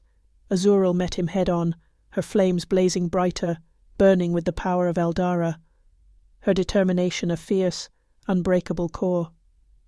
Talvar fought by her side, his sword a blur as he deflected shadowy strikes, his movements precise and unyielding. Soraya's magic wove through the air, her spells creating shields and counterattacks, her light slicing through the shadows with unwavering precision. But Vieuva's strength seemed endless, his shadows thickening, becoming more insidious as they pressed in on them. Azural felt the weight of his power pressing down, a cold, suffocating force that clawed at her mind, feeding on her doubts, her fears. Her flames wavered, flickering under the onslaught. "Azural!" Soraya's voice broke through the darkness, her gaze fierce. "You are more than this shadow. You are the fire that brings hope." Azural's heart steadied, her fire reigniting with fierce intensity. She could feel her allies beside her, their strength bolstering her own, their trust anchoring her. The shadows could not break what they had forged together. Drawing on every ounce of her power, she let out a fierce cry, her flames blazing into an inferno that pushed Vieuva back, his form writhing under the intensity of her fire. She could see the flicker of fear in his eyes, the faintest trace of weakness. "You are nothing but a shadow clinging to fear," Azural said, her voice filled with defiance. and I will burn you to ashes." With a final surge, she unleashed her full power, her flames roaring to life, filling the chamber with a light so bright it banished every shadow, every trace of darkness. Vieuva let out a furious scream as her fire consumed him, his form dissolving into wisps of smoke, his power unravelling under the force of her flames. The shadows dissipated, leaving only silence. The fortress walls, once woven with darkness, were now empty, the oppressive weight of Vieuva's presence gone. Azural stood in the centre of the chamber, her flames dimming, her heart pounding as the finality of their victory settled over her. She looked at Talvar and Soraya, their faces filled with relief, pride, and the quiet strength of those who had fought against impossible odds. "It's over," Talvar murmured, his voice filled with quiet reverence. Soraya placed a hand on Azural's shoulder, her gaze warm. "You have restored balance, Azural. The darkness no longer holds this land." Azural took a deep breath, feeling the fire within her settle, steady and strong. She had faced her shadows, her doubts, and had emerged with her spirit unbroken. The journey had been long, the battle fierce, but she had found her place, her purpose. Not as a weapon, but as a guardian, a force of hope and light. As dawn broke over the fortress, casting a warm glow over the ruins, Azural knew that a new chapter awaited them, a future free from shadows, a world where the light of hope would burn bright. And with her friends beside her, she would continue to protect that light, no matter the cost. For she was Azural, the Draconis Ignis Aeterni, the fire reborn, and her flame would burn as a beacon for all who sought the courage to stand against darkness. Chapter 28. Reckoning at Dawn. Azural awoke in a dim grove, the first light of dawn breaking through the twisted branches above. Her body felt heavier than before, her spirit weary but fiercely alive.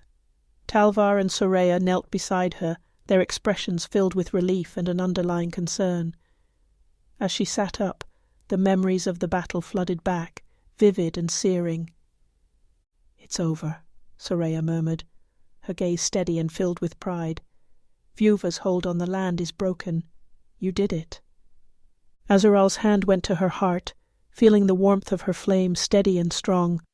The darkness that had lingered there, the shadow Vieuva had tried to implant within her, was gone, replaced by a deep, quiet strength. She looked to her friends, her voice soft but determined. "We all did." Talvar nodded, his face softened with a rare smile. "This battle was never meant to be yours alone, Azural. We chose this path together." Soraya inclined her head, her gaze warm with the kind of loyalty that was no longer laced with secrecy or mistrust. "You're no longer alone, Draconis Ignis Aeterni."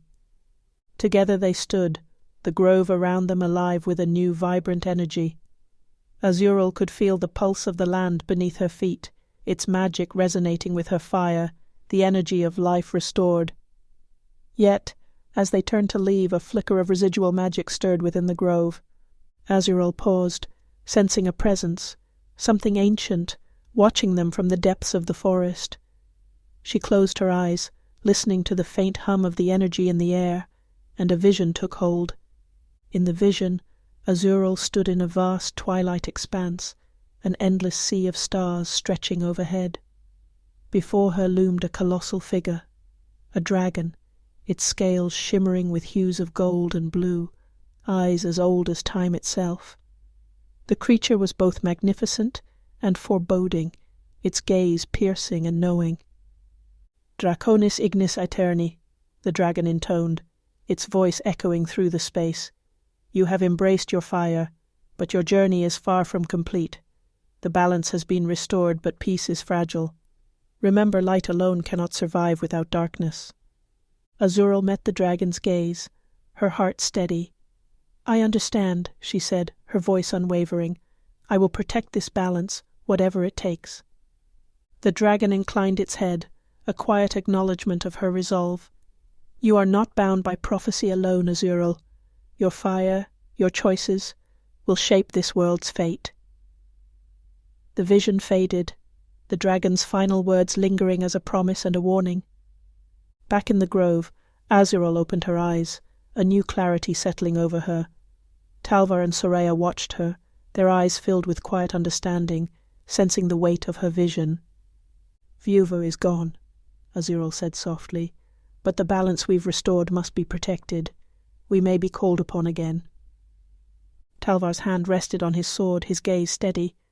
"Then we'll answer, together." Soraya nodded, a faint smile gracing her lips. "The world may change, but we'll face it. This journey is far from over." With that they turned and left the grove, the dawn's light breaking fully over the horizon, casting golden beams across the land. For the first time in ages, the air felt light, free from the weight of shadows. Azural, Talvar, and Soraya walked on, their steps steady, their purpose renewed. They had claimed their place in the world, as protectors, allies, and friends. And as the world awaited its next call to arms, they would be ready, united, resilient, and unbreakable. The fire within Azural would continue to burn, a beacon of hope and strength, lighting the way forward. This chapter concludes the journey of the Draconis Ignis Aeterni, but their legacy was far from ended, their purpose only beginning anew. For in a world that teetered between light and shadow, the fire of rebirth would forever blaze. Epilogue. Ember's Dawn. The sky glowed in hues of gold and crimson as the first light of dawn broke over the mountains, spilling warmth over the once barren valley below. Azural stood on the edge of a cliff, her gaze sweeping across the landscape she had fought to protect, now lush with new growth, its grasses swaying gently in the morning breeze. Tiny dewdrops clung to the leaves, catching the light like scattered jewels, a quiet testament to her choice, to restore, to renew rather than to destroy. Beside her, Talvar stood silently, his armor still marked by the scars of battle, but his expression softened with hope. He looked at Azural, and his eyes held the same awe and respect as when he first recognized her true power. "You did it," he said, his voice a gentle murmur. Azural turned to him, her eyes shifting from their fierce gold to a tranquil blue. "We did it," she corrected, her voice carrying a warmth and gratitude that filled the morning air. For all her strength, she knew this victory had been shaped by more than just her fire. It was the courage and resilience of those who had stood by her side. Soraya approached, her robes rustling softly in the breeze, her magic-infused staff glowing with residual energy. She looked at Azural with a quiet admiration that needed no words. "Balance is restored," Soraya said softly, "but there will always be those who seek to undo it." Her voice carried a bittersweet note, acknowledging her own place in the eternal cycle. Azural nodded. She could feel it too, an undercurrent of darkness still lingering, scattered and weakened, but never fully gone. She knew that one day the world might call on her again, but for now there was peace, a fragile peace that she had sworn to protect. Turning to her allies, Azural's form began to shift, her skin shimmering as scales like blue opals formed along her arms, her hair lifted in the air, her body expanding with effortless grace. In moments she stood before them as her full dragon phoenix self, her wings unfurling, casting a radiant glow across the valley below.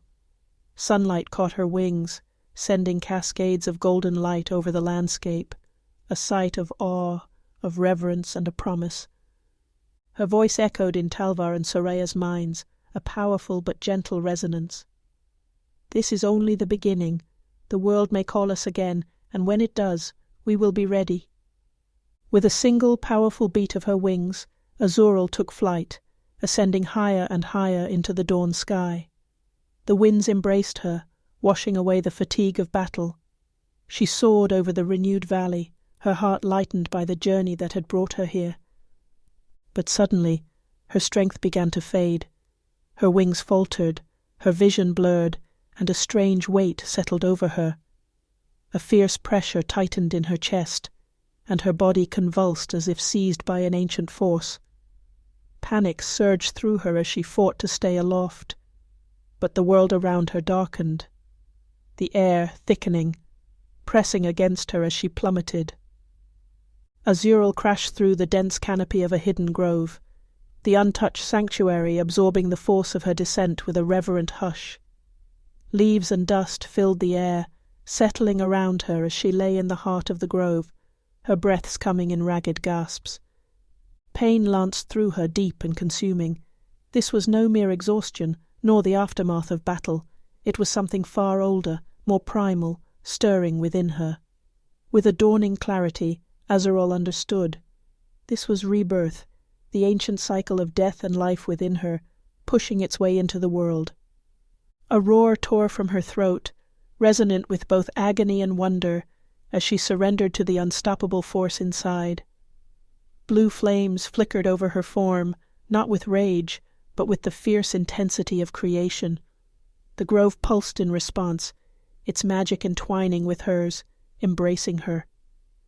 When the flames subsided, Azural looked down to see a small creature nestled within the crook of her wing. Tiny blue scales glistened on its skin, reflecting the morning light in delicate patterns. The newborn let out a soft melodic cry, a sound pure and alive, filled with the promise of new beginnings.